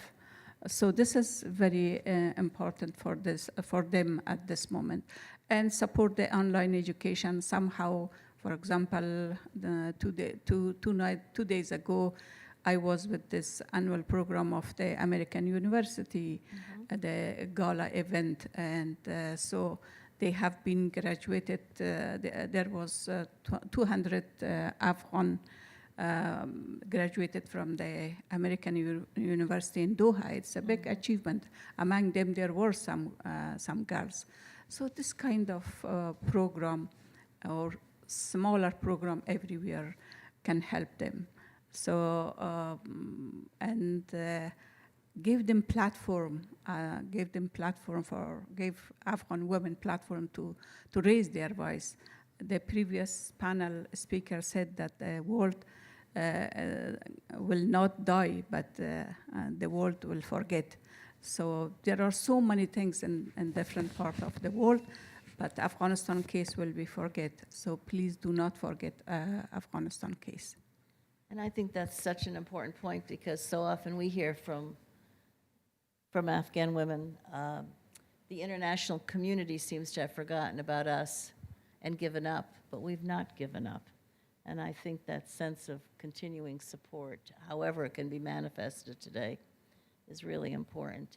We're going to turn to all of you now for any questions you might have for any of our panelists. Teresa Lohr, I see your hand up.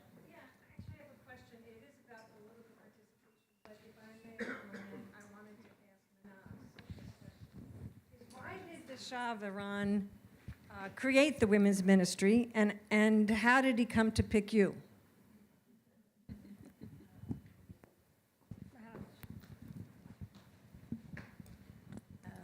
Well, first of all, it wasn't the Shah of Iran. He had nothing to do with it. It was actually the atmosphere of the time.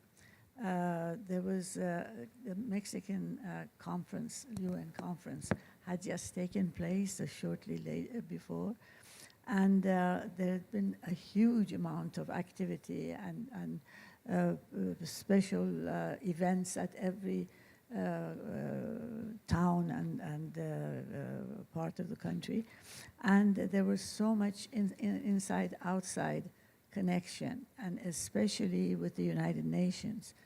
And because, as I said, the Shah didn't have anything to do with it, but the Shah's sister had a lot to do with it, because she was Princess Ashraf, who had spent a whole lifetime, on women's issues, and was very, committed to international work and also to women and to all of that. Because she was something like 24 years old when she went to Russia and met with Stalin, and Stalin was overwhelmed with her and so forth. So she was the one who was after it. And what happened was Françoise Giroud came to Iran, and she was the French lady who became Minister of Women, the first one.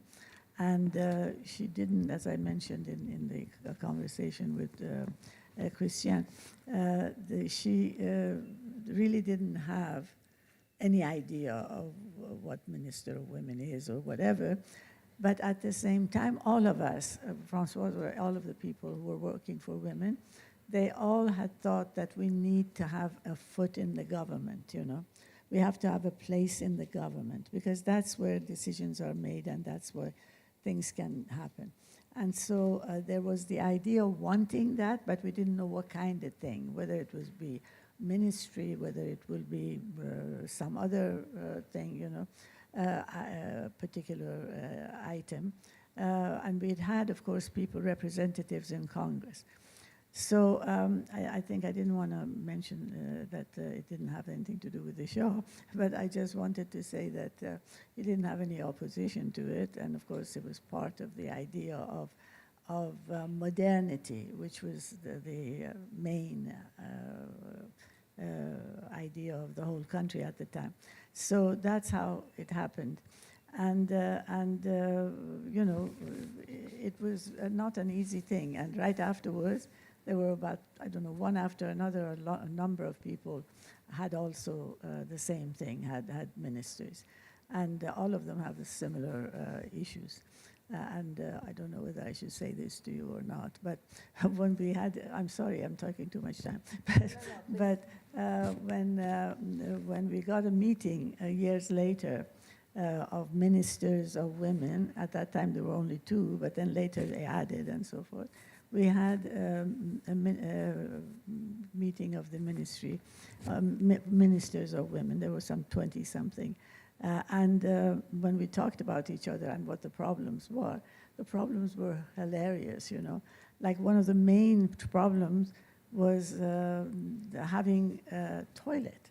I mean, it was amazing because all of the places where government high-level people were had men's rooms. They didn't have any women's rooms. So we had things as extraordinary as that to share. But in terms of holistic decisions and so forth, really the Ministry of Women had a lot of power, no matter how they found it and how they administered it. It made a huge difference in wherever it was started working, and a lot of change was made by that. And a lot of good ideas came out of it. I don't know if I answered you or not. Okay, Could I add something? Yes, to of Mahnaz? course. I think coming back to what Mahnaz was saying, you know, Iran was going through a very huge period of expansion and really record growth, economic growth. And one of the things that the country needed was an expanded labor force. And the only where the labor force could be added was actually through women. So this is why a lot of the reforms had to be made in order to allow women to participate in the labor force. I mean, Iran had a shortage of labor to the point that you know, they were importing labor from elsewhere. So the economic factor, economic push to liberate women because they were under the control of their husbands and fathers was very important for the development of the country, and that's where Mahnaz came in very in time.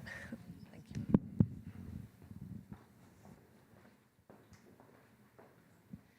Thank you so much. It's a privilege to be part of this symposium, Ms. Mahnaz Afkhami. Thank you for your leadership. Ambassador Weber, thank you so much for hosting this symposium. It was very inspiring for my generation, my daughter's generation. When we are frustrated with the situation, this is the thing we needed.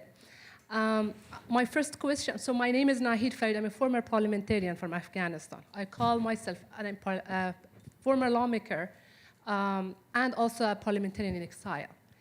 The same as a minister in exile as Mr. Rabi. My first question is to you, Mr. Rabi. Yes, Afghanistan is under a gender apartheid regime. The Taliban is replicating so many policies of apartheid regime that have been imposing in South Africa. But they are built in patriarchy and misogyny as well. They are adding to the extremism cycle. They are thinking like if they continue to impose those policies against education for girls and women, then an educated woman would definitely do not give her son to an extreme group, right? An educated family will give their son to a modern society. So how can we, as women in diaspora, break and avoid that cycle of extremism that can be foot soldier for the Taliban in the other decades if they continue to stay in power? And my other question are to Ms. Hairi and Ms. Chamlo.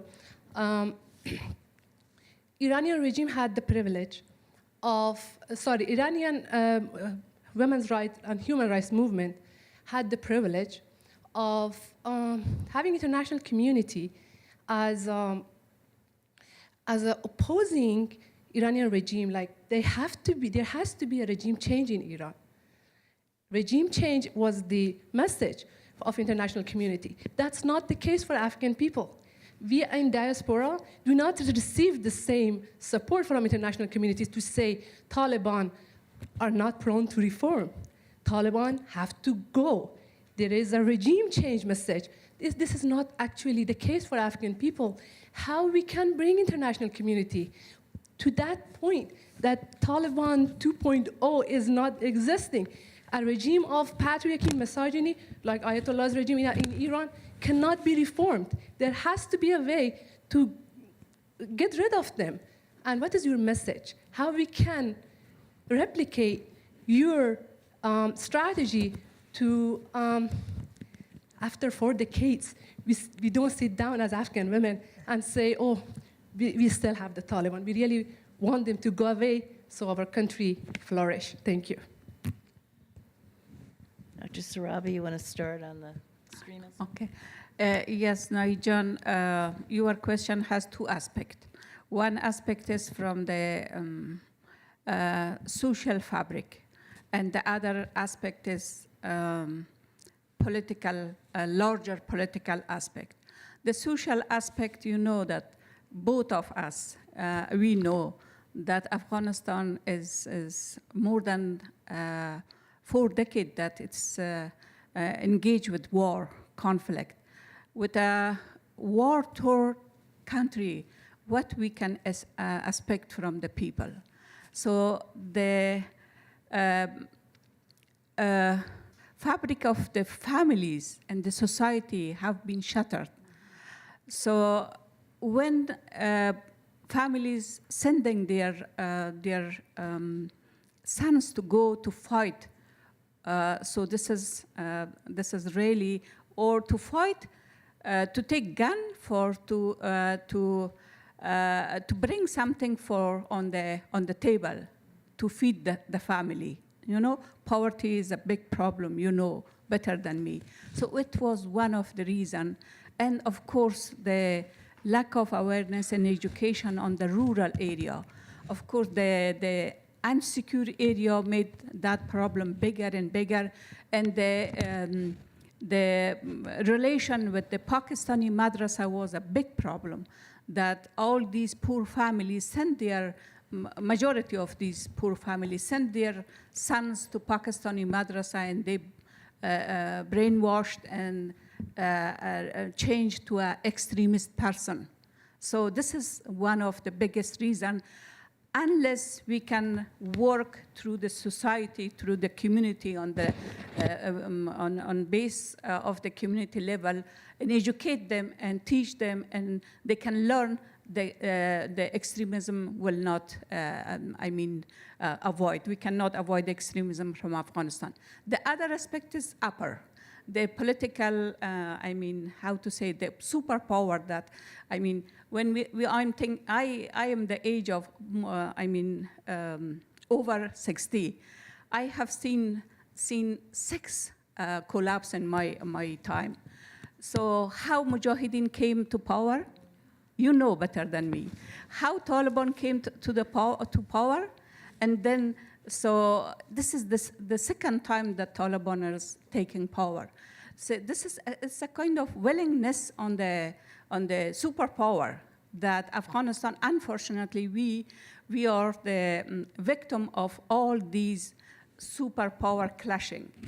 Russia, China from that side, and the Western country from this side.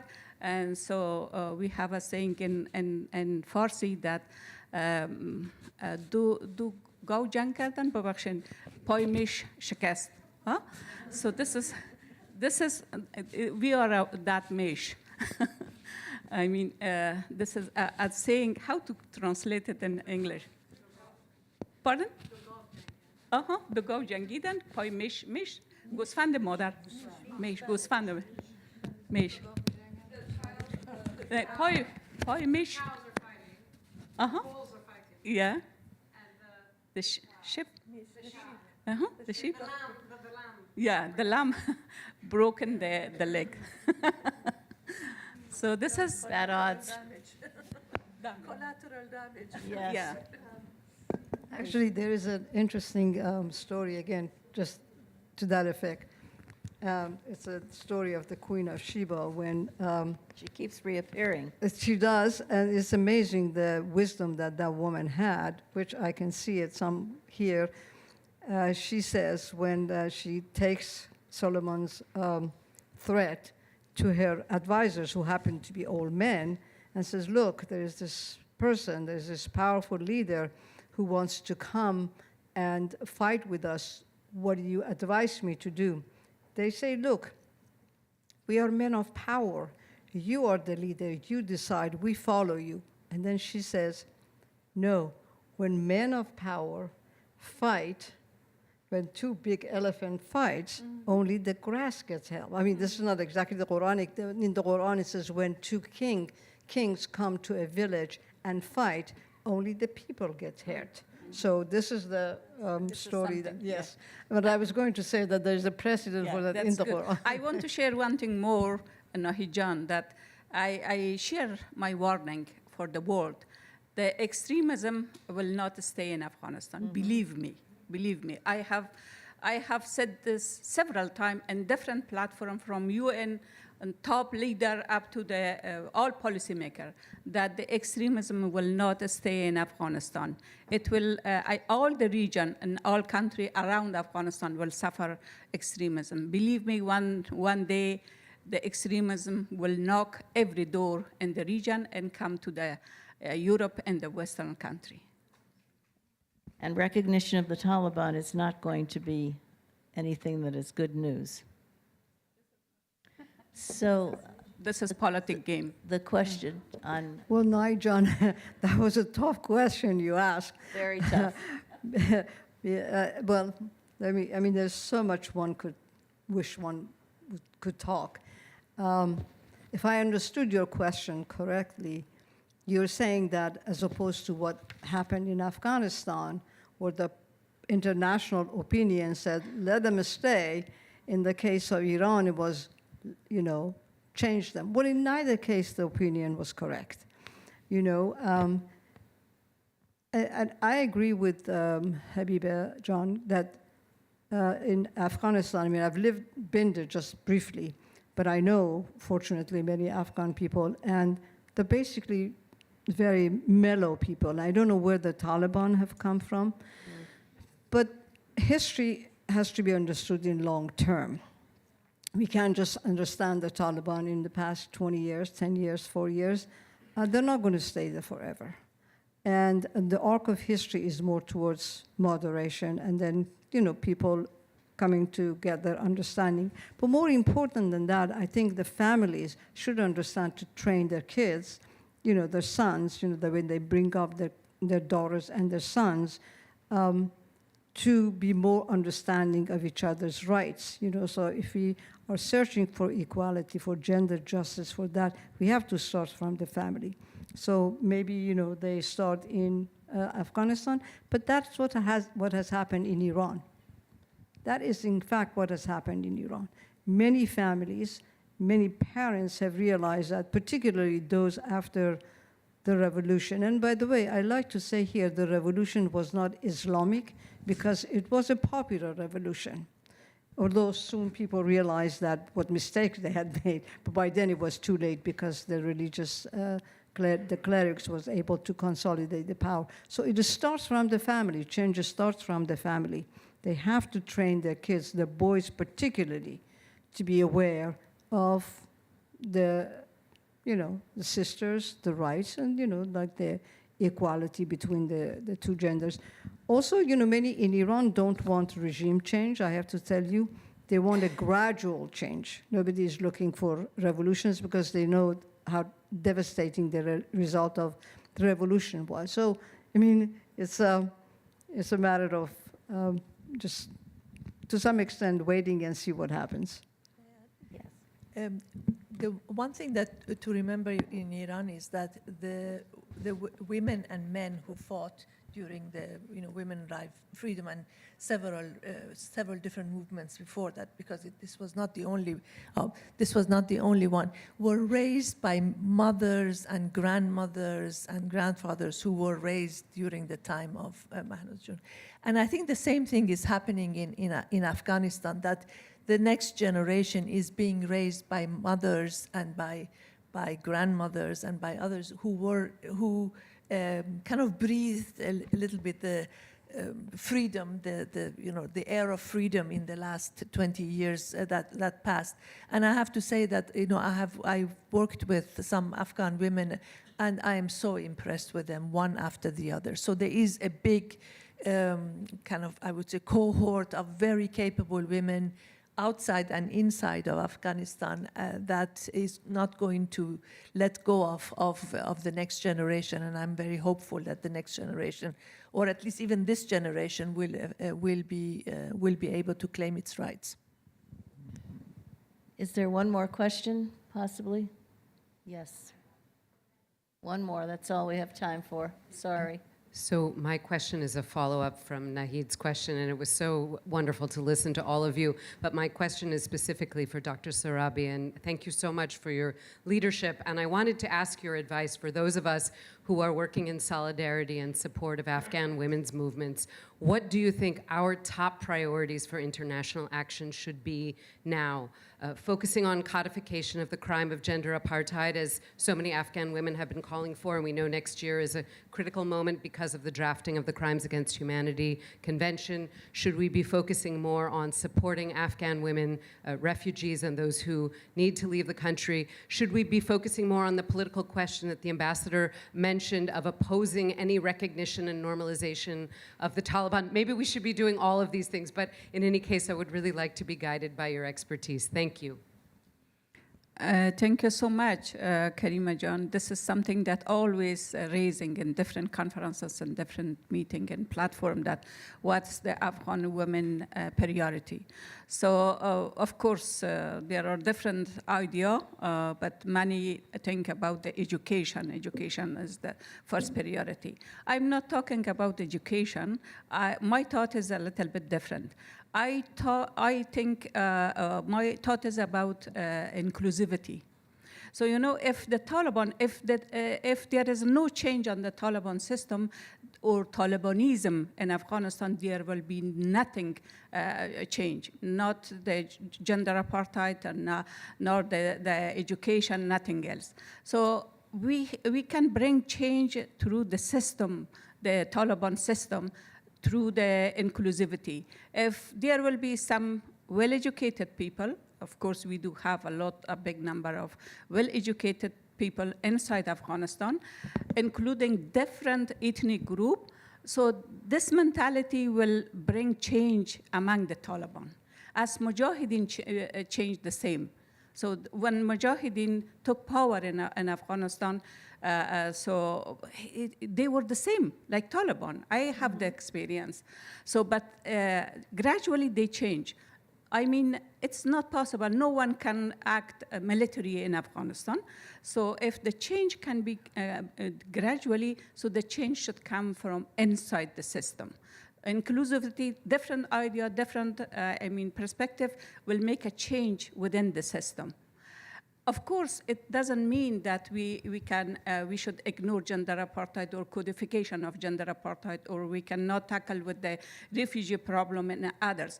But it means, for me, change should come from the system, and unless the system cannot be changed, nothing can be changed. This is my idea. So let's just take that last question from Karima and extend it more broadly. What can we do to best support women's leadership in our own countries, or in the world more broadly? To each of you, and then lastly, what gives you hope? Because a lot of folks are feeling quite depressed these days about where we're all headed as a country and a world. Well, I'm waiting for this evening to see where the elections are going to come up, because I think that's going to be probably a glimmer of hope of where this country is going. Inshallah.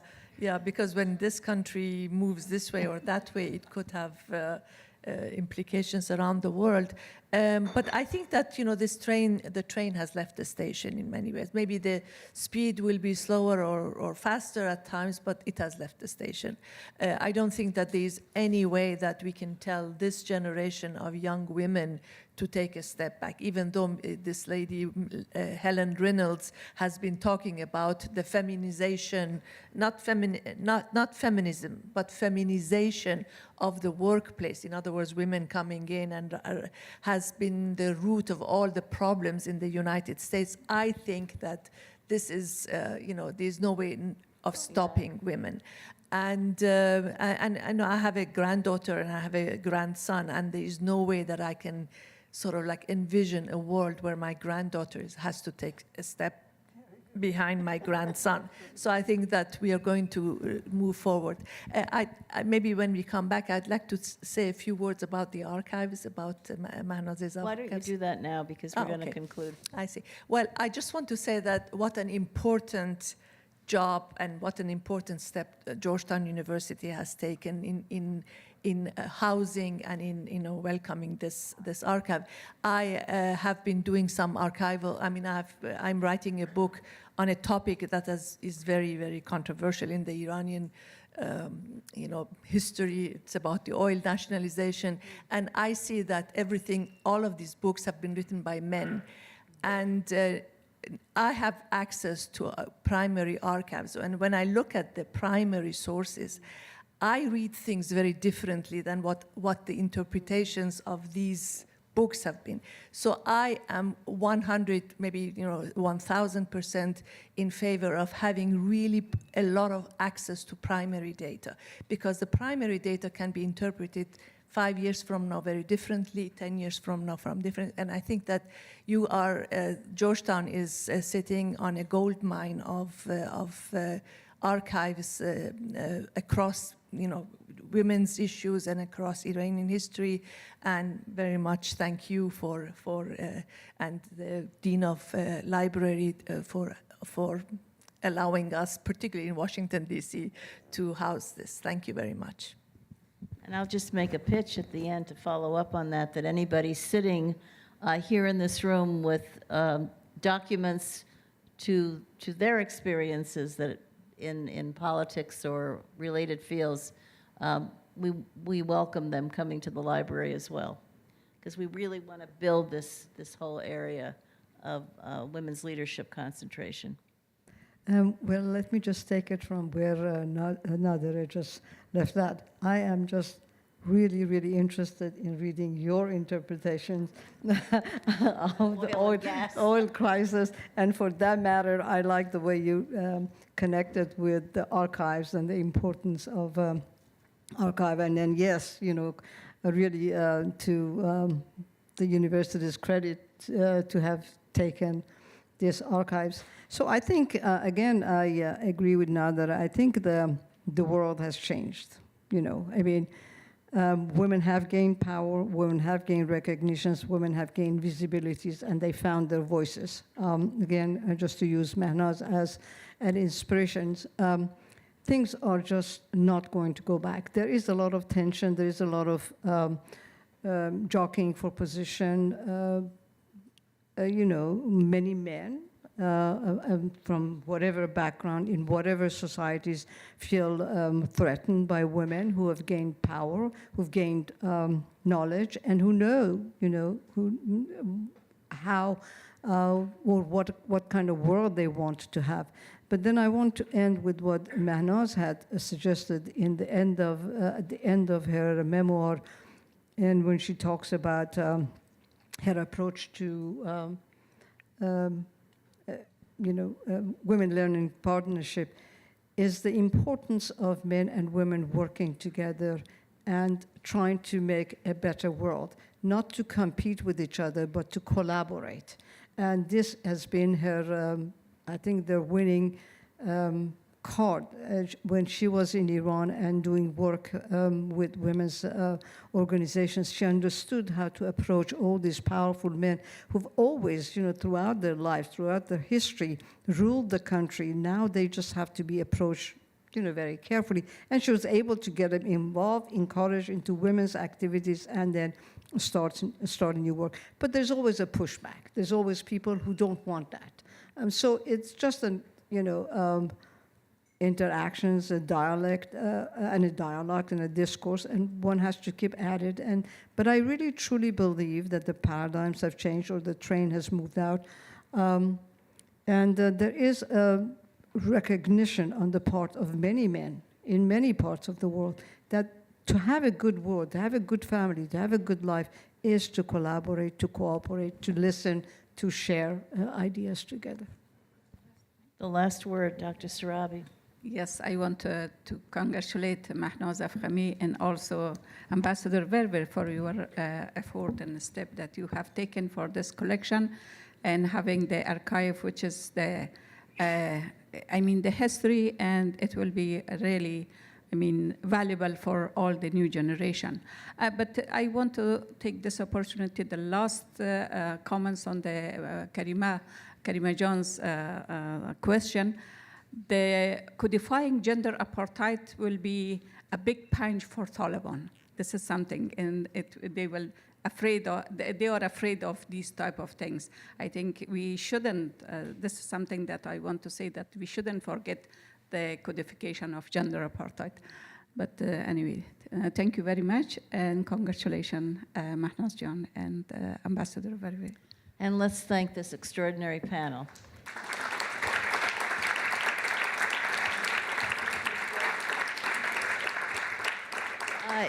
And is Professor Madhavi Sunder in the room now? Okay. She is the Professor of Law and Associate Dean for International and Graduate Studies at Georgetown, and the Board Chair for the Women's Learning Partnership for Rights, Development, and Peace. We've not been adding those three words, but they're powerful words: rights, development, and peace. So we welcome her, and we will exit our own roles here. Thank you very much.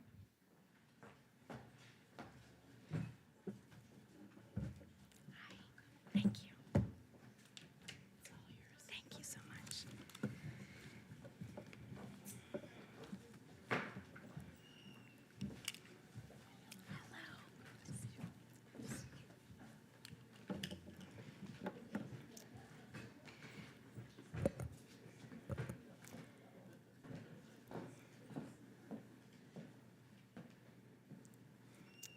Good afternoon, everybody.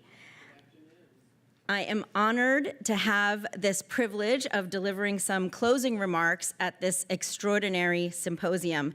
And I'm speaking here today wearing both of my hats, one as a professor of law here at Georgetown University Law Center, and the other as the board president of the Women's Learning Partnership, the transnational women's rights partnership that was founded by Mahnaz Afkhami a quarter century ago.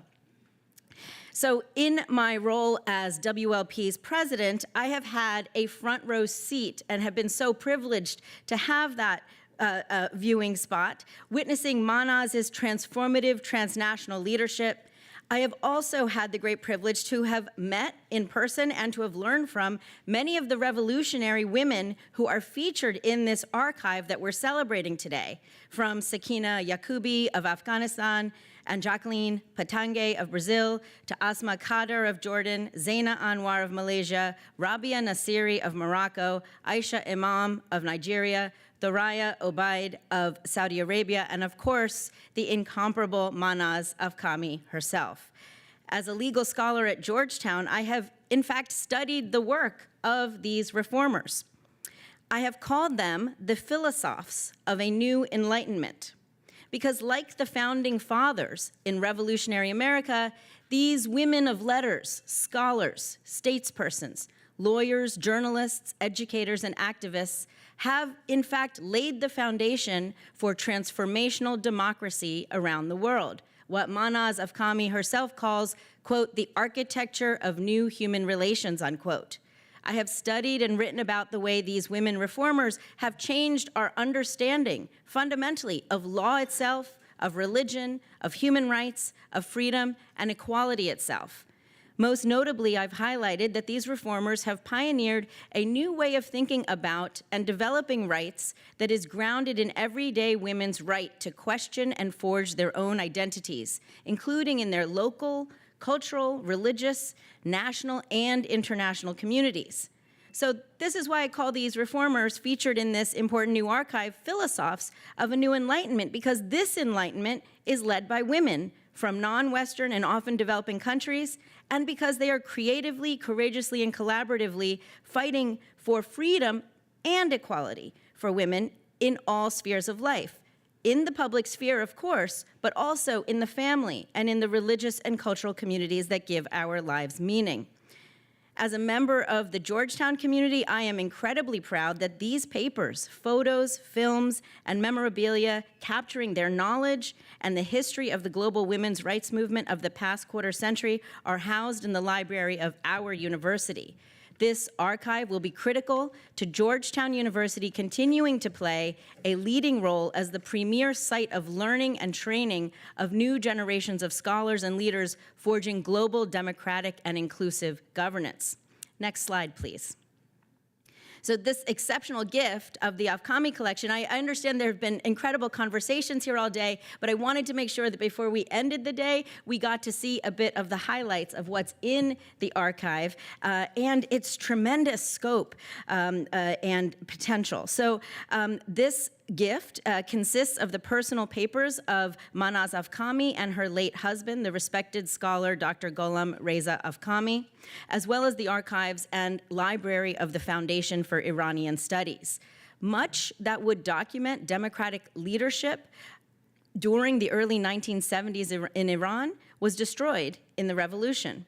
The Afkhami collection fills that gap and illuminates the dynamic and often contradictory context of pre-revolutionary Iran, as well as the late and early 21st century global women's rights movement. And much of what I'm just going to show you in terms of these highlights have already been provided to you by Kelly Shannon, who has created this extraordinary booklet highlighting and describing the highlights in the archive, and these are Kelly's slides here as well, but I wanted to make sure that we pointed all this out. So this archive includes a remarkable 146.2 cubic feet of manuscript materials, 6,250 books, 180 oral history interviews with notable Iranian figures, periodicals in Persian and English, including full runs of FIS's two influential Iranian studies journals, Iran Nameh and Iran Shanasi, an archive of Persian music, Iranian art and photography, and materials from Iran's royal family. And of course, the part that I am more familiar with is this quarter-century history of the global women's human rights movement that Mahnaz helped to build and lead from exile in the United States. So I personally first encountered Mahnaz's work when I was a law student around the time of the UN Fourth World Conference in Beijing in 1995.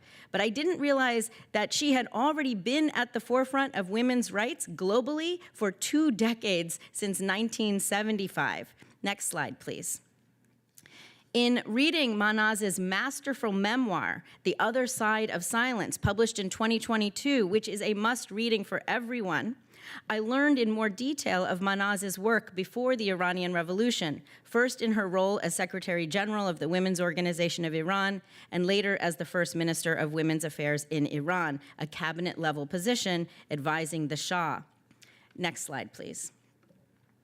So the archives include posters, pamphlets, photos, literature, and more documenting the Women's Organization of Iran's movement from 1970 to 1979.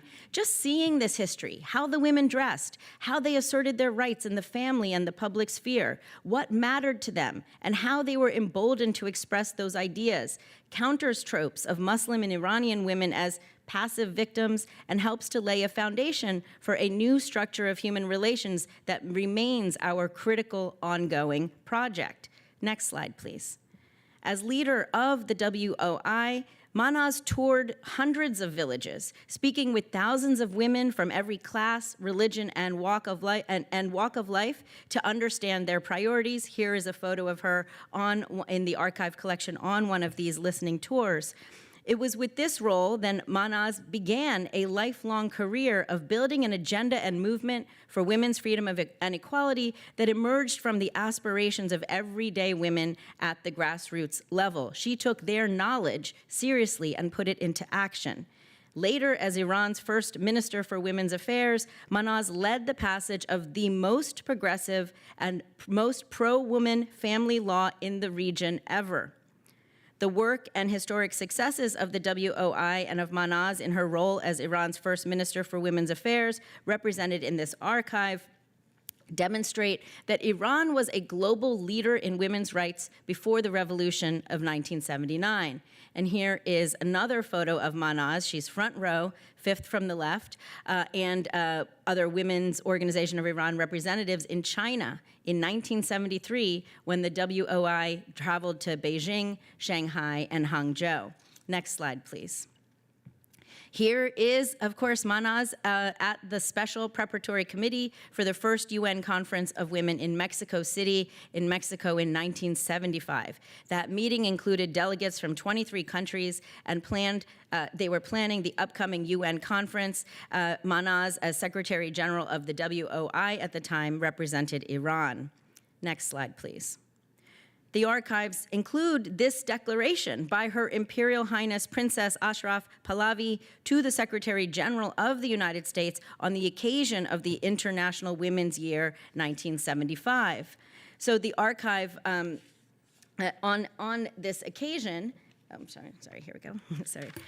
On this occasion, the princess, to demonstrate the seriousness of Iran's commitment, created the position of the Minister of State for Women's Affairs in December 1975. Then Mahnaz became Iran's first and only Minister for Women's Affairs. Next slide, please. Here is Mahnaz at an Iranian cabinet meeting circa 1976, just the one woman in this sea of men, and this is just such an extraordinary photo. Next slide, please. In her role as Minister for Affairs for Iran, she engaged world leaders, including then US President Jimmy Carter and First Lady Rosalind Carter. Next slide, please. The success of the Iranian women's movement in the 1970s, we all know, was cut short prematurely. Revolution forced Mahnaz and so many others into exile in the US, but this trauma did not diminish her optimism, commitment, or vision of a world of gender equality everywhere. Demonstrating extraordinary resilience and leadership in the decades that ensued, Mahnaz became the founder and visionary and charismatic leader of two transnational women's rights organizations. First, the Sisterhood is Global Institute, or SIGI, and then the Women's Learning Partnership, or WLP. Next slide, please. And the archive includes illuminating papers recording the early history of both of these critically important organizations to the transnational women's rights movement. In 1984, Mahnaz and Robin Morgan together founded the Sisterhood is Global Institute, or SIGI, and Mahnaz served as president of SIGI from 1996 to 2000. Next slide, please. I first encountered Mahnaz's transformational scholarship during her time at SIGI. In 1996, she co-authored a transformative and revolutionary women's human rights training manual called Claiming Our Rights. I read about the manual first in the New York Times. Its pioneering approach was heralded as a possible response to the rise of Islamic fundamentalism and the Taliban in Afghanistan in particular. I was in law school at Stanford at the time and began researching this manual, Claiming Our Rights. I began comparing it to other women's human rights training manuals at the time. Later, as a junior law professor, I published my first tenure article on claiming our rights in the Yale Law Journal in 2003. I argued that traditional human rights manuals viewed religion and rights in opposition. Women had a choice to accept discriminatory treatment within religious communities or freedom and equality in the public sphere, but outside of their religious community. So it was your religion or your rights. You had to choose. Claiming Our Rights, co-authored by Mahnaz and Hala Vaziri, rejected this impossible choice and developed a methodology for breaking through the impasse. The manual presented hypothetical scenarios to engage women, again, at grassroots levels through training sessions. The sessions were designed to embolden women to ask questions about religious and legal codes and how they affected them. Even more revolutionary, I argued, is that women would then begin to reconstruct how those codes could better align with their own aspirations. Claiming Our Rights fostered democratic deliberation in the public sphere, to be sure, but also in the private spheres of religion and culture. I argued that in this manual, we could hear the rumblings of this new enlightenment. The manual questioned traditional assumptions that rights, reason, and autonomous participation and speech belong purely in the public realm. And Mahnaz herself recognized the democratic and liberatory potential of the method, stating, quote, "It's radical, because it's a new way of going the furthest that one can in allowing people to make choices and to have autonomous definitions of their identity, both spiritual and otherwise. It allows people, for many millions for the first time, to think that it is possible to relate to God directly, to relate to culture directly, and to make their own sense of what it means," unquote. And this Claiming Our Rights manual from the 1990s, late 1990s, has been translated into 12 languages. Next slide, please.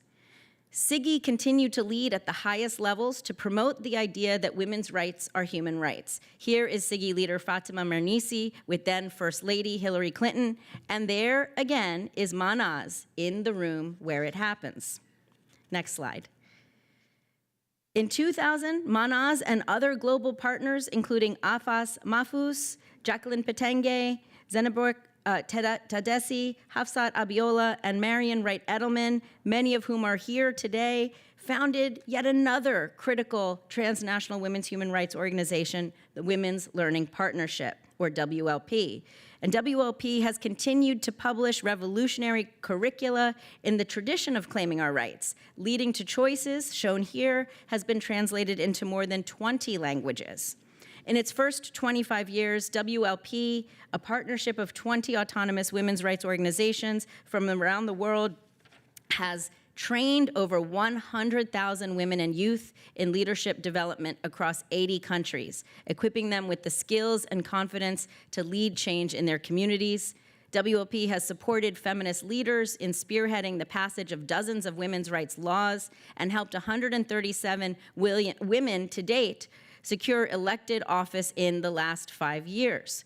And WLP has published more than 900 leadership and advocacy sources in 30+ languages, reaching grassroots activists worldwide.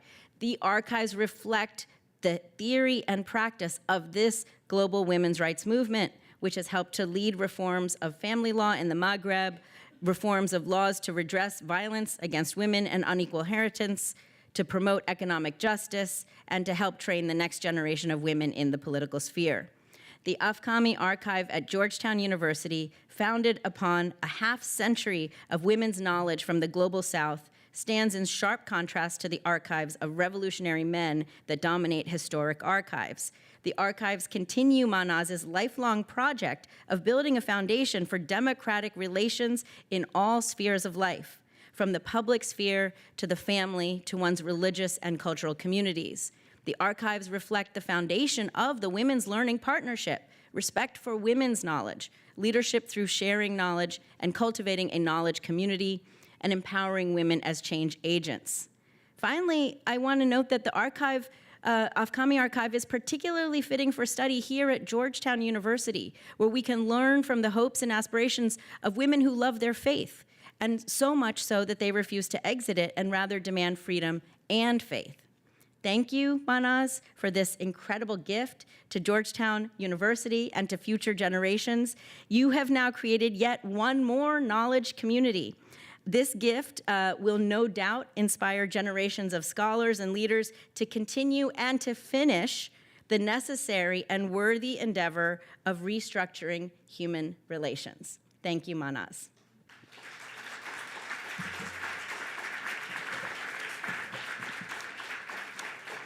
And next, we have the privilege of hearing a message from President Mary Robinson. That's coming next. Oh, I think she's coming onto the screen.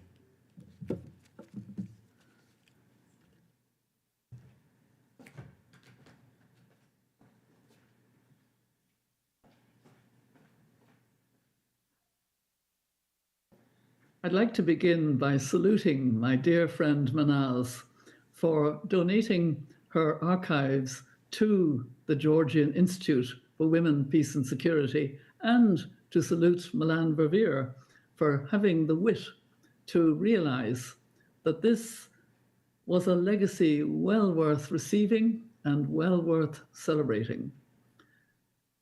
As you know, Mahnaz has had an extraordinary life, and she was the Iranian women's rights activist who became the first minister for women's affairs in the Iranian cabinet of 1976 to 78, I think it was.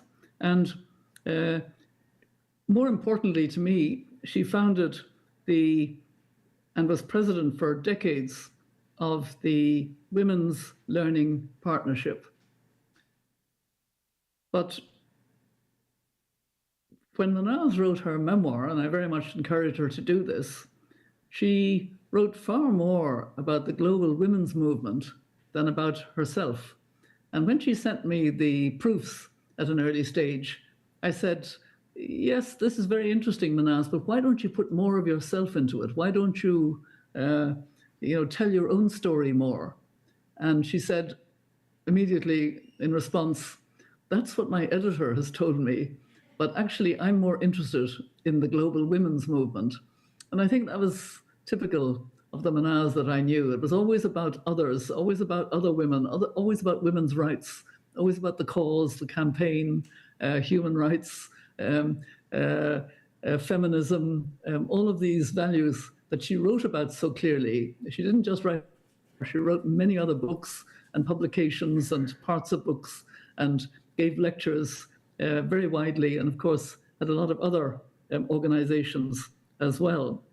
And Mahnaz has been involved in a number of organizations and has advised human rights bodies. And I remember when I had finished my 5 years as UN High Commissioner for Human Rights and moved to New York, she was a key figure at the time in the whole human rights and women's movement during my 8 years in New York, and we worked very closely together. But it was the Women's Learning Partnership which I found the most fascinating. She founded it, as I recall, in the year 2000, and it was a rather unusual, I would say quite unique organization because it's a genuine partnership. I learned that each of the partners is independent and basically co-equal, and they just amplify and reinforce each other in this partnership and learn from each other. And I must say, at the meetings that I attended, I learned a huge amount of the reality of people's lives in countries in the Middle East. We met in Jordan, we met in other places where at the time women's rights were under some stress, and probably it's much worse now, partly because of the crisis in the Middle East, but also this fractured global world that we have. But it was not only the Middle East, it was also parts of Asia, parts of Latin America, women coming together, sharing their stories in a wonderful sisterhood, a loving, affirming sisterhood that was a model for a true feminist approach, showing that women can have great strength, that they can draw on from each other and with each other in a way that we need more of in our world today. And of course, Mahnaz continues to be a champion of women's leadership. And that brings me to the woman herself. Mahnaz is quite shy, and she's also very modest. She loves to open up to talking about women's rights, about campaigns, but it's hard to draw her out on herself. The one thing I could always draw her out on was her love for Golem. They were married in 1967, I think, and sadly, Golem only passed away last year in 2024. it was a lifelong loving relationship, loving marriage. And it gave great strength to Mahnaz in the work that she did. She drew on Golem for his own wisdom, for his own activities, for his own legacy, which is part of her collective legacy now. And that was important. When we would meet in more recent years, we would often start, Mahnaz and myself, looking at photos of grandchildren. She was a loving mother, a loving grandmother. I mean, I shouldn't say was, is a loving mother and grandmother. It's difficult sometimes to speak as warmly as you'd like to about somebody that you know is quite shy about herself and probably gets embarrassed when people say a lot of things that I really want to say about Mahnaz. So I hope we will raise a glass later to what I would call a life very well lived and a legacy very well worth celebrating. And I look forward, Mahnaz, to doing both with you. Thank you very much.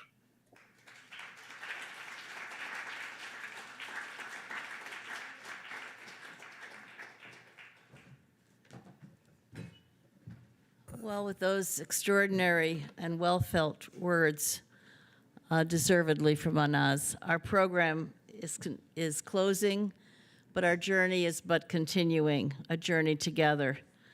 I want to thank all of our speakers for enlightening us, for sharing with us their knowledge and their experiences.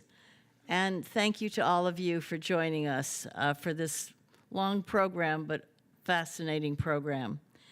It's been an intensive process getting to this day, and I want to take this opportunity to thank the village that made it possible. From the library, Kathleen Scalera, Keith Gorman, and John Zarillo. From the Georgetown Institute for Women, Peace, and Security, Rebecca Turkington, Michelle Brady, Rebecca Rattle, Helen Rocker, Sarah Rutherford, Lexi Goppin, and frankly, the whole staff has been involved in this and bringing us to this moment. And I want to thank in a special way also Kelly Shannon for her expert moderation, but also for her advice throughout and for helping so incredibly with the booklet. And Mahnaz, what can I say? A great big thank you from all of us for all that you've done, and yes, for all that you will continue to do, and for this amazing archives that will live for decades and decades to come. Thank you.